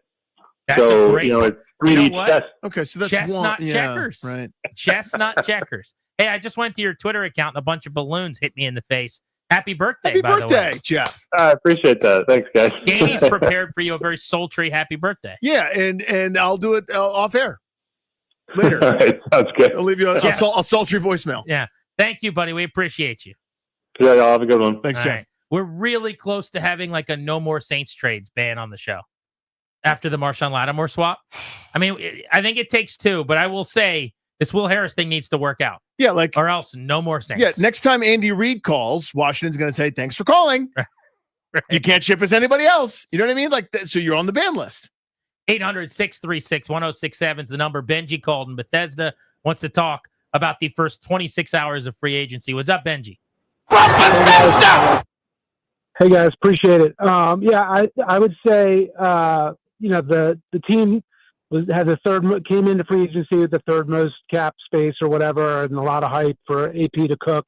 Tunsil is absolutely an awesome get, but it's feeling underwhelming other than that. And so I'm hoping and thinking there might be some bigger moves still to come. And so 2 questions for you guys. Is Trey Hendrickson still a possibility? And then number 2, who do we have behind Terry and Debo? I feel like Luke McCaffrey. potentially That's it. Yeah, so far. So I'm hoping. What do you think about this? I'm thinking Cooper Kupp on a friendly 1-year, 2-year deal to mentor McCaffrey, because once you say McCaffrey was AP's worst pick last year, was kind of a miss.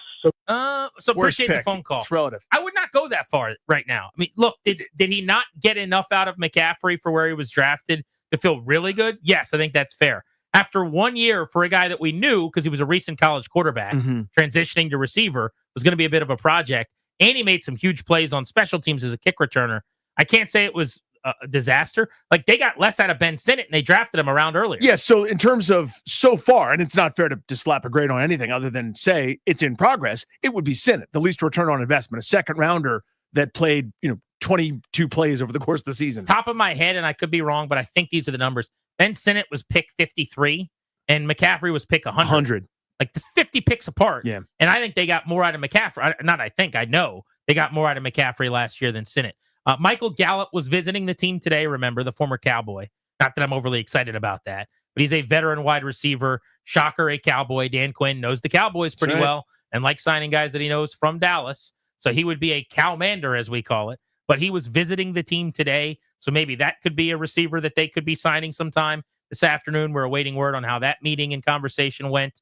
But yeah, at receiver and at every position, by the way, they've got a lot of players still to sign. That's right. Because if you just look at their roster of how many guys are under contract projected for their 53, that number right now is probably around 30. I mean, they still have to add another 20-plus players just to fill out the roster. And at wide receiver, they have 3 guys. They're going to have at least 6 on their 53-man roster. So they got work to do. Yeah, we referenced this as part of the question, just sort of your thoughts, reactions to the Will Harris signing. And I'm actually thrilled with it. And here's why. Not because I think he's a star. Thrilled? Yeah, I think he's perfectly fine. My point is you have to be thrifty in certain places. Now, it didn't work out, obviously, for Marty and company, for all the Martys and Ron, where they were thrifty at middle linebacker. We needed some upgrades there. But the philosophy to me actually was pretty sound, where you've got to go cheap somewhere and get good production. Last year, they went cheap at defensive end. They threw a bunch of wacky wall walkers at the wall and ended up with, Dorrance Armstrong playing fine, way out kicking his coverage, and, that.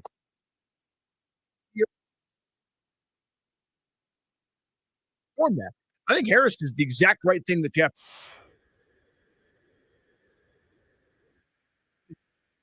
And their shopping list includes premium positions where you're going to have to pay a pretty penny, either $1 million draft picks and a big contract, or a first-round pick, or win the bidding at one of these, again, premium spots that cost a little bit extra. So to me, this is something you have to do. It's not sexy. This is nowhere near as awesome as going, dude, they got a $16 million a year safety, top of the market. I'd love to have that for every position, but it's not realistic. Yeah, so I say thrilled for players that go to Pro Bowls and guys that I know better than Will Harris. So I'm like looking up on NFL.com to get numbers on who I've like heard of and can't really tell you much about. I can't do thrilled on that one, but I understand the point, which is to say not everyone's going to command a massive salary, and $4 million per year for a guy who's twice, when given chances to start, been a 70-plus tackle box safety. You could probably do a lot worse than that. From a value standpoint, he will turn 30 years old in season in December, right around Christmas time, as they're coming down the stretch in year 2 of Dan Quinn. The other question he asked was about Trey Hendrickson, and we've gotten this a couple of times in the YouTube chat today as well. Should point out, you can watch us on YouTube, 1067 The Fans page. You can listen on the Odyssey app. Take us with you wherever you go. Obviously, we're over the air on 1067 and right now in Richmond, AM 910 and FM 1051. So plenty of options. No reason not to be able to get us smart devices wherever you are each and every day on the move. But as far as Hendrickson goes, Danny, I think you just traded the Hendrickson package for Laramie Tunsil. It's hard for me to imagine now that Adam Peters would be willing, as limited as they are in terms of picks, assets, draft selections, to now package more to go get Hendrickson. I just don't see it. I would be okay signing off on it, for the record. Like, I would do it. I would do it, yeah. If you told me right now they could get Hendrickson for this year's 2, and then they already gave up next year's 2 and 4. So then next year's 3. So now you don't pick but once in the first several rounds early this year, and then you don't pick from rounds 2 through 4 next year, and you've mortgaged a couple drafts. But you got Tunsil, and you got Debo, and you got Hendrickson. Again, get me my shirt, bleep them picks. I would do that. I don't think they're going to. I would be very surprised, unless the market is less than we think, and it takes late round picks for Hendrickson. Like if you traded, because you're going to have to sign him to a top of market extension that rivals fill in the blank. If the Bengals would take, I'm going to make this up, but like a 4 this year, like you just got back for Tunsil, and then a 5 and a 6 next year, obviously that's a no-brainer, and they would do that. But if it takes a 2, like we've heard, and a couple of mid-round picks potentially, then I would say that what you did for Tunsil probably takes you out of that market, if I had to guess. I would think so. The only variable, again, this is what we're always surprised is, I know me especially, but you and I have talked about it, is if the contract demand that's necessarily part and parcel with trading for Trey Hendrickson is so high, that's why it hasn't happened yet. Because teams are going, I got to sign this guy, I'm just making up a number, to 32 a year just to make him happy. I'm not giving you a second. I'll give you a 7th. I'll give you a conditional 6th. You know what I mean? Maybe that's what's happening. If that's the case, then yes. But on paper, I'm with you. We got a Trey Hendrickson / Laramie Tunsil package. Who wants it first? Houston took it. That's my guess, is that they're now out of that business. If they now trade for Hendrickson for picks, then first of all, let's never talk about building through the draft again, which I'm fine with, but let's stop doing it. Yeah, don't pretend. Also, now we need our shirts. Who's making them, and when do I get to wear them? My bleep them pick shirt. Just a picture of a dude with a flamethrower towards draft picks. Grant Sneed, man. Let's go. Grant McVeigh over here. I want my bleep them pick shirt if they go get Hendrickson. Would that be something you'd be okay with? Are you okay with trading more picks for another veteran, or do you think it's time now to prioritize the draft a little bit, keep what they've got, so that with some trade backs, maybe they can still load up and get a haul? 800-636-1067. to react to that. You're listening to The Fan.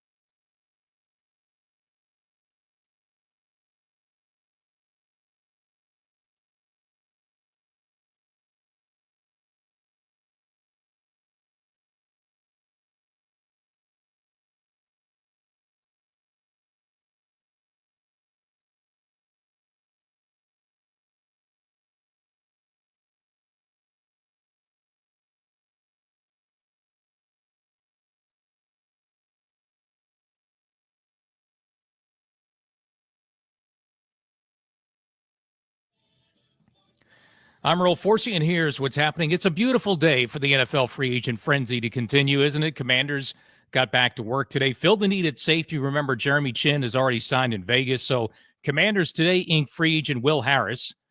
Played last year in New Orleans to a reported 2-year, $8 million deal. He's a former third-round pick of the Lions back in 2019. Also today, former Commanders defensive tackle John Allen gets a 3-year, $60 million deal with the Vikings. Late last night, swing tackle Cornelius Lucas left Washington for a 2-year deal in Cleveland. Caps are back at it tonight on the ice. Final West Coast trip of the season starts in Anaheim. 10 p.m. face-off. Late night Caps tonight. The Ovie chase of Gretzky continues here on the Fan. College basketball, Virginia Tech takes on Cal today. About a half an hour away from that one. 4 p.m. ACC tournament on 1580 a.m. Wizards in Detroit tonight, 7 p.m. on the Team 980. From the Crop Metcalf 5-Star Sports Desk, I'm Earl Forsey on the Fan.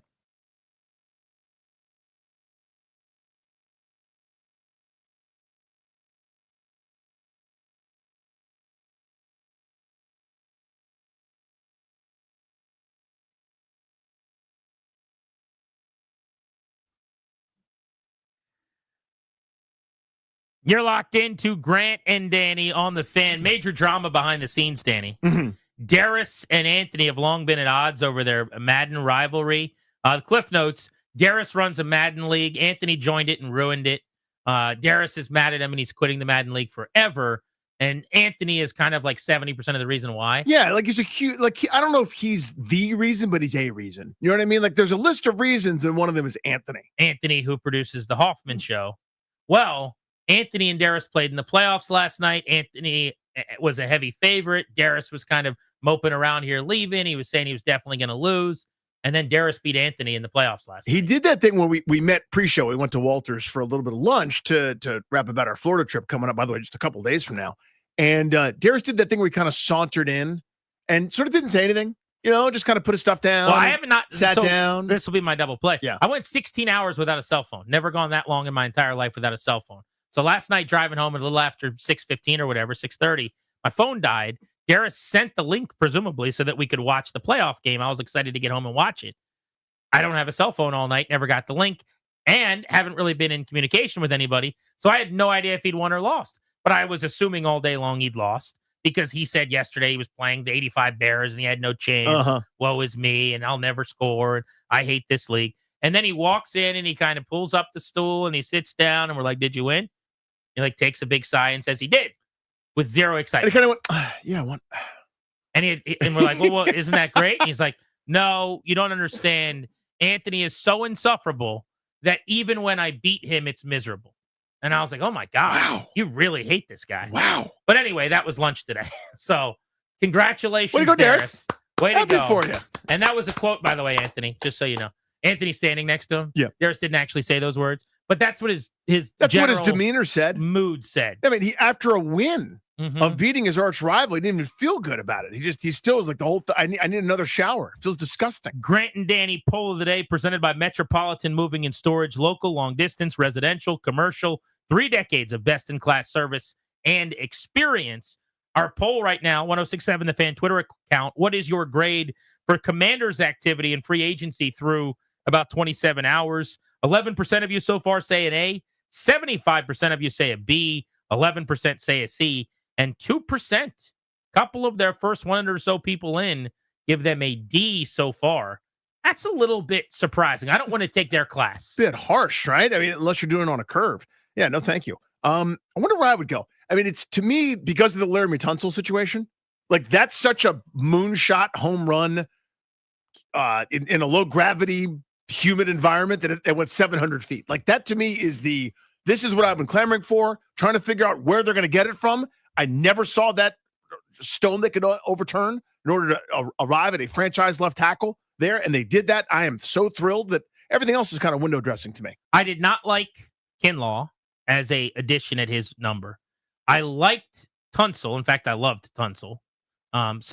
Because I liked that more than I disliked the other one, it's positive.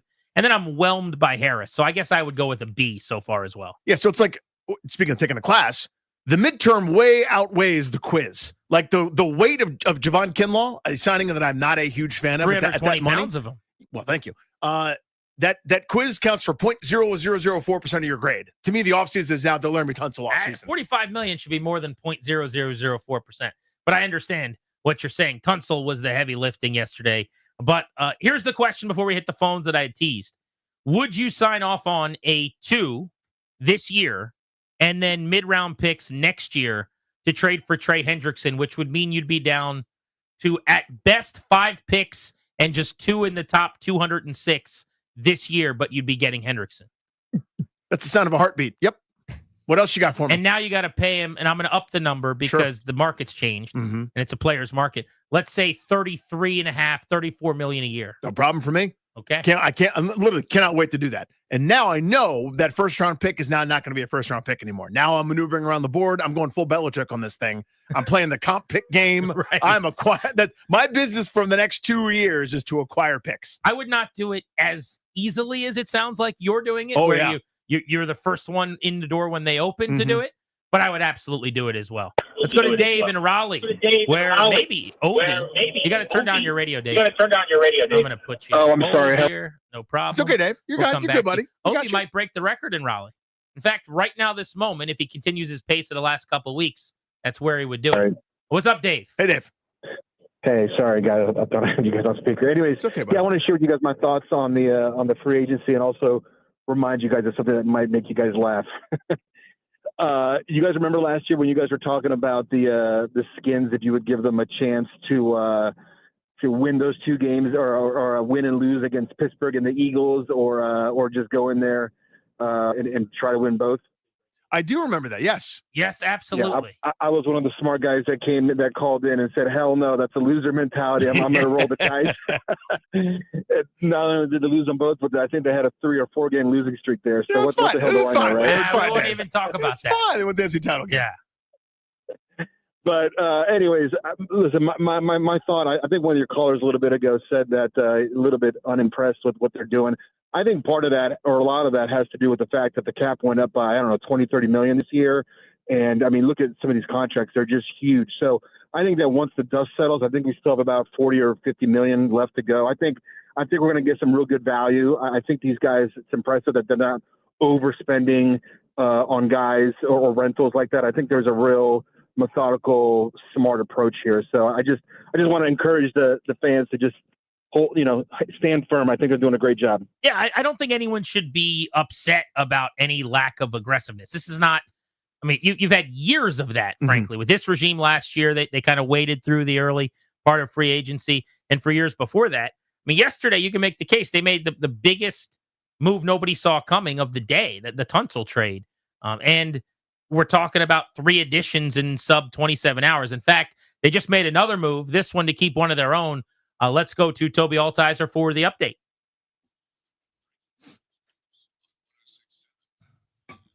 The Commanders are re-signing one of their own at the running back position. He ran for 261 yards and 4 touchdowns last year. That is Jeremy McNichols. He re-signed on a 1-year deal to return to D.C. and play next year with the Commanders. 29-year-old, which has to be the average age of the team, I feel like, because everyone we talk about on this team is 29, turning 30 this season. But Jeremy McNichols did some really good things. When Brian Robinson was banged up, when Austin Eckler was hurt, who was really the guy that he replaced for chunks of the season, he had some good outings. For the year, he averaged 4.7 yards per carry.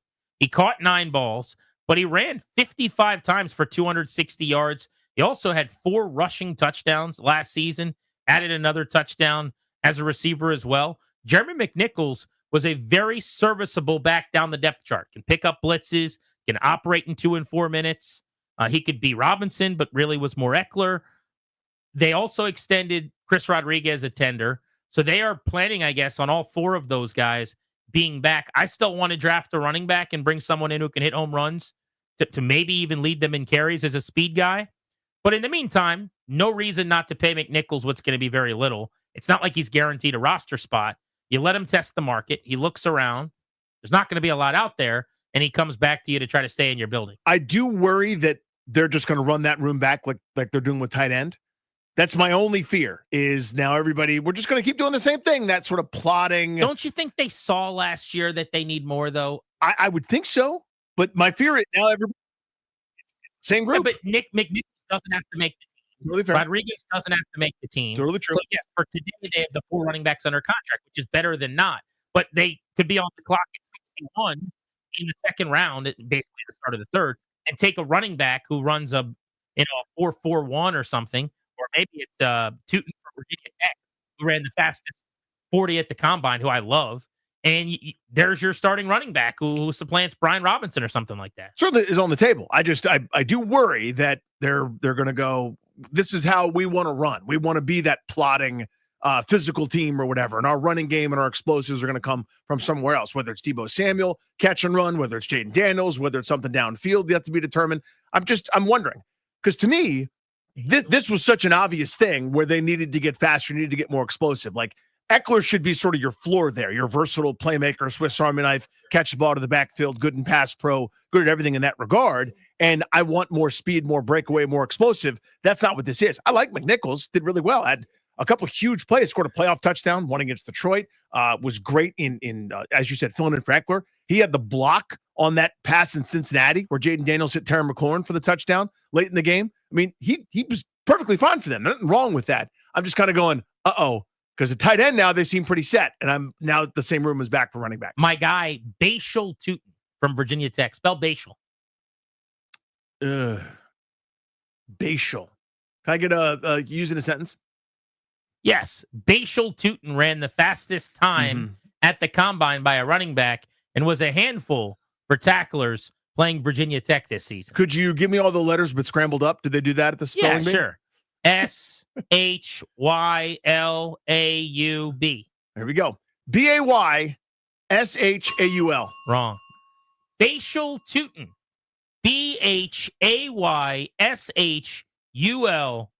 Tootin. Bashul. TUTEN. I could just see my son really thinking his name was funny, by the way. Because he's going to say that he toots. Yeah. Bashal Tootin. By the way, Bashal. Bashal. That's the first Bashal I know. I've never taken a class with a Bashal. Never talked to a Bashal. Bashal. I get size for him. Bashal? Bashal. Bashal. Are you still stuck on Bashal? Yeah.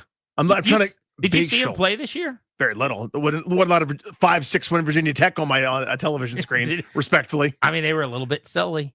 Bashal Tootin, 1,160 yards, 6.3 a pop, 15 touchdowns. And I've said it a couple times.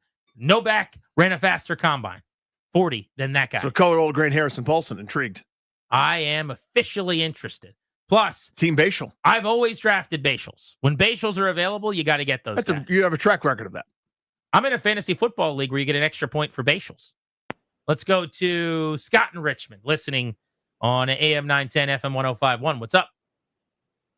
Yeah, I was just wondering, we need a backup quarterback. Who do you think we're going to sign?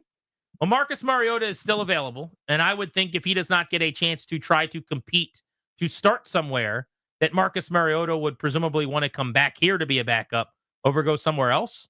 The team that was being linked to him, where he might actually have a path to the field, is the Colts. I think all of the guys that weren't being promised a starting job wanted that gig because Anthony Richardson There's a great chance stinks. to start there, yeah. I mean, he stinks on ice, and people are slowly figuring that out, I think. So Daniel Jones won the lottery by getting the deal today. I think it was $14 million. So he'll probably start a bunch of games, if not week 1 and beyond this year. Mariota is still available, and some spots are starting to dry up. Yeah, some of the names that you're familiar with. Jacoby Brissett, we've done that dance before. I am interested. Taylor Heineke. I am not interested. Marcus Mariota, you guys we know. can't handle yourselves with Taylor Heineke, okay? In a different world, at a different point, in a different multiverse, where you guys don't have jerseys and he didn't hit the pylon that time, I'm interested. But because you guys can't control yourselves, because you have a history, because you guys dated that time, and if I turn my back and turn the lights on, you guys are going to be making out in the back seat again. You don't get to have Taylor Heineke, all right? You're obsessed with his lack of arm strength and his mediocrity, and you don't get him again. So no, Taylor Heineke. Next. Nope. Drew Lock, Joe Flacco, Jameis Winston, Mac Jones, Carson Wentz. I'll stop you when I'm interested. Yeah, I'll keep going. Carson Wentz, I'm interested. Nope. Yes. How dare you? I'm interested. How in Carson dare Wentz. you? They're not going to make out with him in the backseat. First of all, how dare Carson you? Wentz. No. Stop it. So are you using your absolutely not card on Wentz? Yes. I just used mine on Heineke. I'm using mine on Wentz. I'd rather have Heineke than Wentz. Well, that's because he's harmless and incapable. And I've been harmed by Carson Wentz. No, I can't do it. I mean, he was good enough for the Chiefs and Patrick Mahomes. He's not good enough for you? Yes, correct. You know how psyched Chiefs fans were for Carson Wentz? They were not. I do a radio show on the weekends nationally with Al the guy Scold's like, it's a huge deal for us to end up in with week Carson. 18, they were so excited because they're like, this guy's going to play his way into a starting job. Now they lost like 44-0 or something like that. Minor detail. But they were so psyched for Carson Wentz. They loved what he brought to the room last year. He was talking about hunting and he had his red hair and all that stuff. You're making all that up. No, I'm serious. Anyway, no Taylor Heineke. No. So no Carson Wentz. Case Keenum, Mason Yes. Rudolph, Yes. Easton Stick, Sure. Cooper Rush. I mean, that's the tier. you're Yes, I love Cooper Rush. in. Yeah, Cooper bring Rush him guy? in. Yeah, fine. And by the way, does he know Dan Quinn? Has he played for the Cowboys? Yeah. Bet all of your money that he'll be here. That's kind of how it goes. The double play is next. What's going on in our lives? Nothing to do with sports. At 4 and at 6, we're giving away Caps tickets right here on the Fan.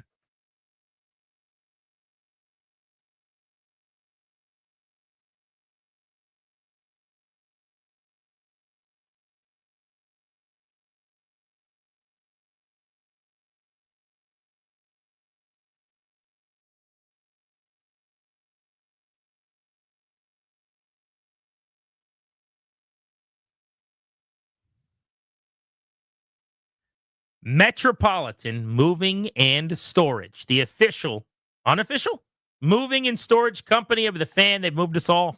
JP Flame of the Junk, Strabby T-shirt, myself, our boss, CK, Danny Rouillet, I believe your dad, certainly my in-laws, so many more. Tom Lavero's listed here for some reason. They've moved a lot of people. That is the point. They've moved lots of people. Metropolitan Moving and Storage is anxious to share 3 decades of best in industry service. And they're going to do that with you guys. I love Metropolitan Moving and Storage the most, but you can love them second most, and you will after you work with them. Metropolitan Moving and Storage will pack you. They will get you moved. They'll build crates for chandeliers so nothing breaks. Take it from me. You got to hit up my guy Justin over there, 301-279-0090. They're going to do such a good job that when they lift up like 6 boxes at once with just like a rubber band around their back, you're gonna call me and say, man, GP, you were right. DCMetropolitanMoving.com, DCMetropolitanMoving.com.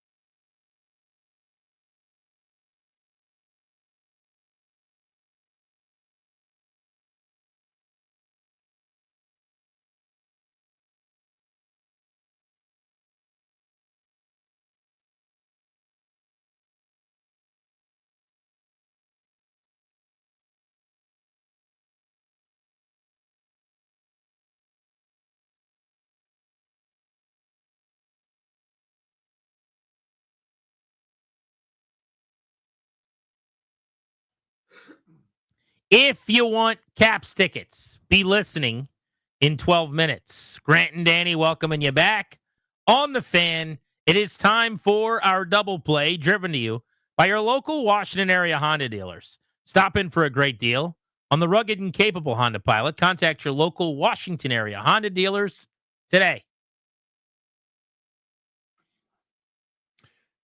Second kid went down. First one last week. My 6-year-old had a gross puke flu that was terrible. Last night, or this morning, depends on which one you want to call it, around 4:30, my oldest did the thing where he barges into my room. I'm dead asleep. And he's like, I think I'm going to be sick. And I'm like, well, don't stand here. Go to the bathroom. As he leans over top of you to tell you. Obviously my kids I love them so much. They matter so much to me. I don't understand that. I think this is a universal thing that kids do when they have to announce to a parent that they're going to be sick. The way our house is, that hallway, I'll hear just fine if you're calling dinosaurs. I don't know why they do that. Last week, my youngest, every 45 minutes from 9 p.m. till about 7 a.m. had to, call long distance to a Dinobot. And each time he had to notify me, Dad, just go, buddy. I'm telling you the same thing every time. Get to that bathroom. They want a little reinforcement. They want some assurance. I suppose some comforting would be nice. Which I'm gonna do. Like I'm there. I'm on duty. I get it. But the need to notify, I find fascinating. Like I'm there to help you, right? I'll clean what needs to be cleaned.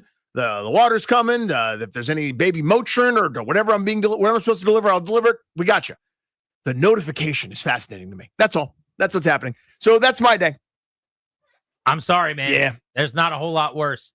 It's time for my double play. Respectfully, I will take your day over my day. I went 16 hours without a cell phone. So awesome. When's the last time you went 16 hours without a cell phone? Last year at the beach. 16 hours.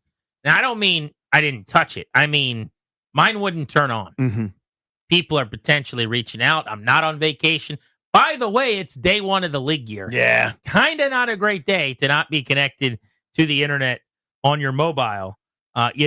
First of all, we sleep on how addicted we are to these things. I just start making I'm taking my finger to scroll down on air in front of my hand, face. Like, did you really? No, I didn't. Did you dry scroll? Right, exactly. Just start dry scrolling my palm, Man, oh man. I went to the only place where I have my cell service that was available last night right before close. No one, and I mean no one, has ever been less interested in helping troubleshoot an issue than the two gentlemen I worked with last evening. So, didn't get fixed. They had made up their minds before I got there that it wasn't getting fixed. It's not happening, They didn't know I was coming in. They didn't know what my problem was. But they knew. They knew. If someone walks in now, they won't be getting any help. This is not the signature service here, not the A+. Very, very interesting development as to how much of a waste of time that was. Okay. So this morning, 10 a.m. start time. We're out front of the doors at 9:51. We're fogging up the windows, waiting for someone to walk up. They opened those doors. I'm the first one in. About 11:40, I walked out with a brand new cell phone. Herein lies the issue. And this is where I'm going to do a little fishing. Call me a sports junkie, all right? I'm going to ping the masses here. In 2025, the year of our Lord, this can't happen. I'm down about 1,100 to 3,000 contacts, somewhere in that vicinity. Over 20 years. Half of the head coaches in the NFC cell phone numbers are missing from my phone right now, okay? Here's what your boy needs. I am trying to figure out. So I went from Droid to iPhone in December, I think, of like a couple Decembers ago. Okay.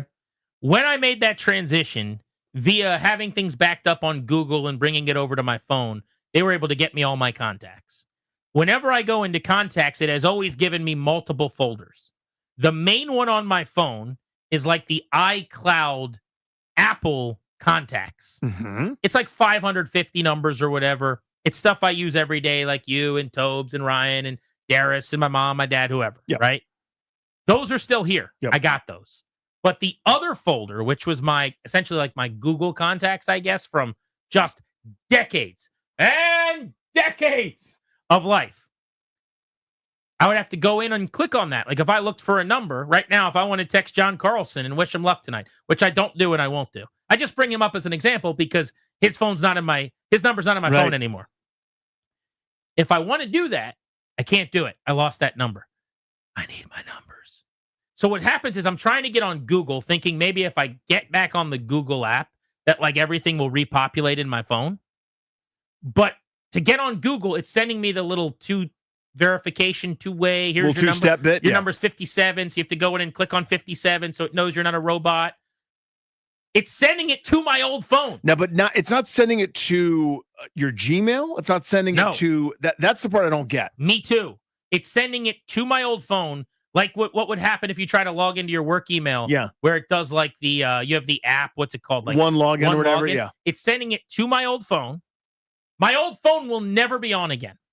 Yesterday at 6:15 at night, it said, we're good here. We've done enough. That's enough for me. It turned off. It will never be turned on again as long as any of us are alive. So Google sending me what I need to that phone can't work. No. And yet there's no other way right now. It doesn't give me other options. It says try another way. There's no other. There's no email. I have a new number. If you just text it to that number, I can use it and then get on Google. Google is sending me a thing that I can't get. You can't get to it. And I don't even know if my numbers will repopulate when I load Google on my phone, but it's the only path. It's your moonshot, yeah. It is my Hail Mary. And I can't even throw the Hail Mary. Noah Brown's not down there. No, he's not. Luke McCaffrey and Zack Ertz aren't playing volleyball, tipping him the football. Jaden's not scrambling around for 13 seconds. There's no buffoon taunting fans while the ball's in the air. Doug Flutie's not walking through that door, and Michael Westbrook ain't catching the ball from Cordell Stewart. Where's my Hail Mary? I don't know what to do. But somebody out there, I feel like I'm John Walsh looking for a tip on a Saturday night in 2006. Somebody out there, something. Somebody out there, you know something. Be my hero. Help a pal out. What can you tell me? This perp lost all his numbers, but he's now a victim of a numbers game. You're not doing the voice. I can't do the John Walsh Wes Johnson like deep voice when they go to commercial. Walsh would do that intro. Coming up next, you'll meet a fat radio host who lost his numbers, but he won't stop fighting back. Like that's what you're looking for. Like Walsh would do the this perp thought he could outrun the law. But his luck would run out. But you sound like John Mulaney for some reason. You know what I mean? You don't talk, but that's how isn't that how Walsh would deliver it? It's not like that. Because then obviously Wes Johnson would do his big voiceover he's guy. More of he's a little deeper and like gravel. He's like you know what I mean? He's not John Mulaney's up here. You're doing this for some reason. John You're Mulaney's adding the a Joker. syllable to law. Like you know you get what I'm getting at? I think so. I think I'm conflating things. Anyway. Sorry about your context, dude. That stinks. Do you know what do you agree with me in 2025, the year of our Lord? You just got to be able to keep your contact. Yeah, like a decade ago, I upgraded phones, and I was like, I need you to make sure all my contacts are there. And the guy at the store was like, "Can you test it out?" I was like, "What do you mean test it out? I'll think of 7 people at random, but I can't tell you each one." It's just amazing what is suggested as if it's okay. Yeah, like he's like, "Oh, you might not get all your contacts." What? You might as well have said, "Hey, let's go murder some people." Hey, man, do you need your big toe? What did you just say? He said to me, he's like, "So I could save you about $9 a month if you want to change your number." What number? Your number. The number of contacts in my phone? My cell phone number? The one I've had since I was 14? The one that everybody has? What's your next idea? Yeah. Because this number ain't changing. Like, it's just having a breakfast sandwich. Let's just change your number. Your bill will go down a couple bucks. Bet it will, because it's the biggest inconvenience ever. Yeah. Like, no kidding, my bill might go down. We're going down a fraction of a cent per text when you have to say new number, who dis. We got Caps tickets for you next on Grant and Danny.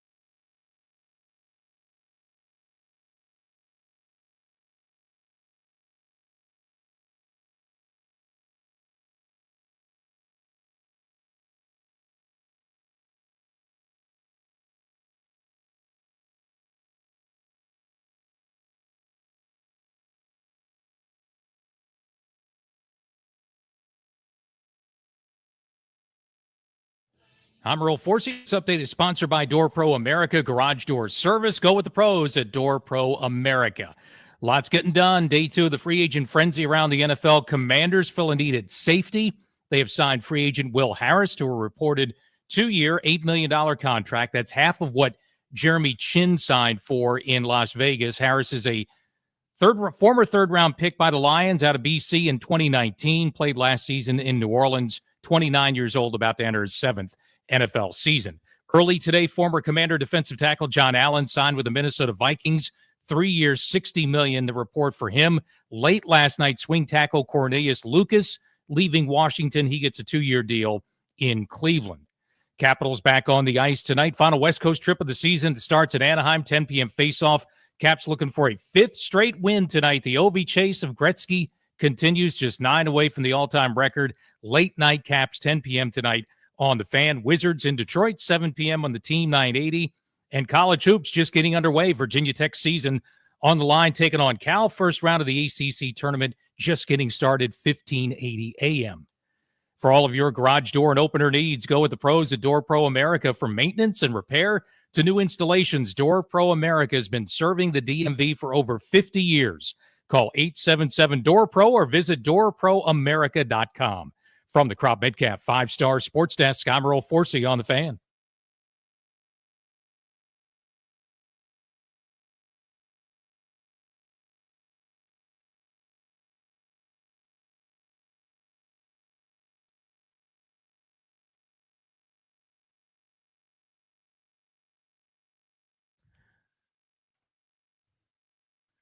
Caller number 10 at 800-636-1067. Congrats. You're winning 2 tickets to see the Caps Saturday, March 22nd. Potential Ovie date of note. They're playing Florida. For tickets and more event information, go to thefandc.com/contest. We've got these tickets all week long at 4 o'clock on the Fan. They're a hot commodity. Everybody trying to get their hands on these as Ovie's vying for Gretzky's record. We'll have another pair to give out today in 2 hours at 6 o'clock. Your pals Grant and Danny. We're exclusively sponsored by the law firm of Condori and Morad, estate planning, law, elder law, real estate transactions, probate administration.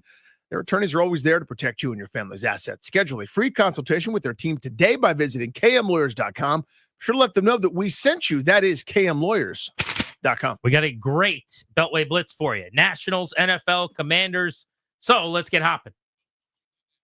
Get you an update on spring training. By the way, we fly down to West Palm Beach on Thursday morning. Day after tomorrow, dude. We will be on site on Thursday afternoon. We will be there Thursday and Friday. It'll be 76 degrees in sunny Florida, and we will be there through the weekend getting you Nats content that we'll be playing in the next couple of weeks leading up to opening day. I believe you fly back on Monday. That's right. I say you because I'm flying the family down.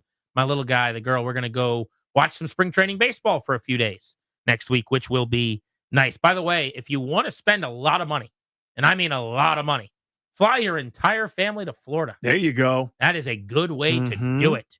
Let's get to the Blitz and talk Nats with our buddy Andrew Golden, who covers the team for the Washington Post. Andrew, get us up to speed. Storylines right now in camp. What do they look like?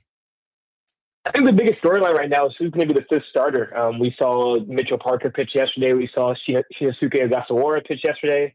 And Mitchell Parker pitched pretty well. Gave up a couple homers.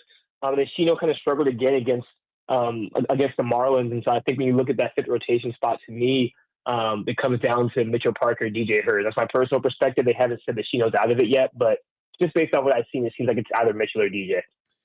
Some of the kids that we're counting on to make big leaps, thinking about Dylan Cruz, James Wood and company, kind of update us on the young Nat stars. Yeah, James and Dylan have looked really good this spring. Doing a good job of making adjustments based off what they've seen. James obviously hitting the ball the opposite way, doing a really good job of it. Dylan's doing a better job of recognizing breaking pitches. And so obviously it's spring training. You only get so much out of spring training, but I think they both made considerable progress and have looked good overall. CJ Abrams starting to come into his own a little bit. He got off to a slow start, but he had 3 hits last night. Luis Garcia has been the standout to me. Luis Garcia has looked unbelievable so far in camp. Every ball he seems to hit seems to be a hard hit ball. So I've been really impressed by him. And even Keibert Ruiz is starting to come into his own too. 3 bombs, he had 2 homers last week. He had 1 yesterday. So I've been impressed with him too. So all the young guys are performing well right now. Should we expect either a breakthrough or just a bounce back decent season from K-Bear? I expect a decent season. I mean, I don't know if it's a breakthrough per se, but I think you get back to if he can hit 20 home runs, hit 250, 260, and be a decent defender behind the plate. I think that's a win for the Nationals, and anything above that, I think is probably exceeding expectations, at least my personal expectations. But yeah, I think 20 homers and 250, 260 and decent defense would be a good year for K-Bear. Soroka's been pretty legit. Is there a chance they unearth something here where he was so good out of the bullpen in his previous stop, and maybe they're saying, do that, but as a starter now? I saw him on the game that was televised the other day. He looked a little bit filthy, Andrew. Yeah, I've been really impressed with him. I think what the White Sox did with him last year early on was try to make him throw a sinker, which was really, really good in 2019, back when he was, third place in the Rookie of the Year and had a really good year. And then obviously that just didn't work when he had his 2 Achilles tears. But what he really wants to do is get back to throwing his fastball up in the zone and kind of ditching the sinker, not ditching it, but just not throwing it as much. That was effective last year in the bullpen. The Nationals are letting him do that, and he looked really good. I think the slider is what made him good in Atlanta, not necessarily the sinker, but the slider, and so he still has that good pitch. It's just changing the fastball. So he's been pretty impressive to me. What's the bullpen looking like, and do you think they've built a pretty good one? Yeah, I think they definitely made some progress in their bullpen. I think obviously with Finnegan back in the mix, you have Ferrer, who I think can be a closer. I think Lopez could also split some of that closing responsibility. You have Lucas Sims, Derek Law, and Colin Poche, I think, is a lefty who they can use out of the bullpen. I think those final 2 spots would be interesting. Evan Reifert's obviously a Rule 5 pick. Obviously the Nationals would like to keep him, but I just haven't seen consistency from him. I think that Orlando Rebalta, the guy who they had last year, was pretty solid. So I'm interested to see how those last couple spots shake out. Andrew, thank you, buddy. Enjoy the rest of the time down there. All right, for sure, guys. Take care. See you soon. See you, man. Hit that NFL sounder. Our pal Benjamin Brown of The Score joins us to go around the NFL. But what is this marketplace for players kind of told us? What are some of the themes that you've seen in terms of the signings, free agency, et cetera? Yeah, I think obviously we're at an interesting inflection point from like the overall salary cap perspective and where teams are kind of projecting those numbers to arrive at in future seasons. I think you've seen, sharper teams kind of look towards this dead money caps, extension sort of thing, and giving, I would say, almost some early money at a discounted rate because of the salary cap and how it's going to expect to grow. So I think from that standpoint, you are obviously seeing a lot of players, stay with certain teams, a little bit of maybe like an overpay to keep those guys in the building. I think that's very much an extension of where the salary cap projections and those things are kind of heading. So it's been interesting. I think it's been maybe, a little bit light, but it does seem like, veteran impact type players are available. It's just more so going to be done through trade acquisition and giving up of draft picks and actually being able to acquire some of those guys in free agency. Give us a few of your favorite moves so far and a few of your biggest head scratchers. Yeah, I mean, there's definitely been some good ones. I mean, obviously you have to shout out the Washington Commanders. I think, obviously trading for Laremy Tunsil is like the impact type splash move that you're looking for. I think Deebo Samuel as well, answers a question to what they needed offensively, and I think adds a very unique wrinkle to what Cliff Kingsbury is going to be able to do from an RPO standpoint. Obviously, very high emphasis on wide receiver screens and those sorts of things. So I think that opens up a lot of what they want to do offensively. I think given their cap space, that was very much, you kind of wanted to see a couple of those splashy type moves.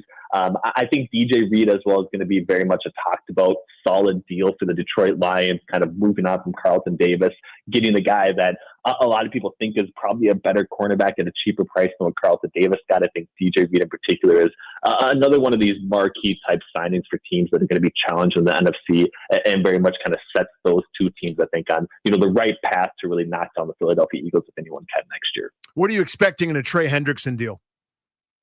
That's a good question. I mean, obviously, the Bengals have been delaying as much as possible. I do think at some point he does get moved. What is actually available from a trade market and compensation standpoint is probably still a little bit of a gray area. I would expect, a second round pick to probably get it done, based on where he's at from an extension standpoint after the fact. But I very much think that he is probably going to be the one on the move and very much kind of the odd man out with what the Bengals are going to move forward with here coming up in 2025. One of the bigger moves today, Daniel Jones got $14 million 1 year from the Colts. Does he end up starting week 1 over Anthony Richardson? That is a good question. You know, we're hearing open quarterback competition right now. To me, I do think they take one more swing at the bat early on with Anthony Richardson. It does seem like a spot where Daniel Jones could very easily kind of like take over that offense in week 5 or week 6 if the Anthony Richardson, continues to struggle from the accuracy standpoint. But I still think for me, it's the veteran backup quarterback option that I think in a lot of ways could fit a similar offense to what Anthony Richardson provides. And for that reason, I think they're going to give him kind of one more swing at the bat with a very short leash. But I think that's kind of how they start the season is with Anthony Richardson as the starting quarterback for the Indianapolis Colts. There were 5 corners that I was very interested in signing to Washington: Traveris Ward, Paulson Adebo, Carlton Davis, Byron Murphy, DJ Reed. They all signed elsewhere. Is there anybody else that's still left over in that corner market that you find intriguing, exciting, or otherwise? Yeah, I think it's kind of a deep class, I would say, for sure. I think in a lot of ways, the cornerback market has maybe slowed down a little bit from where we kind of expected people to be at as quickly as early on in the signing as quickly as they potentially could. I think there are still some veteran options. I like Rasul Douglas. I think is a guy that could definitely be in there. I think Stephon Gilmore as well, from where he was at with the Vikings last year, especially from a situational standpoint. Obviously getting up there in years, but I do think both those guys could at least form some semblance of depth for a contender, and very much are going to be in the market to get some sort of like 1 year, $7 to $8 million deal for sure. Benjamin Brown on the NFL. Thank you, buddy. Good catching up. Thanks, guys. Have a great show. All right, let's talk football locally. And we bring in our buddy Earl Forsey. You've been hearing get you up to date here on 106.7 The Fan. Earl, let's start with Laramie Tunsil. A 2, a 3, and a 4 over the next couple of years with a 7th. 4, Tunsil and a 4th. Any issue with what they gave up? Remember the old Jay Gruden quote? I forget what he was talking about. He was talking 3, 4, 10. I don't care. How many picks you give up for one of the best tackles in football? Yeah. Injected into my veins. What it boils down to, if you add them up, it's a late first-round pick, and that's what guys like that cost. The best player you've had there since Trent Williams when he was interested in playing good football here. So yeah, why not protect your finest asset, which is number 5. Now he's got a blindside protector, one of the best in football. Why not? And you guys are talking about draft picks and how are they really valuable to them? And they talk about wanting to build through the draft. Well, you just use draft picks to get one of the best players in football. No guarantees you're going to get anybody close to that. Certainly in this draft. Name someone in the top 3 rounds you're going to get as good as Laramie Tunsil. I'll hang up and listen. You're not going to find one. What'd you make of the Kinlaw deal? Who knows, Danny? I tweeted out today or posted on X, which is, by the way, working today. That was really nice to have that operation. Yeah, good to have it back. Fully nice? Operational Death Star. The Kinlaw deal, now, and some of these numbers, John Allen today gets reported 3 and 60, okay? Kinlaw gets nothing close to that. The first year is $7.5 million. That's what he counts against the cap. John Allen was 16.5. So they saved $9 million. They've gotten cheaper, a little younger with that move, and this move with Will Harris today, the safety. He gets half the money that Jeremy Chin got in Vegas. So what are they doing? I mean, is this a precursor to another move to save a little money? We don't know until this whole thing plays out. The new league year starts tomorrow. I'm okay with it. Again, I'm one of those that trust what Dan Quinn and Adam Peters and everybody else wants to do there. It worked out pretty good last year when we weren't certain about some of these aging veterans coming in here. They played pretty well. So I think you have to let them do what they want to do with this thing. But there's no doubt that the process has been accelerated, guys. And Zack Ertz, I ran the cut. He talked today. By the way, it was like a 7:45 a.m. presser with Zack Ertz today. Yeah, in fact, I jumped on my computer this morning and I saw him talking, like the Twitter thing was lit up, and I'm going, I do too. This is weird. This is unusual. And I thought I had to double check. It's like, live? Saying. Really? This is live? I was like, there's no way. Yeah, I thought it was a mistake, actually. I was up super early. My son got me up because he was sick. I heard that. And I'm sitting there going, this can't be right. I actually didn't click on it. I thought it was a mistake. Danny, that's not going to end, by the way. Mine still comes in the room, and he's 24. Is that right? Let you know the dad, it's happening. So it's not close to being over. Believe me, it ain't over until it's over.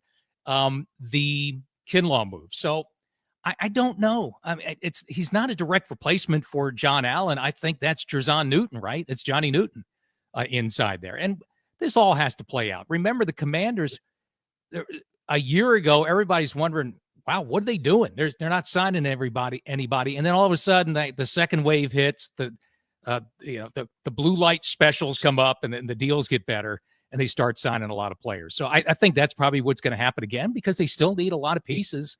But the John Allen deal, by the way, it's not as much as it appears to be, because it's really $351, I guess, is what the actual money is on that, with up to $60. So he gets $17 million a year. It's still pretty good.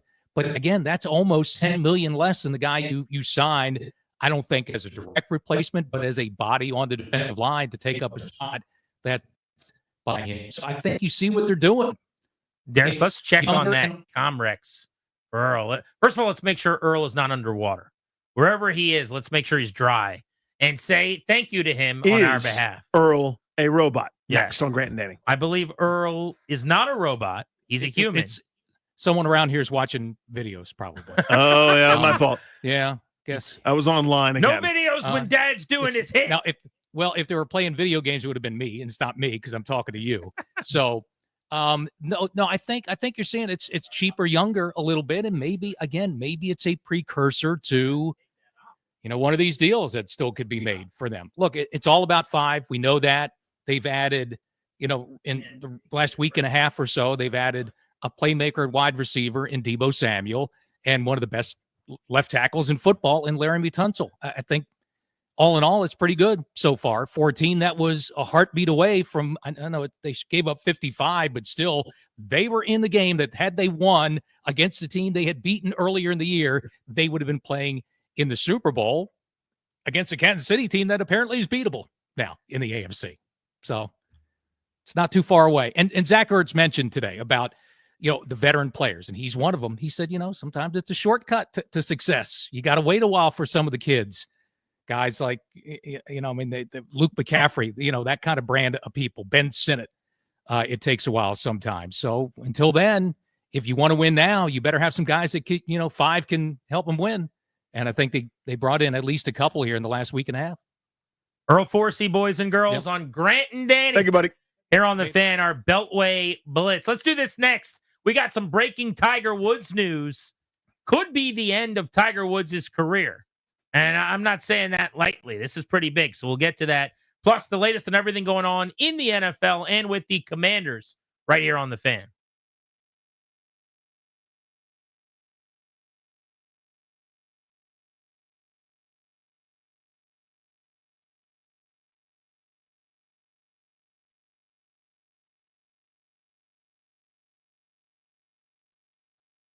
Guys, what's up? It's GP and it's Danny for our friends at Copair.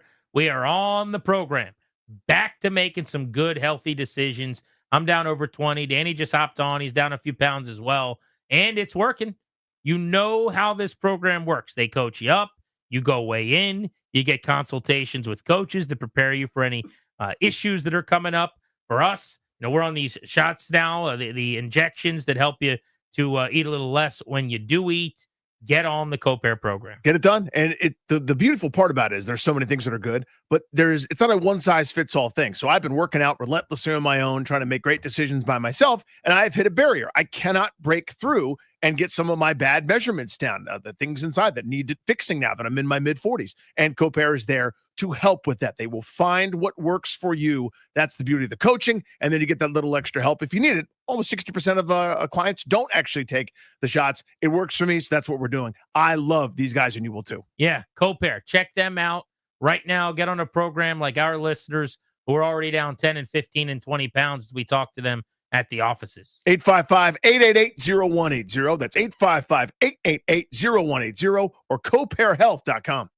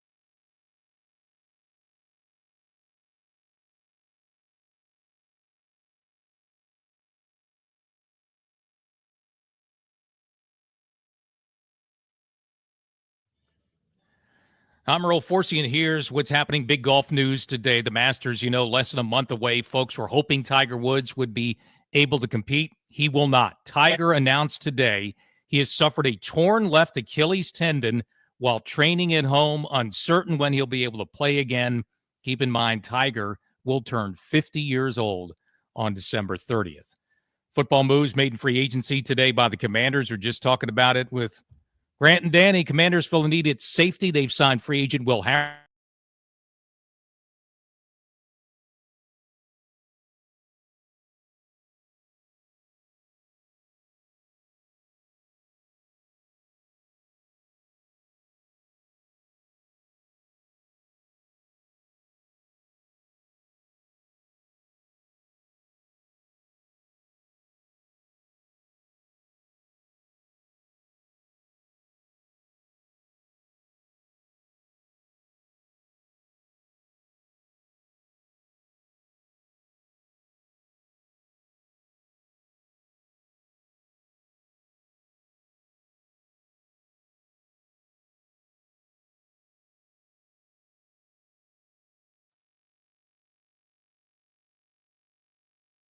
We will get right back into the NFL free agency movement of the day because there is a lot to chew on and plenty to pass along.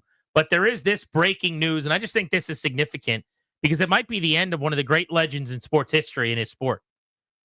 Tiger Woods made an announcement today that he is going to have a procedure to repair a torn Achilles. He said as he began to ramp up his training and practice at home, he felt a sharp pain in his left Achilles, was deemed to be ruptured. That is a full year recovery, depending on the sport you're playing. And that is a game changer. Went on to say that the doctor he's working with is performing surgery in West Palm Beach. Maybe we'll see Tiger getting surgery. We might run into him when we get down there this week. Performed a minimally invasive Achilles tendon repair for a ruptured tendon. The surgery went smoothly, and we expect a full recovery. I'm back home now and plan to focus on my recovery and rehab. Thank you for your support. But I don't think it's overstepping here to suggest that Tiger Woods, this could be the one that eventually, I don't know if retirement's even a thing in golf, truly, Danny. Because you're the ceremonial first tee shot, and everyone claps every time you show up for the next however many years. And there's all kinds of stuff you could ultimately do. But I think we've probably seen him play his last competitive round on the PGA in a major. That's not crazy to say. No, you would think. I mean, his last tour win was in 2019. 2019. You can do some math on that. How long ago that was? His injury history is insane, by the way. Yeah, he's had a lot of stuff. Even when he was healthy before all the problems and his life got turned upside down. The knees and shoulder in 2006, ruptured ACL in 2007, knee surgery in 2008, ACL repair again in 2008, torn Achilles tendon in 2008. So he's had multiple Achilles. I didn't remember that, actually. I'm just running through something I'm finding online here on ESPN. But is this a golf thing that you tear your Achilles a bunch? I've never heard of that. 2010 neck injury, less than a year after Woods' infamous SUV crash, followed by reports of multiple extramarital affairs. Woods struggled to place on tour during the final round of the Players' Championship in May of 2010. He withdrew because of a neck injury. Later, an MRI revealed he had an inflamed joint in his neck. MCL sprain and Achilles tendon strain in 2011. Dude, this dude's Achilles is. Yeah. Have been a pain for a long time. May 2011, knee and an Achilles act up. 2012, left Achilles tendon. What is going on with his Achilles? What is up with his Achilles? March of 2014, back issues. March of 2014, back spasms. By the way, Darius, get Eric Bickle on the horn. I want to know what his live reaction is to this. Is that mean or is that okay? That's the only thing I'm concerned about, honestly, with this. I want to check on Eric. Like him and Valdez. I'm sure the texts are already flying between the two of them. April 1st, 2014, back surgery. September, by the way, we're on 2015 right now. It's 10 years ago still. Back surgery in 15. Back procedure again in October 15. Back spasms 2017. Back surgery 2017. That's the latest thing I have. Yeah, he went years without being competitive or winning, and every time he'd be in a tournament, he'd play terrible in the first round or two rounds and then withdraw because either an injury, whether it was real or imagined, I have no idea. But yeah, I mean, his couple comebacks, that 2019 Masters tournament where he won that everybody, kind of went nuts for. They couldn't believe it because his last meaningful year was 2013, where he was still Tiger Woods, where he was winning a whole bunch. I think he had 4 or 5 or maybe even 6 wins that calendar year, and he was awesome, and he was still the juggernaut, and then all the injuries happened. And so the idea that he would come back and finally win one of the big ones, the people that are into that could not stop screaming about it, and they were leaking from their eyes. No, it was amazing. I mean, yeah, there were tears shed, and people, understandably, it's like watching Jordan come back with the Wizards to some extent, probably. And then they won the championship. Yeah, exactly. you thought you saw him play for the final time, and then he was back and as good as he'd been. But torn Achilles could be the end of the road here. We'll see if EB wants to hop on and discuss with us. But I think nowadays, anyone who's younger than probably, I'll say 25 to 30, maybe, does not get this.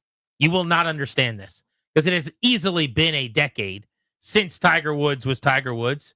But I'm talking about a run where his dominance in his sport, where he was so much better than everybody else in an individual game now. Think NASCAR, right? This is about your brand, one person, not a team. There's been nobody quite like that in my lifetime, I don't think. Because the superstars I care about, Danny, are team guys. Tiger, as an individual, as his own brand, the gap between him and everyone else in the world at golf, there was a time where that might have been bigger than any athlete in their sport ever. Yeah, I mean, it was like, we're talking about this apropos, where Ovechkin's chasing down Gretzky. It was like what Gretzky was to everybody else. The Great Gretzky had a year where he had 212 points. I'm going to say that one more time. In a hockey season, he had 212 points. The regular mortals are like, that's a great year. I had 80. And it's just, the gap was unbelievable. All right, we tracked down EB. Eric, we hope we're not bothering you. Were you busy? No. I'm just banging out a million things on the phone while my daughter's sleeping and I'm driving her to volleyball. It's all good. All right. How are you boys? Good. I'm sure you've seen this because you're on the Tiger beat. The ruptured Achilles. First of all, I couldn't believe I just went through his injury history. There's so many Achilles injuries. And I only got to 2017, like 8 years ago. His Achilles has been a pain in his ass for like 15 years. It's not just the Achilles. It's his whole body is a disaster. I have very nefarious thoughts, so you don't want to know what I really think. I mean, I think this guy, you just don't get this hurt playing golf. I think this guy is, first of all, I think he's addicted to surgery. If you blow out your Achilles, obviously you need surgery, right? I mean, if you tear your ACL, obviously you need surgery. But this guy's going in for surgery every 6 months. I mean, it's ridiculous. I've never seen anything like it. The other thing is, I wonder, why is your body breaking down? It makes me think of Jose Canseco without saying anything. Mm-hmm. Yeah. You know what I mean? Yeah. And it's really annoying because I love watching the guy. Like you said, it is dominant moments. He's as great as anyone's ever been. Probably better in his dominant moments than anyone's ever been in the sport. I don't think anybody can dispute it. I think Jack gets the crown for being the greatest, but Tiger obviously had the most dominant stretch ever. And it's just these piddly little things and self-destructive things. They're so annoying. They agitate me so much. I get so angry. I know I take this too seriously, but there isn't much more that upsets me than seeing people not be able to live up to their potential. It really infuriates me. You've not only cheated yourself, you've cheated us, the fans. It just makes me crazy. And I take it way too seriously, and I shouldn't. Let me ask you this, EB. It makes me insane. Is this it? Yeah. Do you think? Because he's almost 50. Like, this is the end of the road, yeah? Yeah, it's never it. But he's never going to compete for anything seriously on the PGA Tour. I think you can even now take out the one-off get hot for a week thing. But that's what I'm saying. Will we see him making cuts and competing in majors again? No, right? The worst business to be in is to bet against Tiger. But this one, he keeps topping himself with these comebacks. No one thought he was going to ever win a major game when he won in 2019. No one. Literally no one except for me. One guy right here. They thought he was done, done, but you just couldn't do it. But, I mean, it's unrealistic to expect that he could ever compete for anything ever again. The caveat is no one knows Augusta better than him, but you got to stay healthy. The guy can't stay healthy for 2 rounds, let alone 4. It's just infuriating. I do believe it or not, he wants to play on the senior tour with his buddies. I truly think he wants to go out there and grind with Freddie Couples. And, which seems kind of silly because it's such a sort of silly tour. So I do think he wants to do that. But, yeah, I'm so angry. I take this so seriously. I can only imagine this must be how Danny feels with like video games or movies or something. Relatable. I can only imagine. Yeah, you tapped into it. That's exactly right. Well, I'm actually the first person I thought of, not even kidding, Eric, was you. Like as soon as I saw that come across my timeline, I was going to text you, but we got Sean, and I'm going to text Valdez. Like that's who I'm concerned about with this. The thing is, I didn't expect him particularly to do anything, but it's just like, what is going on? Like, what are you doing? Like, are you training for the SEALs still? Like, are you playing Charlie? And like, how do you blow out your Achilles playing golf 100 times? I mean, I don't. It's funny to hear you it. say that because And you I'm actually so know what you're angry. talking about, and I don't.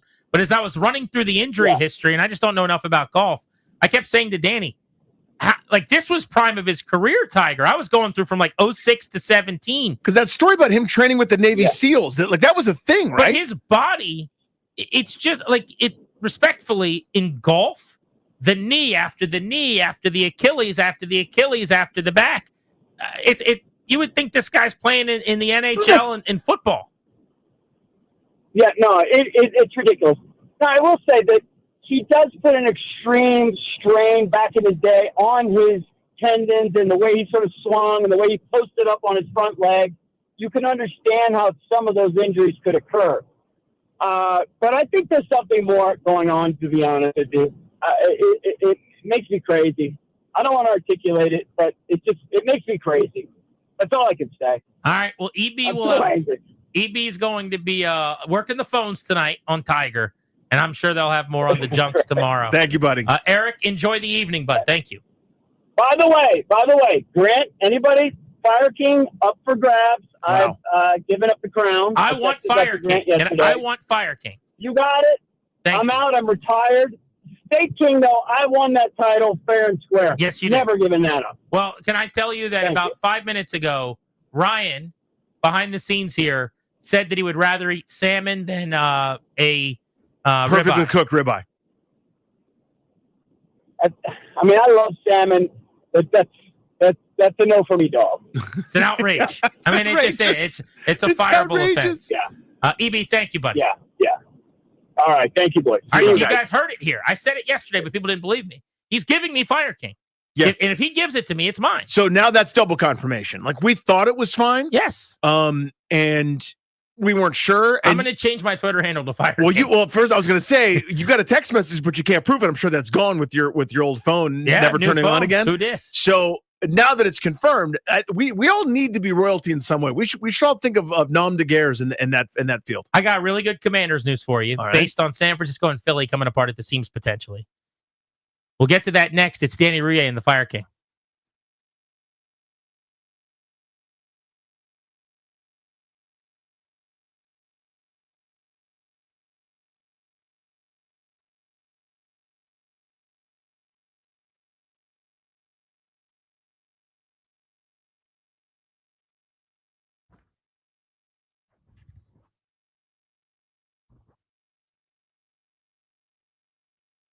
You guys know me as the new Undisputed Fire King, but my real name is Grant Paulson, and I love FanDuel.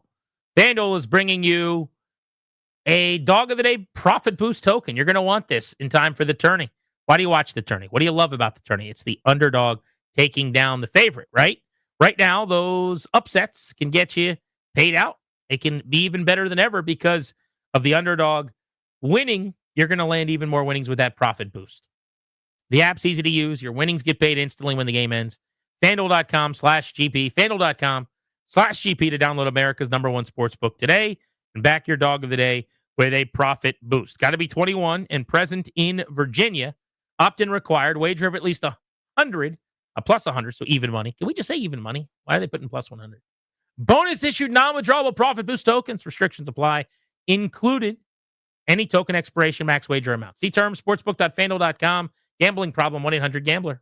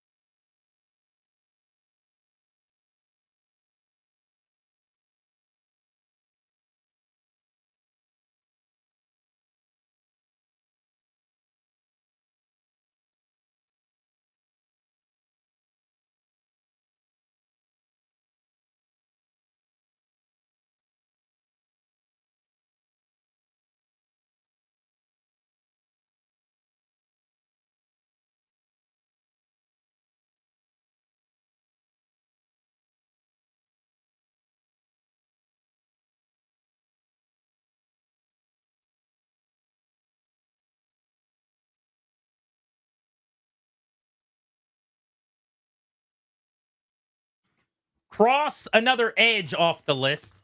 Leonard Floyd, cut by the San Francisco 49ers today, has agreed to terms with the Atlanta Falcons, who, if you think Washington needs pass rushing, they were in dire straits, dude. Wait till you get a look at Atlanta. 8.5 sacks last year going to the Falcons. I think the Falcons totaled as a team numbers approximate at 6.5 sacks. I'm only sort of kidding. Yeah, so they've been in desperate need of pass rushing help. If you can rush the passer, Atlanta is interested. They don't have much cap space or maneuverability, but they'll want you. They have the lowest sack count in the league over the last 3 years combined. Here's the good news for the Commanders. Even though it's been a very light day for them, day 2 of free agency, if you're just joining us, they did re-sign Jeremy McNichols, their running back, to a 1-year deal, and they have signed a new starting safety for now. I say for now because it's possible he ends up being just an extra piece in the secondary. But Will Harris, 2 years, $8 million from the New Orleans Saints, made 70-plus tackles last year. As of right now, would slot in for Jeremy Chin, who's moved on to the Raiders. Washington has been watching in the division as Philadelphia has lost a lot already in free agency. And another of the NFC powers, if you actually look at the odds to get to the Super Bowl out of the NFC going into the week, San Francisco was right there with Philly atop the conference ahead of Washington. The Niners have traded Deebo Samuel here.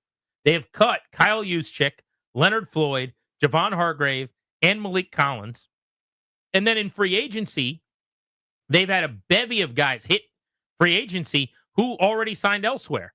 Dre Greenlaw, Charvarius Ward, Talanoa Hufanga, Aaron Banks, Jalen Moore, Elijah Mitchell, Josh Dobbs.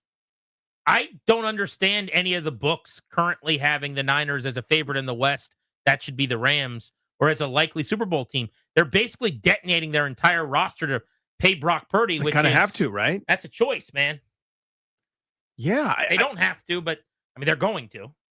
I don't see them the same. I think they, with that same core together for a handful of years, if they were healthy, they went to the NFC title game. That core is now much older, more injured, more mileage, and they've chipped away. Now that you still have Fred Warner, George Kittle, Trent Williams, Nick Bosa, Brandon Ayuk, there's still some pieces there that are worth the darn. They right? signed Joey Bosa today. Yeah, I mean they've got some pieces. I'm not telling you they don't, but it's not the same thing, if that makes any sense, right? They've lost a lot of those guys that were part of the engines or whatever analogy you want to use that kind of made that thing go. And they have these years every once in a while where nothing is right. Everybody's hurt all the time. Every time someone comes back, someone else goes down, and they're just on team can't get right. Last year felt like that. And previously, they've always rebounded and won 12 games again. I don't know if I see that anymore with this group. Looks like from a run grade standpoint, Leonard Floyd last year was in the 33rd percentile. Wasn't a strength. 8.5 sacks, and yet he's getting $10 million a year. Good news for Dante Fowler, I would say. Yeah. Dante Fowler, who's awaiting a payday from somebody, possibly Washington, although didn't bode well at the start of his market when he said that they disrespected him on Twitter. He actually said something worse, and then he had to delete that tweet, but he didn't seem like he was seeing eye to eye with the front office as he hit free agency. But this is an 8.5 sack guy who doesn't stop the run all that well, who's a speed rusher. And Fowler's coming off 10.5 sacks from a similar vein. So if Floyd can go get $10 million, I don't know that Fowler's going to get that, but maybe it won't be nearly as close to the $5 or $6 million that I was hoping they'd be able to get him back on. Yeah, we'll see. I've thought long and hard I don't know why I chose that term. Thinking long. I've been pondering this. No, I've always thought all along that he was going to get more than maybe people thought, and maybe that's not going to happen now because he said he's being disrespected. So maybe he's getting lowball offers. But I think people are so desperate. I'm thinking of Atlanta and teams like it. Yeah, it's fine. You don't play the run. You're not good on first and second down. We need somebody that can get upfield and touch the quarterback every once in a while. 10.5 sacks doesn't grow on trees. I thought he was going to get more money than maybe the initial market thought, but who knows now? How about the Eagles? They traded Chauncey Gardner-Johnson today from their secondary. They've lost a lot as well in free agency. What do you think about Philly and whether or not just by not losing as much, Washington is closer to the Eagles maybe than they were going into the market? Hard to say specifically. I mean, again, because Philadelphia's going to add. They've got still a chance to improve on some of those spots. But on paper right now, Philadelphia is a lot weaker. And Washington, not much weaker on defense, although a net negative so far, and a big positive on offense for me. Honestly, I mean, like the by adding Tunsil, you've now, to me, upgraded 2 line spots. A better left tackle, and wherever Coleman ends up is going to be better there. They have lost Oren Burks to the Bengals, Kenny Pickett to the Browns, Josh Sweat to the Cardinals, Milton Williams, that's a huge loss, to the Patriots, Chauncey Gardner-Johnson to the Texans, Isaiah Rodgers to the Vikings. Free agency just getting started. So I would say if I'm the Commanders looking over there, they still got a lot of their own problems to sort out. We're talking about edge where they're paper thin. We're discussing corner where they haven't really made their move yet. You may have downgraded minimally at safety and at defensive tackle, but you did add a monster left tackle to improve yourself pretty substantially. I think you've got to like the fact that the Eagles, like a lot of champions, have to make you can't keep everybody. Tough decisions, and it the bills come and do for them, and they're having to disperse some of the group that was just parading down Broad Street. All right, next on Grant and Danny, we're going to give out tickets to the Volbeat Jiffy Lube Live. If I said that like I don't know what it is, trust me, it's not that I don't know what it is. I know so much about it. In fact, I can't wait to go. What's your favorite song by them? Volbeat? Yeah. I did it like Liam Cohen does Duval. Volbeat. I think it's Volbeat. And I was like, Volbeat. Volbeat. My favorite song by them is, it's actually the title song, Volbeat. So from their album, Volbeat? Yeah. Volbeat's album, Volbeat. Volbeat. Jiffy Lube Live. Going to be a hell of a show. Steamed up about it. We got tickets for you next on Grant and Danny. And then let's get into the Commanders. Is their defense worse right now than it was when the clock hit 0 against the Eagles in the NFC title game? Would you agree with that or not? Grant and Danny on the Fan. Duval.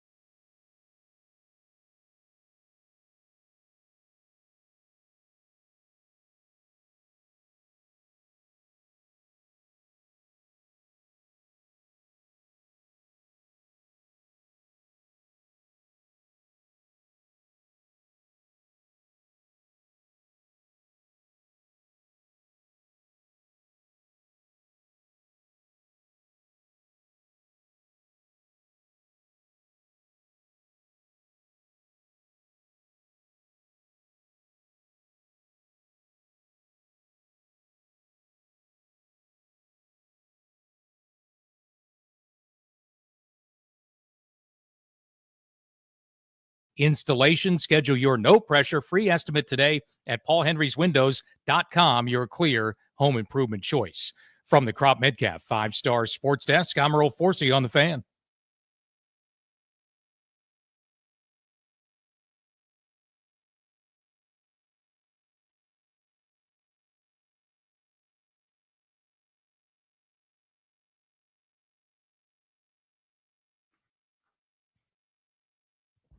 Congrats to callers 9 and 10.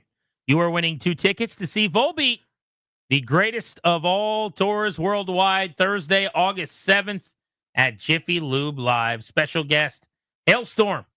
Tickets are on sale Friday, March 14th at 10 a.m.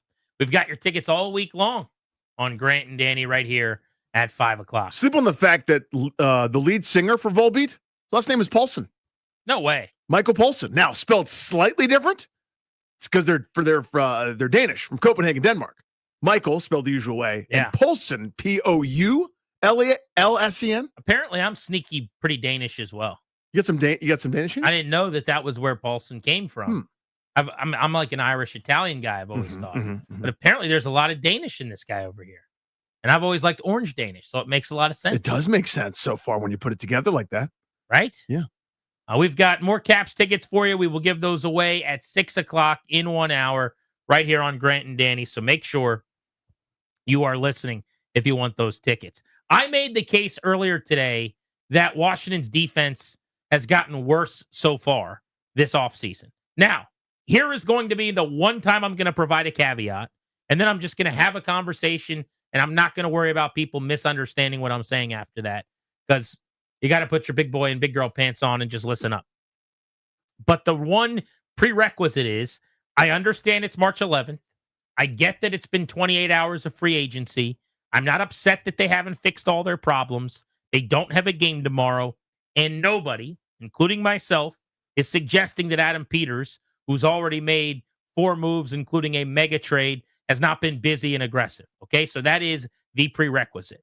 But with that said, I'm just dealing with what is for right now in this moment. And the 28th ranked run defense in the NFL last year has, I think, gotten worse at stopping the run at the D tackle position, where they've gone Allen to Kinlaw. The 28th ranked run defense in the NFL has gotten older at inside linebacker, where Bobby Wagner will be tasked with coming downhill as a now 35-year-old Mike at some point this season. And in the secondary, where Jeremy Chin had a banner year and got paid because of it, he went from a 1-year show-me contract to 2 years and $16 million. He showed it, yeah. I think they've had a slight downgrade with the addition today of Will Harris. Good signing, nothing wrong with it after Chin left. But if you're asking me Chin or Harris, I think Chin's a better football player, and because of that, got paid twice as much. I don't think that's a hot take or a crazy take. The market tends to agree with me. Remember, last year, Will Harris signed with New Orleans basically to be a backup, ended up winning a job in camp, and was a full-time starter for just the second time in 6 years in the league. He has been a reserve more often than he's been a starter. So all of that said, at all 3 levels, I think you can make the case that either very minimally with age, Wagner, or based on somebody leaving and being replaced by someone swap 1 for 1 who just hasn't been as good, they are not quite as good. And this is the defense that gave up 55 against the Eagles. So a lot of time left, a lot of money, still plenty of draft picks. They will sort as much of this out as they can. But my thesis right now is that this defense is not as good as it was the day they gave up 55 to the Eagles in the NFC Championship game. To that, you say what? Yeah, I think that's indisputable. Now, that doesn't mean we're slamming the gavel. That just more caveats, because no one's going to understand this the right way. It's not over. There's still plenty of work to be done. And my fascination here over the next couple of weeks or draft or the rest of this offseason is they've got to know that too. What are they going to do about it? What's the fix here? It's not just, I don't know, it's not just Dorrance Armstrong is going to have a career year, just you watch. It can't just be that Johnny Newton is now going to be a superstar. Like, there's going to be some internal growth from some of their guys, I'm sure, but come on. There's got to be more than just this so far for the plan. Again, you're basically talking about a one-for-one swap at a couple different spots where they have a lost defensive tackle. There's a new defensive tackle. They have a lost at safety. There's a new safety. Okay, yes. Where's the corner? Where's the defensive end? Where's something else? A weapon on defense, another Frankie Louvu type, a versatile player. If you're going to go that way, they know what we know. They know more than we do. They're smart. We're just dudes. Something else is going to happen. What is it? How will it be addressed? But right now, this minute, the group that we'd all say was the problem, if there was such a thing, for an NFC title game team. It hasn't been addressed to the point where you go, okay, they're better off now than they were before. So 2 things on that. One, I'm glad you mentioned the young guys and them elevating, because we talked about this for just a bit at the top of the show. And this is not Peters' fault at all, but it is a reality he's got to deal with and something he's got to overcome, not of his own doing.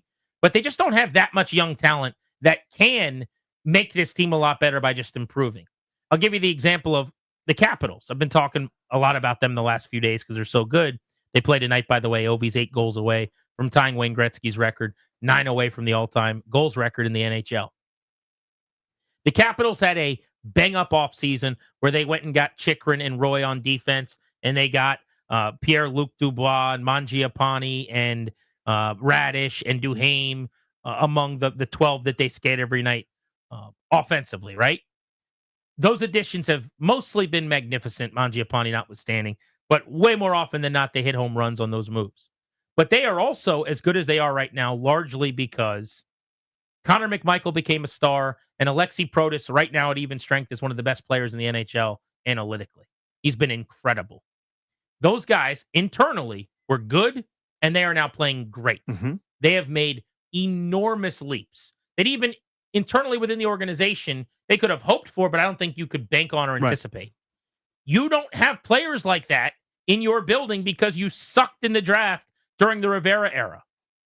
Your first-round picks and your second-round picks are mostly either not on your roster or just not that good.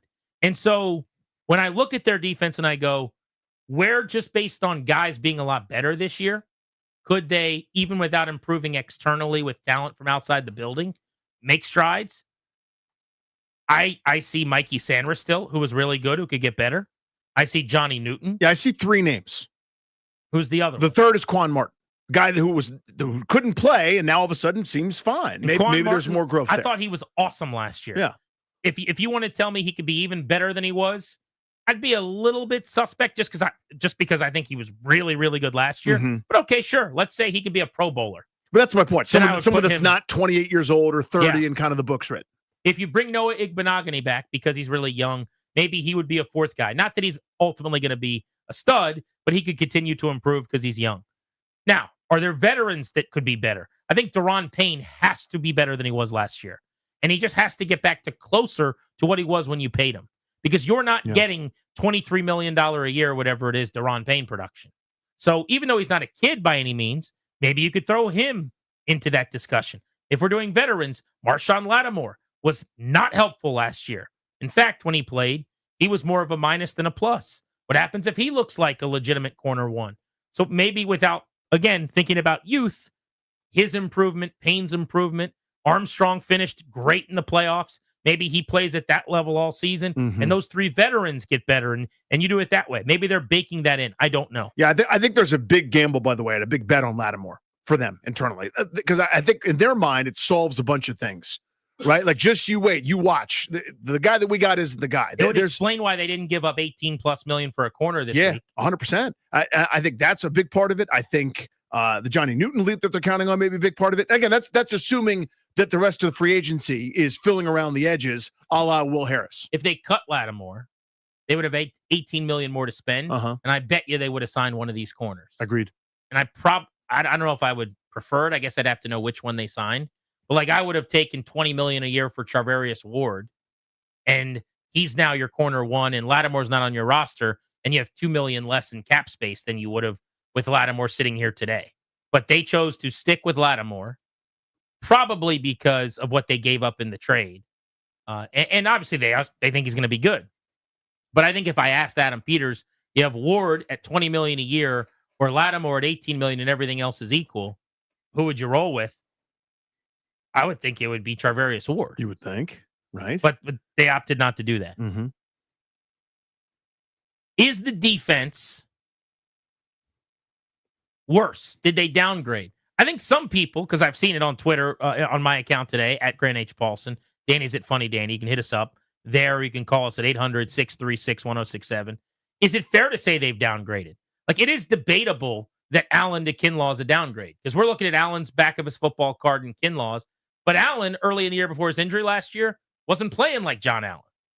I think he's going to be awesome in Minnesota, by the way. How good is that D-line? I mean, they are loaded. They've got Danielle Hunter. Oh, no, he's gone. He's in Houston. Jonathan Grenard is the guy they have from the Texans. Hunter went to Houston. It was kind of a flip. But they have Grenard, who's a beast. They have John Allen. They have Alex Van Ginkel, the former Dolphin, who came over and made a bunch of plays. They have Javon Hargrave, who they just brought in. And they have Harrison, who's the big, heavy guy, the former Bronco, the D tackle. Phillips? Harrison Phillips, yeah. Harrison Phillips, who's a really, really good player. And Dallas Turner, they just drafted in the first round last year. That is a loaded defensive line. I think John Allen could be awesome there. But, like, I think that's a downgrade.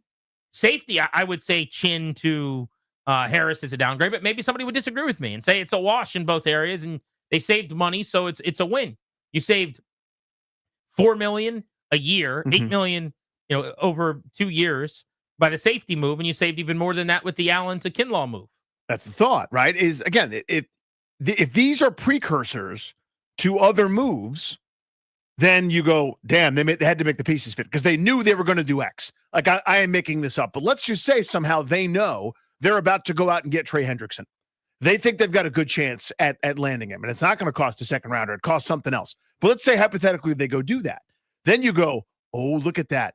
Going a little cheaper at safety, hoping for similar production, hoping for a similar rise that they got from Chin last year, who was Carolina had no problem letting him go. And you sign him for 1 year, something pretty cheap. He outplayed his contract, hoping for something similar from Harris. You hope for something similar from Kinlaw, especially year one. The cap hit isn't as bad. Why did they do that? It was for this one more big game that they had to go do or something. Then the move kind of makes a little bit more sense to me. Well, yeah, you had to downgrade a little bit in a couple of spots or go cheaper, to use a kinder term than downgrade. You had to do that in order to get this big fish. If it's two more Will Harrises, no disrespect to Will Harris, he's going to start and he'll play fine, I think, for this group. I think he's the kind of guy that they like. But if you do two more of those, then that's kind of hard. It's a harder sell for me that the defense improved dramatically. And the only thing you're counting on is the guys that were there, a few of them are just going to be better, you watch. And they might be. But to me, that's more wishing than it is a good plan. Let's go to Scott, who's in Silver Spring, wants to jump in. It's Grant and Danny on the Fan. What's up? Hey, fellas, how y'all doing? What's up, buddy? Good. Not too much. I think we just got to wait and see, because last year this time, everybody was like, oh, my God, we're not doing anything. We're getting this guy, he's washed up. He didn't do anything here. He didn't do anything there. Oh, we're bringing these guys from Dallas, blah, blah, blah. And then guys flourished here. They had Dante Fowler never played as well as he played here. Yeah, he only had 1 year where he had more sacks than this year. 10.5 this year. Mm-hmm. Career high 11.5. Right. Jeremy Chin never played as well as he did here. He got paid.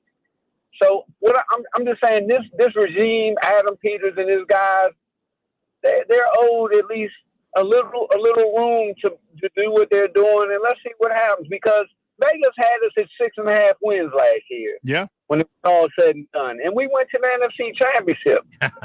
they flipped the roster, 35 guys, and we were 4-13. Come on, man. I'm not saying you guys. I understand what you're talking about. Yeah, we need to talk about what they're doing, but everybody, I mean, me personally, I'm just taking a deep breath, and I'm not excited about everything we've done, but I'm just going to wait and see what happens. Yeah, I don't really have a problem with anything they've done. I don't like the Kinlaw contract. I think that was, an overpay. But even that, I'm not upset about, per se. For me, and I hear people say, oh, well, they'll figure it out. The only thing I would say to that is, it's not like you have unlimited resources and you get to go shop at a place where the shelves are full. In other words, people act like, hey, don't worry, they're going to solve it. Yeah, you're going to the same CVS and fighting over the same baby formula as everyone else. Yeah. Like you're just walking into a Walmart and the doors just opened at 6 a.m.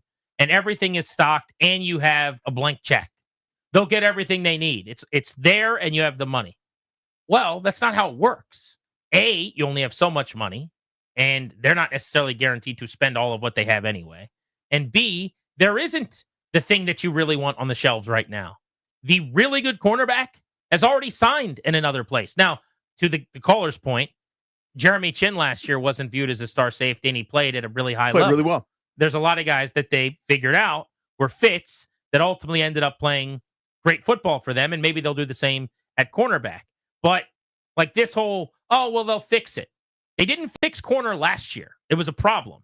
They didn't fix defensive end last year. They couldn't stop the run because they couldn't set the edge. So maybe they won't actually. And that's not a knock on Peters. It's just how it works. Every team has flaws. Every team has weak spots. Yes, they went to the NFC Championship game, as he points out. It's not because of their defense. Their defense gave up almost 60 points in that game, and they gave up the worst rushing yards per game last year of everybody but 3 teams. So they stunk in some areas because they didn't fix enough. Yeah, they inherited a clogged toilet bowl and did an awful lot to recover from that. To the caller's point, I'm not trying to knock them for that. I'm just saying there is this feeling like, they'll fix it. Well, actually, there are plenty of places where they're not going to fix it. And the conversation we need to have is, are these the areas where it's okay to not fix it? Yeah, they Band-Aided over a couple of things. They, put up a little bit of makeshift drywall and hope that it held, and it did because Jaden Daniels was magic year one. It was kind of the seas parted at a certain point. That's not sustainable. Like getting your football team better, that's the best chance you got to start going back to NFC title games. And by the way, still awesome to say that, going back to the NFC title game, please. And thank you. Because they were in one. They were in it. With a more difficult schedule on paper, like more road games, things may not break as favorably. And you may not get the doink that goes through. You may not get a Hail Mary. You may not, eke out nothing but one possession, end of game wins 7 straight times, whatever the hell it was, at the end of the year without a running game playing ball control. Sometimes those things aren't sustainable. You got to get better. And some of the areas, they're not yet. That's all.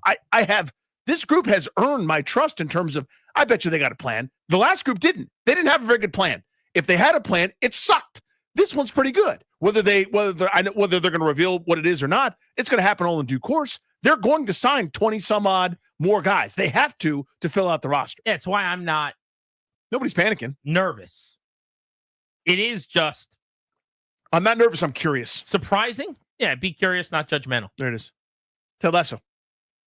Surprising to me. Barbecue sauce. That they said, yeah, we'll just let all those really good corners go in other places. We're fine. And to your point, I think they are putting a lot of eggs in the Marshawn Lattimore basket. Yep. Let's go to Reese in St. Mary's. How are you? Hey, what's up, buddy? Hey, man.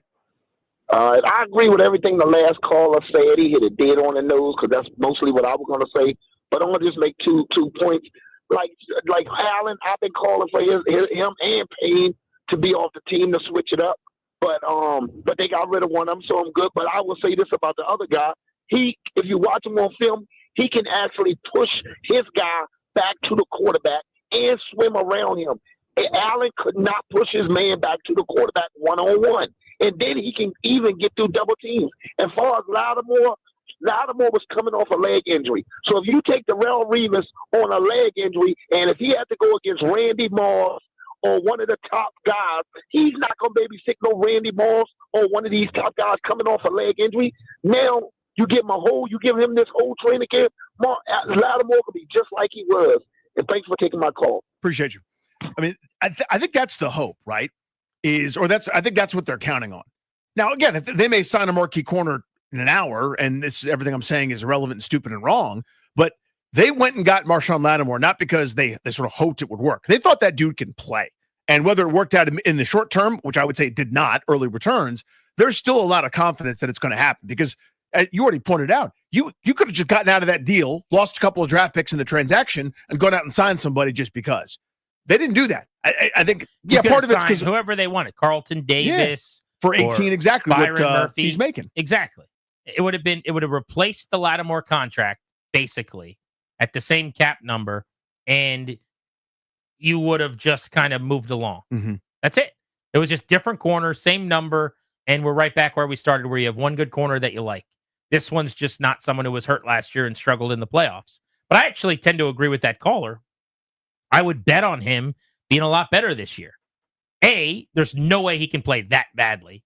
I mean, like Benjamin St. Juste would have been an upgrade in the playoffs, and I'm being serious about that. But also, I just think he's a good football player who wasn't healthy. I agree with the call. 800-636-1067. Where are you at on this defense? That was the problem last year, and so far, that is not the area that they have been improving. Is that an issue this early in free agency? And what do you think the plan is, more importantly? There's a lot of runway ahead of them. What do you think they're cooking up behind the scenes? Grant and Danny on the Fan.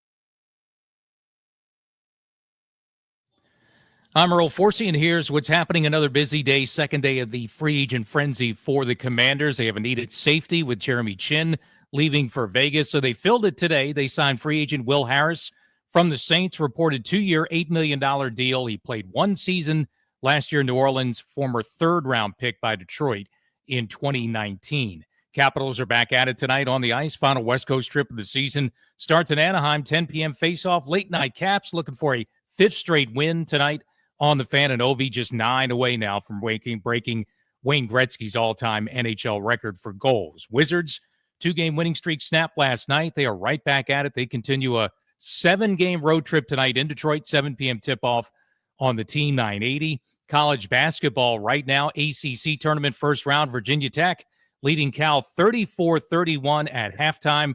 Live play-by-play over on 1580 AM. From the Crop Midcap 5-Star Sports Desk, I'm Earl Forsey on the Fan.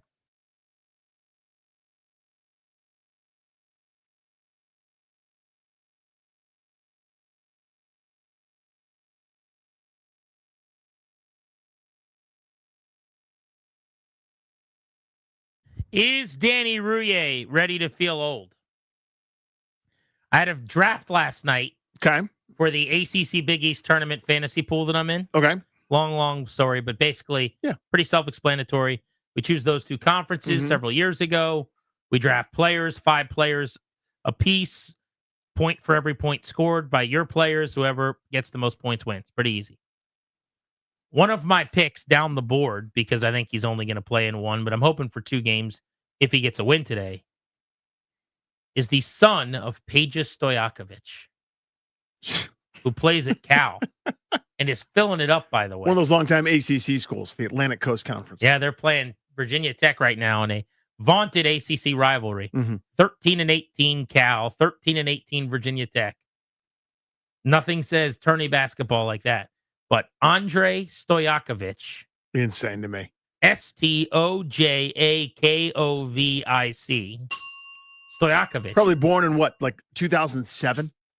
13 points, 3 rebounds in the first half. He was born 2006, probably 2004. Oh, okay. So he's an upperclassman. And he's 20 years old. Oh, that stinks. That stinks. Peja was a baller. Yeah, Those he was. Kings teams. You know this about me. Oh, they were so fun. You know this about me. That was my non-Wizard squad. Chris Webber. There were a couple iterations, but like Doug Christie, Bobby Jackson. You guys all sleep on Scott Pollard. Mike Bibby. Yep. So they were first, it was fun with White Chocolate, Jason Williams, just doing Harlem Globetrotter stuff on a nightly basis in the association. They were like, we need to get a little more serious here at the point guard spot if we're really going to do this thing. And they did over the years. Christie was like the on-ball stopper, covered their best player. Vlade Divac taking charges and flopping everywhere. Chris Webber just dominating as one of the best passing big men in the history of the game in the high post. Rick God, Adelman, they were great. As the coach, yeah. 2002, Chris Webber averaged 25 points and 10 rebounds. That was my guy. But Webber, Peja, Doug Christie, Mike Bibby, Vlade Divac, Hedo Turkoglu as a young boy. 6-man. Scotty Pollard, Bobby Jackson, Gerald Wallace. God, they were fun. That is a squad. And they choked hard a couple times in the postseason. Well, they just couldn't get past the Lakers. Yeah. That was like their Penguins to the Caps. So good, so fun, but they couldn't beat the Lakers. I feel like there was a Peja game where he was like 1 for 206, like Starks in the finals when the Knicks lost, where he just couldn't hit water that day if you thought of a boat. I loved Peja. Oh, such a good player.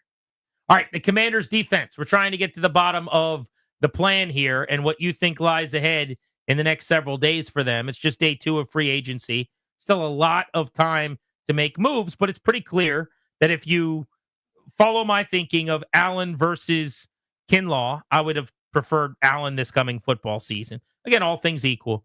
Wagner a year older in the second level, and then in the secondary, I think Chin is an upgrade over Harris. So kind of going in the wrong direction in that regard, but it's still very, very early. Let's go to Kevin in Arlington. What's up, Kev? Hey, boys. I just want to say a couple things. First, with the offense, it's a full year ahead of schedule, maybe more. Okay, that surprised all of us that we actually got to the NFC Championship game. And, I think it's a surprise Peters. They may never say so, but so we're a full year ahead, and yet we had 2 really glaring needs. We didn't have a star left tackle or an exceptional one. Again, I praise Coleman for playing out of position and playing well. And we didn't have, because Dobson busted, thanks, Ron, we didn't have a second wideout. And, we do now with Samuels, who's also running back.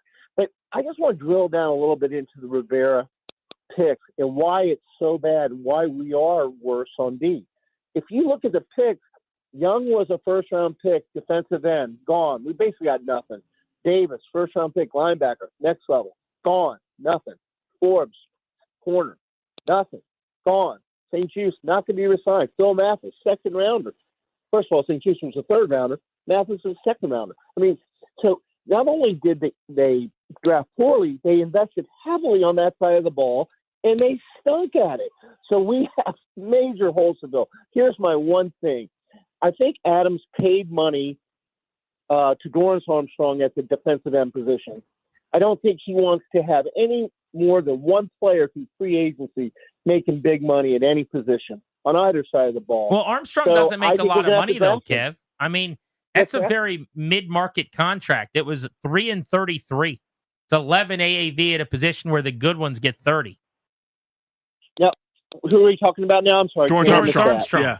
I mean, Dorrance Armstrong doesn't you're right. money. I think it's a value contract, and I think he's a good player. My point, though, is I don't see him spending big again at the end.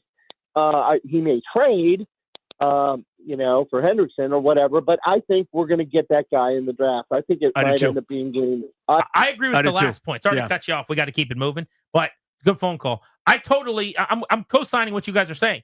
I think they will draft a edge in the first round if they stay put.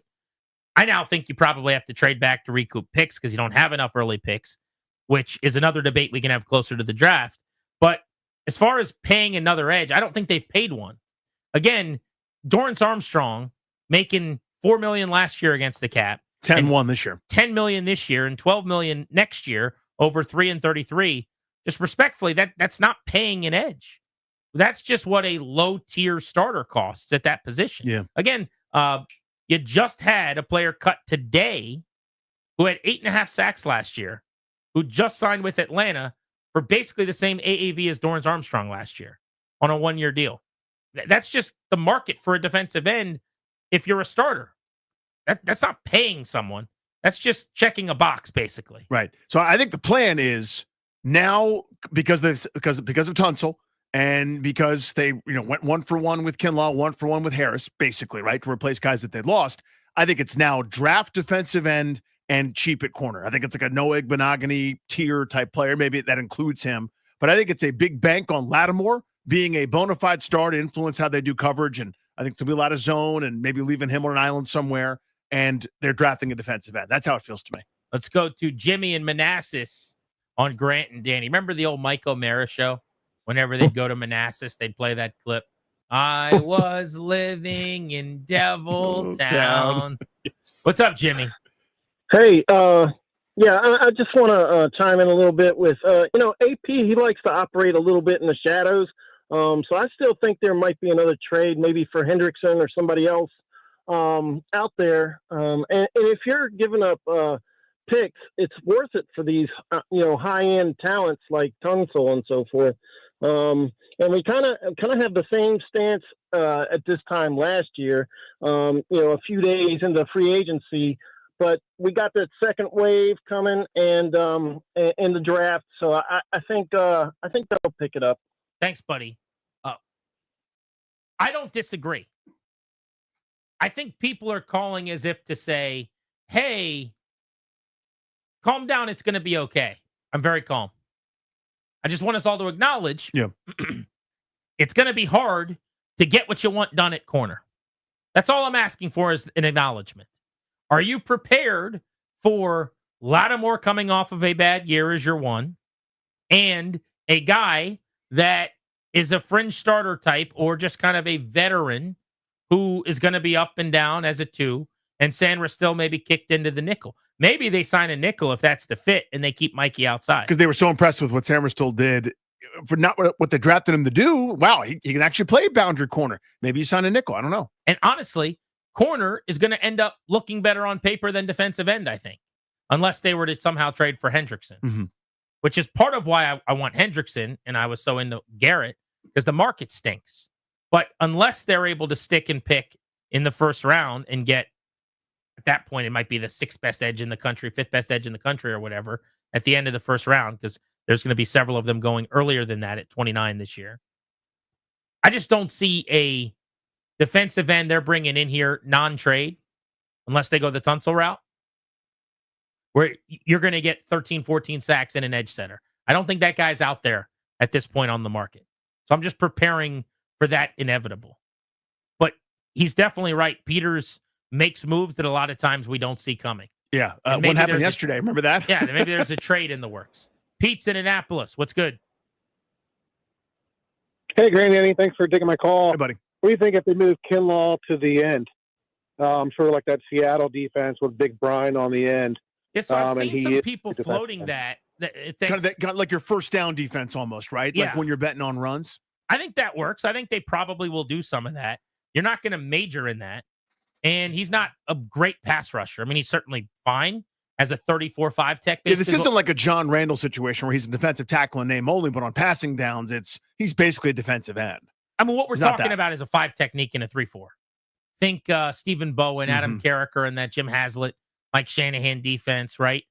Basically outside the guard, pushing the pocket, a traditional tackle essentially, and there's 3 up front, and then you have your guys standing up. I think they could do some of that. They'll get creative. And I do trust Dan Quinn and Joe Witt to do that, by the way.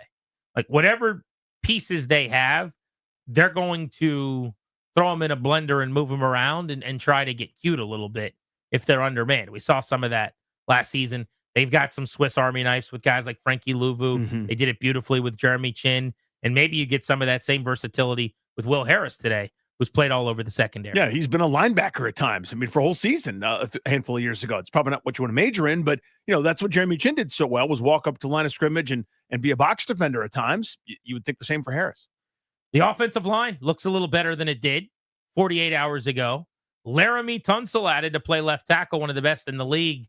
Do they have to do anything else along the offensive line now to make you happy? Or could you be okay with them being done up front on offense? That's next on Grant and Danny.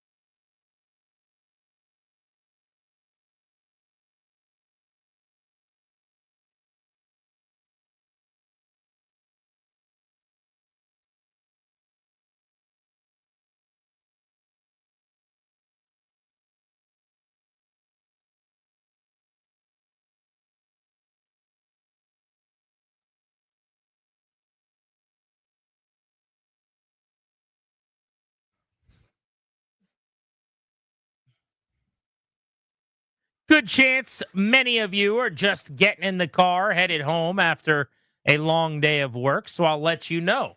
You've got a chance to win Caps tickets by listening to us here on Grant and Danny coming up in about 15 minutes, just after 6 when we kick off our final segment on The Fan. You got to be listening and ready to call at that time. Let's go through some of the breaking NFL news. We'll just catch you up to speed on some of the moves of the afternoon. Nothing major. We would have got you that as it came across the wire. But rapid fire, the Panthers have agreed to terms today with former Bills punter Sam Martin. There's been a punter run. It's like a fantasy football draft. I've seen 3 punter deals today. I thought Johnny Hecker just signed, didn't he? Is that another one? Yeah, I mean, it's, you need one, I suppose. So, yeah, there's your news bulletin. Hecker got a 1-year deal with the Titans. For those of you playing punter bingo at home, you can cross that one off the list. How about Jacoby Brissett? Still kicking, baby. I said I would be interested in him. I was interested too. As Washington's backup quarterback, a second tenure. It's not happening. Jacoby Brissett is going out to Arizona to play for the Cardinals. He will back up Kyler Murray, Arizona's new QB2, 53 career starts, 11 with Cardinals offensive coordinator Drew Petzing when he was the quarterback's coach in Cleveland. So there's familiarity with him. He's just steady, man. I really love Jacoby Brissett. Such a solid dude. Like that, the thing that I almost called him Lattimore, that Mariota was last year for Washington, which wasn't his rep. That's what Brissett's been for some time. Just a steady Eddie, good sense of himself, knows who he is. If he's got to play, he'll do fine. But he's there to be maybe a good influence, hopefully, on Kyler Murray. The Commanders went bargain shopping for a safety today. The Chiefs' former safety, Justin Reed, was the beneficiary of a team who was not doing that. The Saints, 3 years and $31 million, a little better than 10 a pop for Justin Reed. He gets $22.25 million, fully guaranteed to go home to Louisiana, where he's from. He will pair up with Tyrann Mathieu. That's as good a safety tandem as you'll see in the league. Last year, the Falcons had an awesome one with Justin Simmons and Jesse Bates. It used to be, going back 3, 4, 5 years from now, everyone stopped caring about the safety position. Now there are certain teams, and obviously New Orleans is one, where you want to pair a couple of dudes together, and they're doing that. Yeah, it depends on the kind of cut, because the coverages became in vogue. To cover if you didn't have a great safety sort of negated their value. I think it's starting to come back. When you had some great ones, Ed Reed, Troy Polamalu, to name a couple, you're starting to see some of these numbers. AAVs creep up. Bynum, $15 million. Moreg, $17 million. Javon Holland, $15 million. Hafunga, $15 million. You see the point? It's not the 20, 30 of some of the marquee premium positions, but safety was the running back of defenses only a couple of years ago, and now all of a sudden a lot more double-digit millions in terms of contract sign. We told you much earlier in the program that the 49ers cut Leonard Floyd. He is now an Atlanta Falcon, expected to sign start of the league year tomorrow. Remember, the actual league year does begin tomorrow, so all of these moves we've been talking about since yesterday are just agreed to in principle until players can actually put pen to paper when the league year officially begins tomorrow afternoon. But it's going to be $10 million over a year for Leonard Floyd, who had 8.5 sacks in San Francisco this year. I mentioned the 49ers. What a cleansing for them. Just cleaning house, all in the name, it would appear, to pay Brock Purdy a significant $60+ million per year extension. They have cut Kyle Juszczyk, Leonard Floyd, Javon Hargrave, Malik Collins. They have seen departures in free agency from Dre Greenlaw, Charvarius Ward, Aaron Banks, Jalen Moore, Elijah Mitchell, Josh Dobbs, and Talanoa Hafunga. Net losses to this point, right? For a group that's got to clear the deck to pay a couple different players, and mostly, obviously, Brock Purdy is the biggest name. But I don't know. Odds makers still seem to like the 49ers. They've done this a couple times where they've had these injury-plagued, nothing goes right years where they win 4, 5, 6 games or whatever. Then they bounce back and go to the NFC title game. I don't see history repeating itself, though. I think they've fallen much more to the middle of the pack. Still some studs, still plenty of players that everyone would love to have. I just don't think there's enough there to repeat. Feels like a reset to me more than a rebuild. Yeah. But I think this could be a regression of a year. And that's after the terrible year they just had. Yeah, and this year was a disaster. They're almost picking in the top 10. Jeremy Fowler of ESPN reported this one today. Corner Mike Hughes headed back to the Falcons, 3 years, $18 million, 6 per. Started 15 games for the Falcons last year. I think this is the tier Washington's going to be shopping in now for corner. Yep. With the big boys getting $18 million a year, Hughes was just kind of okay. gets $6 million per season. I think they're going to be in that like $5 to $8 million range when they end up signing a veteran corner.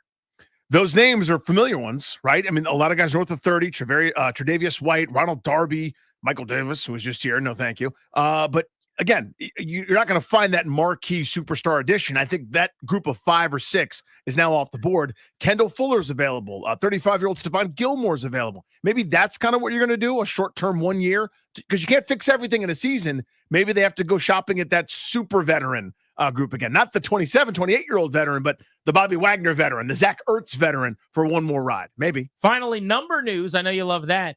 Puka Nacua is changing numbers. He is? Yeah, Devontae Adams is going to take 17 from him. So Puka Nacua said no problem. He will become number 12. That is the number he wore as a captain at Brigham Young University in college. Do you have a problem with Puka Nukes wearing 12? I do not.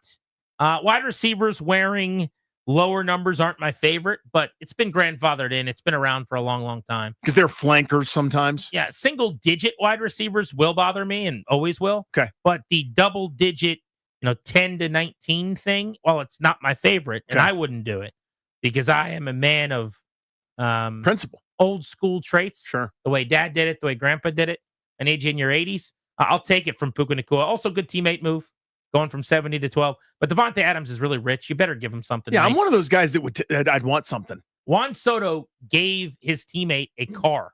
He bought him his dream SUV for giving him number 22 this offseason. If Devontae Adams just shows up after 3 straight episodes of being the biggest jerk ever on Netflix and takes 17 from Puka Nacua, that guy can kick rocks. If I'm Pookie Nukes, I just happen to send that video. You know what I mean? I'd be like, hey, Devontae, nice to meet you. Here's a link. Video? Yeah, here's a link. Do you like links? There's a team receiver chat where we send each other links. Welcome to it. Here's one. Happy 1-year anniversary. Today, 1 year ago, Giants running back Saquon Barkley agreed to a $37 million contract. It could be worth up to 46, and it might just end up being. Yeah, if he hits some incentives like leading the universe in rushing. Yeah, breaking every rushing record if they don't hold you back. Going for 125 against Washington, you get more money? We'll get you a Caps power play before we get out of here, taking you up to 6:30. They play tonight. We've got Caps tickets. We'll give those away as soon as we return, and let's dive into the Commanders' offensive line. Are they done after the Tunsil trade? We're Grant and Danny.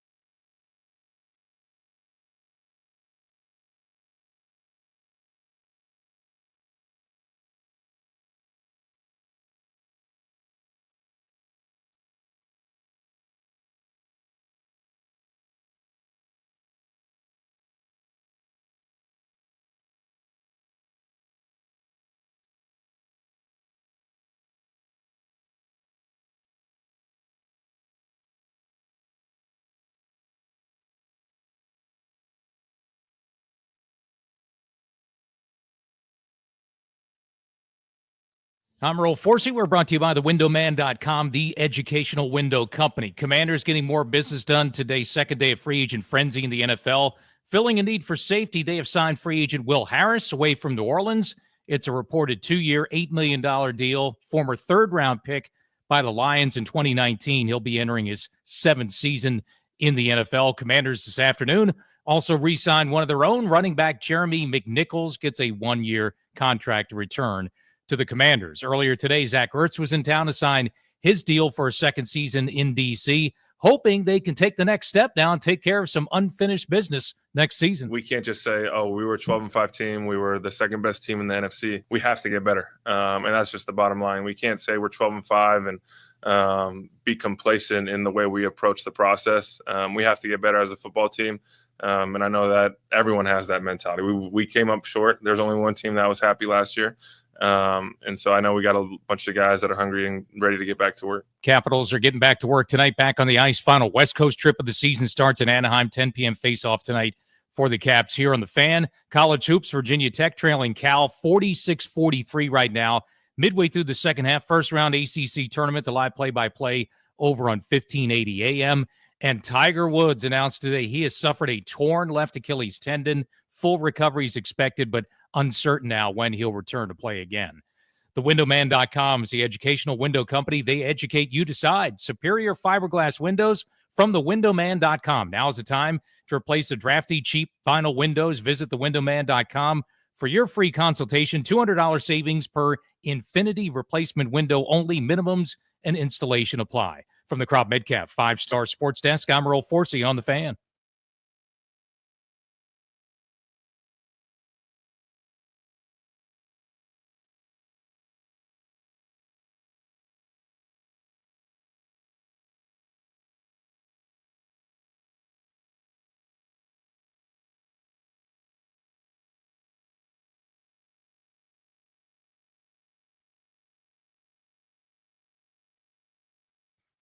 Down the stretch we come.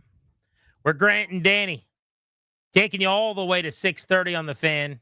Overtime at that time with Linnell Willingham. Make sure you're listening in 30 minutes as we keep it live and local.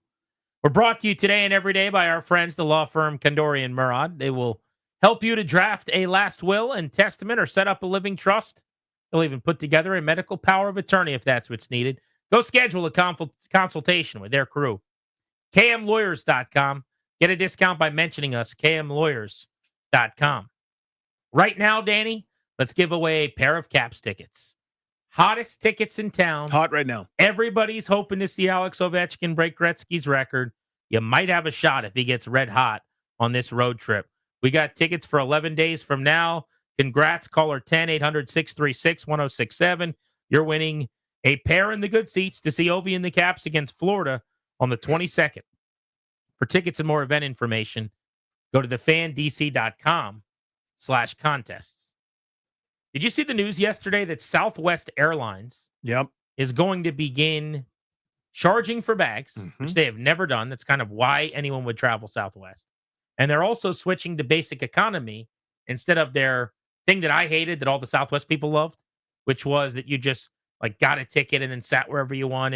It was their thing. The signature things that made Southwest are no more. The only reason that Southwest had a following, essentially, they make you unique from American and United and all this other stuff, and they're completely doing away with those things. And in the eyes of the Southwest people, and I was never really a Southwest guy, although free bags is free bags. I'll gladly be a Southwest guy for that. But a lot of people that I know swear by it. I have buddies that only travel Southwest. They're marks because of this stuff that they're getting rid of. $300 million gamble. Last year, they said they had done a bunch of research that found that they would lose up to $300 million in the market if it started to change its bag fees. And they are now doing that. And the reason is they're being pressured by the hedge fund and shareholders that have taken over to keep this thing afloat. Yeah, times are changing. I mean, it used to be, I remember reading this years ago, in these, one of these hidden genius things about businesses, right? Walmart does X, and this is why they beat Kmart, or you can fill in the blank. Southwest's whole bit back in the day was the most expensive thing that people underrate for airlines is time at the gate. right? So you're basically renting the spot at the gate, and it costs you money for the airline to pay the gate to be at that spot, or however the payments work, right? So Southwest flights left an average rather of like 1 minute and 24 seconds earlier than everybody else. Because of that, you get there, you get a good seat, you get on, you go. And so you do that 30,000 times a day or whatever, you saved all this money. And that was kind of their secret sauce. I guess that like doesn't work anymore or whatever. And they got to start charging for bags. They got to start doing assigned seating. And era's over, dude. What is the point? I don't know. You're not now you're just an airline, right? You're not unique anymore. Right. So I came up with some other things that companies maybe will be changing. Now that Southwest Airlines, Danny, is changing its policies that make it Southwest. Do you want to hear these? I do. So these are some other things that in lieu of Southwest making these changes, maybe these other companies should think about this. So companies are going to do the get rid of the thing that made them that company is your bet. Burger King will no longer sell burgers. I see what you're doing. Yep. What if McDonald's comes out and says, we're not going to serve food via drive-thrus anymore. No service out the window. You got to come inside. Could be an interesting business move. That's a choice. Twitter is going to tell its users you can no longer post your opinions on the news of the day. Could be a good choice for Twitter, right? Football, the NFL. Oh, yeah. What are they going to do? They will no longer televise weekend games. Yeah. Sunday at 1 p.m. That would be a bad business choice. The window is no more for the NFL. Sunday at 1. Movie theaters, Danny, did you hear this?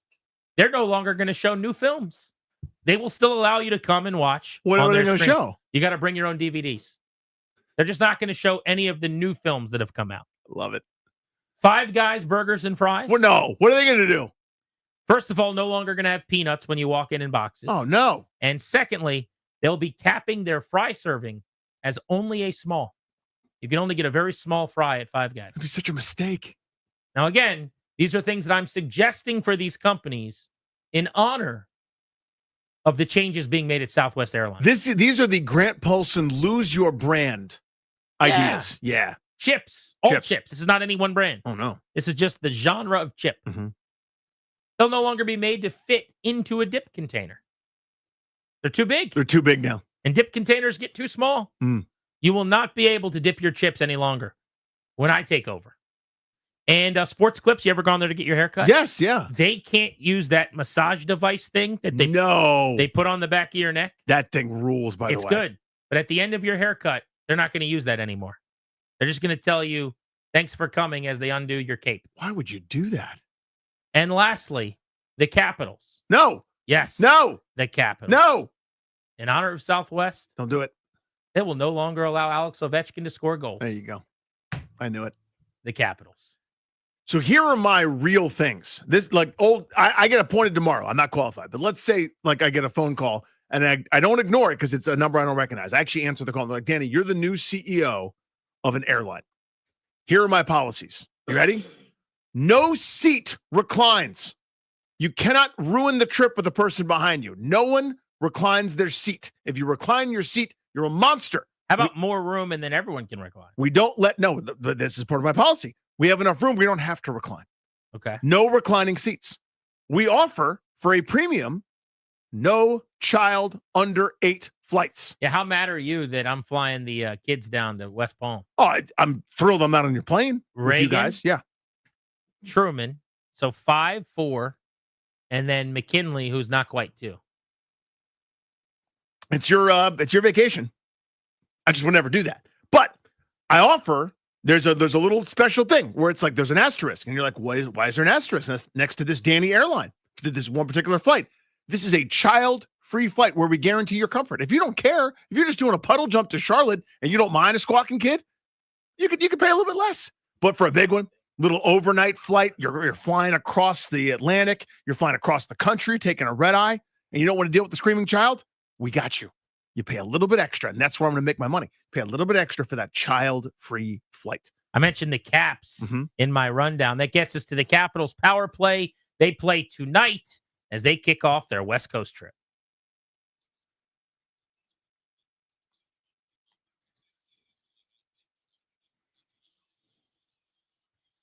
Puck will be dropped on the ice in Anaheim as the Caps take on the Ducks in about 3 hours and 50 minutes as the Caps look for win number 43 on their season.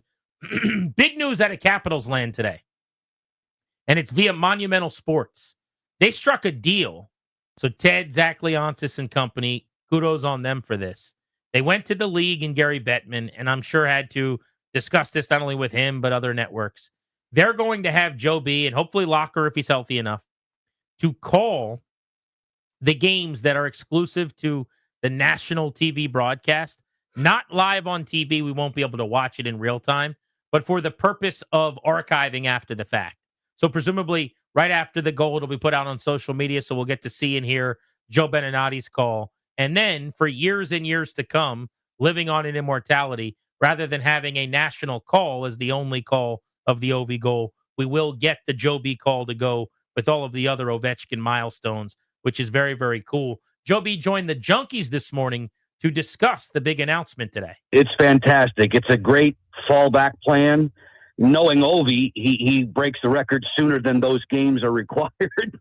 But this is a great fallback plan for us. And I understand the business side of sports. The networks paid for exclusivity and had the right to, quote unquote, sort of cherry pick their games that they wanted. And they loaded up down the stretch just in case there was potentially, I would think, an Ovechkin opportunity to pass Gretzky. But all of us at Monumental are grateful. I mean, thankful, respectful for all the hard work that gets put into an effort like that, because you've got to go to the league. I'm sure you've got to go to the league's national broadcast partners, and for them to allow us to do this to an archive, to put our slant on this occasion, it's a really special opportunity, and I can't say thanks enough. That's Joe Beninati, as heard today on the Junkies. So we'll have his call for many, many years to come. Big development. Yeah, that's awesome. It's the right thing. And kudos for him for understanding. And he's such a humble guy. He's so nice. He wouldn't say this, so I'll say it for him. You're synonymous with Capitals hockey. Centers, defensemen, goalies have come and go. You are Caps hockey. You're the guy that stands the test of time. When you think about it, of course, you think about the great players, but you think about Joe B talking to you about those great players, him and Locker both. This is excellent because this is legacy stuff. This is now, hey, I stopped in town for a couple of years and I was the broadcaster on my way to doing something else. No. This is a fixture. This is a staple here, and it's good and correct and right and awesome that a milestone like this, he'll be on the call, and I'm putting call in quotation marks. Yeah, exactly. I mean, it's still going to stink watching the game if it happens this way. The night that Ovie breaks the record, and in real time, we will not be watching Joe at B in Locker. Like that, there's nothing you can do about that. Right. And that has been the case all along. The national TV dates were stacked at the end of the schedule because these networks that have the power of exclusivity kind of swooped in knowing that Ovie could be hunting down Gretzky. But at least you can ruin my night. You don't have to ruin it forever. And it's not going to be ruined. Yeah. Thanks to Monumental making the move here. Yeah, this is really cool. Good job. That's a good on them situation. All right, I did want to get into the offensive line. So Laramie Tunsil, left tackle, sealed and delivered for Washington to kick off the new league year. Would you be okay if they don't do anything else on the O-line now? Knowing that Sam Cosmi's not going to be ready at the start of the year, that you kick Coleman inside, and you might have one new starting guard on the left side, and maybe then Allegretti has to go over to the right. But you've still got Biotish at center and Wiley at right tackle. Biotish had a good year, no problem there. Mm-hmm. But you would have the question mark at right guard then, and a question mark at right tackle with another year of Wiley coming up. I would love one more thing. I can live with not doing anything else. Like, I would be super excited. I'd be thrilled because the point to me, this is one of those spots where I'm going to overpay. I'm going to do extra just to make sure that Daniels is upright and healthy. Maximize and protect. And maybe you could reverse it to protect and maximize. That's with weaponry. That's with options. That's with making things easy for him. And that's also with protecting him. So the Tunsil edition, I'm beyond thrilled with because not only did you upgrade at left tackle, but you probably upgraded somewhere else on the line as well as you move Brandon Coleman around. Maybe you flip him to right. I would hesitate to do that, to be honest with you, just because that's a big ask for a guy that was just learning to play tackle. Now do the mirror image of that, on the right side. To me, here's your new left guard. If Brandon Coleman plays really well, too, to your point, you just said, maybe you upgraded 2 spots. Like, how big of a deal would that be if you're better at left guard and left tackle and that whole side of the line? And that's my thing. With Biotish, who's very solid. he got off to an amazing start last year. I think he cooled off and got banged up. He got banged up, yeah. Like the first half of the season, he was one of the better centers in the league. Agreed. You're talking about left tackle, left guard, center that As are now pluses. like a strength. Yeah. A legitimate relative strength. Right guard until Cosme comes back is a bit of a question. But in this hypothetical where Coleman's a beast at left guard, Cosme was that before his injury, and at times he was a fringe Pro Bowler. Now we're talking about 4/5 of your line where you feel like you're above average, probably. So I would love the way that I would solve it. Again, if this is money's no object, I've got my druthers. Somehow, some way, an upgraded right tackle happens. I keep Wiley because they could save some space by cutting him, and they haven't yet, which tells me he's probably still part of the plans. And I have Wiley play guard while Cosme's recovering, and Wiley's kind of my new Cornelius Lucas. But he could play 3 positions for me. He could play my left tackle in an absolute emergency, in dire straits and in a pinch. He could play right guard, which he will for a while, or he could hop back in at right tackle. That's worth paying a little bit extra premium, not just to keep him around, because I'm going to need him at some point, because you always need your swing tackle, and having a swing offensive lineman like that, I think could be really helpful. I'd like to do better than him for a 17-game stretch at right tackle, but I also think he could still be useful and helpful here. So I would love a new right tackle, but I can live with not doing anything else. I also think that resources along the offensive line are never a bad investment. I think you can make arguments that it's not as necessary to throw as much at the O-line as, a fan that grew up in the 80s here talking about the Hogs and being obsessed with the line maybe wants. But I don't think it's ever going to hurt you to just throw resources and money and assets and picks and time at your offensive line. The best O-line coach you can have, the best talent you can have up there, up front, the more picks you use, the more money you spend. It's something that does influence everybody. It gives your quarterback more time and keeps his jersey cleaner. It makes your running game more effective and your running backs have more space to operate. It gives your receivers who want the ball and can be a pain in the butt, unless they're Terry McLaurin, and then he's our sweet prince and he never has any problems with anything. But, those guys can be divas and want the football, and they need time to get it, right? You can keep more of them happy. There's no other position really on the field other than maybe quarterback where you can make the case you more directly influence everybody's ability to be content. And so over the years, I've kind of come to the idea of certain positions on the line mean more than others. I'm a believer in having like 2 or 3 great linemen, and then you can kind of get by with okay players in other spots because there's only so much money to form your roster with. But I just don't think anyone's ever going to go broke as an executive, get fired over, or make a mistake by using as much of the allotted assets they get on that position. Especially on a rookie quarterback deal who's still ascending in this league. Now, Daniel's got a hell of a start to put some deposits in the bank there. But eventually, knock on wood, if everything works out, when you get to that Burrow, Mahomes, Josh Allen tier, that's when you have to go, hey, we got to go cheap at right guard. Or we got to throw something in there and hope that the sum of the parts is better than the individual talent who's not a high draft pick, who's not making $30 million a year by that point as a left guard. Maybe you have to go lesser there. You don't right now. Like the emphasis point to me, I'm going to keep using it over and over. People are going to be sick of it. They probably already are. But you maximize and protect. You make sure that he's as healthy as you possibly can do. Everything that you can do to keep him upright and developing and ascending, and then everything you do to make it easy. So you don't have to go, hey, against Atlanta in this must-win game, none of our play calls are working. Can you just, the entire overtime, can you just scramble and get popped up a few different times? Could you do that? I want to avoid those situations. It's going to happen. He's a hero. He's a superstar, and he's great, but I don't want to force that to happen, if that makes sense. Zack Ertz is back. He did the earliest meeting with the media in team history, I think. He was on a conference call today, like 7 o'clock from the park. It was very odd. I don't really get it. It's one thing if it's happening like, we're on the West Coast or something and he's on the East Coast. He just was at the park sitting there, signed his deal, nice and chipper at like 6:57 in the morning. And a bunch of people are on the Zoom asking him questions. But I loved what he had to say. And you can tell why they just think he's so important. He was already saying the thing that I think someone needs to start beating in everybody's heads over there, which is, the players need to hear this as often as possible. It's not just going to be easy. Like, we don't get to just show up and be back in the NFC title game. I don't know that they would think that, but I think there's probably this feeling of, we're really good. We know that now. We got Jaden Daniels. So all we got to do is be healthy in September and go win our 11 games. And Zack Ertz was sending the message. Not so fast. It's not like that. I mean, I think this time last year, obviously, he wasn't even on the team yet, so we hadn't even experienced all the stuff that we have banked in the bank now. All the reps that we've had together, all the looks we've seen, how defenses are going to be playing him. We are so much further along from a Commander's offense perspective right now than we were at this time last year. And we can't just assume that because of the success we had last year, we're going to have success this year. I think the key message is that nothing really at the end of the day last year matters going into this year.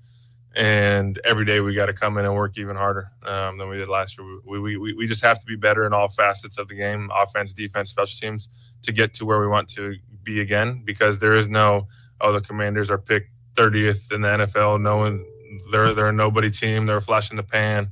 And so this year, everyone's going to get our best shot. We're going to get everyone's best shot. And so it's up to us to go out there and execute at a high level every game. I mean, it's so easy for us sitting here, and it's so obvious from outside to say schedule gets harder, competition takes you more seriously, quarterback schedule will be more arduous. It's going to get more difficult. And Jaden Daniels is not going to sneak up on anybody anymore, right? There's also tape out on him, and defensive coordinators are spending hours every single day that have you on the schedule throughout the offseason trying to figure you out and how to stop you. All of those things are true. But me saying it, or some fan on Twitter saying it, is one thing. When Zack Ertz is in the locker room saying it to guys, on the practice field saying it to guys, that matters so much more. 100%. I mean, and again, this isn't to diminish their accomplishments. It was awesome. I was there too. I had fun. Malik Neighbors doesn't drop a pass. You don't get the Hail Mary. Jalen Hurts doesn't get injured in the first quarter. A lot of things have to go right for you to win 12 games when you're not a buzzsaw like Philadelphia was. And they weren't talent-wise. I think that's obvious. What happened was incredible and awesome and fun, and I wouldn't trade it for anything, except maybe, 2 more wins and a Super Bowl. But you see the point of the dude's story. Saying, we just did that, we'll do it again automatically, is 100% folly. And I think that was Ertz's point, and it's something that you and I are going to hammer down on. I mean, it's why when teams win the Super Bowl, the GM is sitting there looking at the board going, oh, my God, what the hell are we going to do? How are we going to fix this? Because they're neurotic about it because they get how competitive and tight this league is. It is folly. It's folly. It's poppycock, I tell you. That's what it is. I'm sorry to use such strong language. Yes. I was up late or early, whatever you want to call it. Wasn't our intention. No, there are kids listening. Sorry, buddy. Family program on Grant and Danny. Big thanks to Toby, who's multitasking. Yes, doing he is. Some Virginia Tech hoops type stuff right now. To Darius and to Ryan as well. Slow Commanders free agency day comparative to yesterday because they didn't trade for one of the best tackles in football. Right, if you're comparing, it's not anybody's fault. They also didn't give a D tackle $15 million, which is like $9 million more than anyone thought he would get. Here we go. They did sign Will Harris, 2 years and $8 million. The safety from the Saints will make DC his home. So 3 starters added so far in free agency for Washington. They also re-signed Jeremy McNichols, their running back. I was trying to remember. What's the name of that golfer? Jason. That's it. That's actually true. I couldn't remember his name. Yeah. What's that Bond movie? Die Another. Okay. Makes sense. This is killing me. I was trying to remember this movie. It's The Blank After Tomorrow. That's it. The Commanders had a D tackle who's like 5'11" and 296 somehow. This is a good one. Yeah. He's got a ponytail down to his ass crack. What's that guy's name again? Sheldon. Denzel Washington, Academy Award winner for training. There's a book that kids read. There is? Yeah, it talks about like the sunlight and the moon. It's called Something and Night. Oh, Day and Night. When Craig James was on television doing college football shows with what's his name? Is the former Redskin lineman Mark May. Mark May. He called him May. What was Mark May's nickname? His nickname was May. That's it. Oh. Yeah. He'd overgo Mayday. Let me tell you something, Right, Mayday. And you're like, dude, right. you're over Maydaying. Now I get it. What about that English actor, singer, and television presenter, well known for his West End theater starring roles. Darren. Yay. What? Yeah. Darren You looked Day. that one up. Who's Darren Day? Always Sunny in Philadelphia. Weird voice. He's in Horrible Bosses. Damn it. That was mine. Charlie. Yay. For Danny, I'm Grant saying have a good. Yay. Thank you for coming.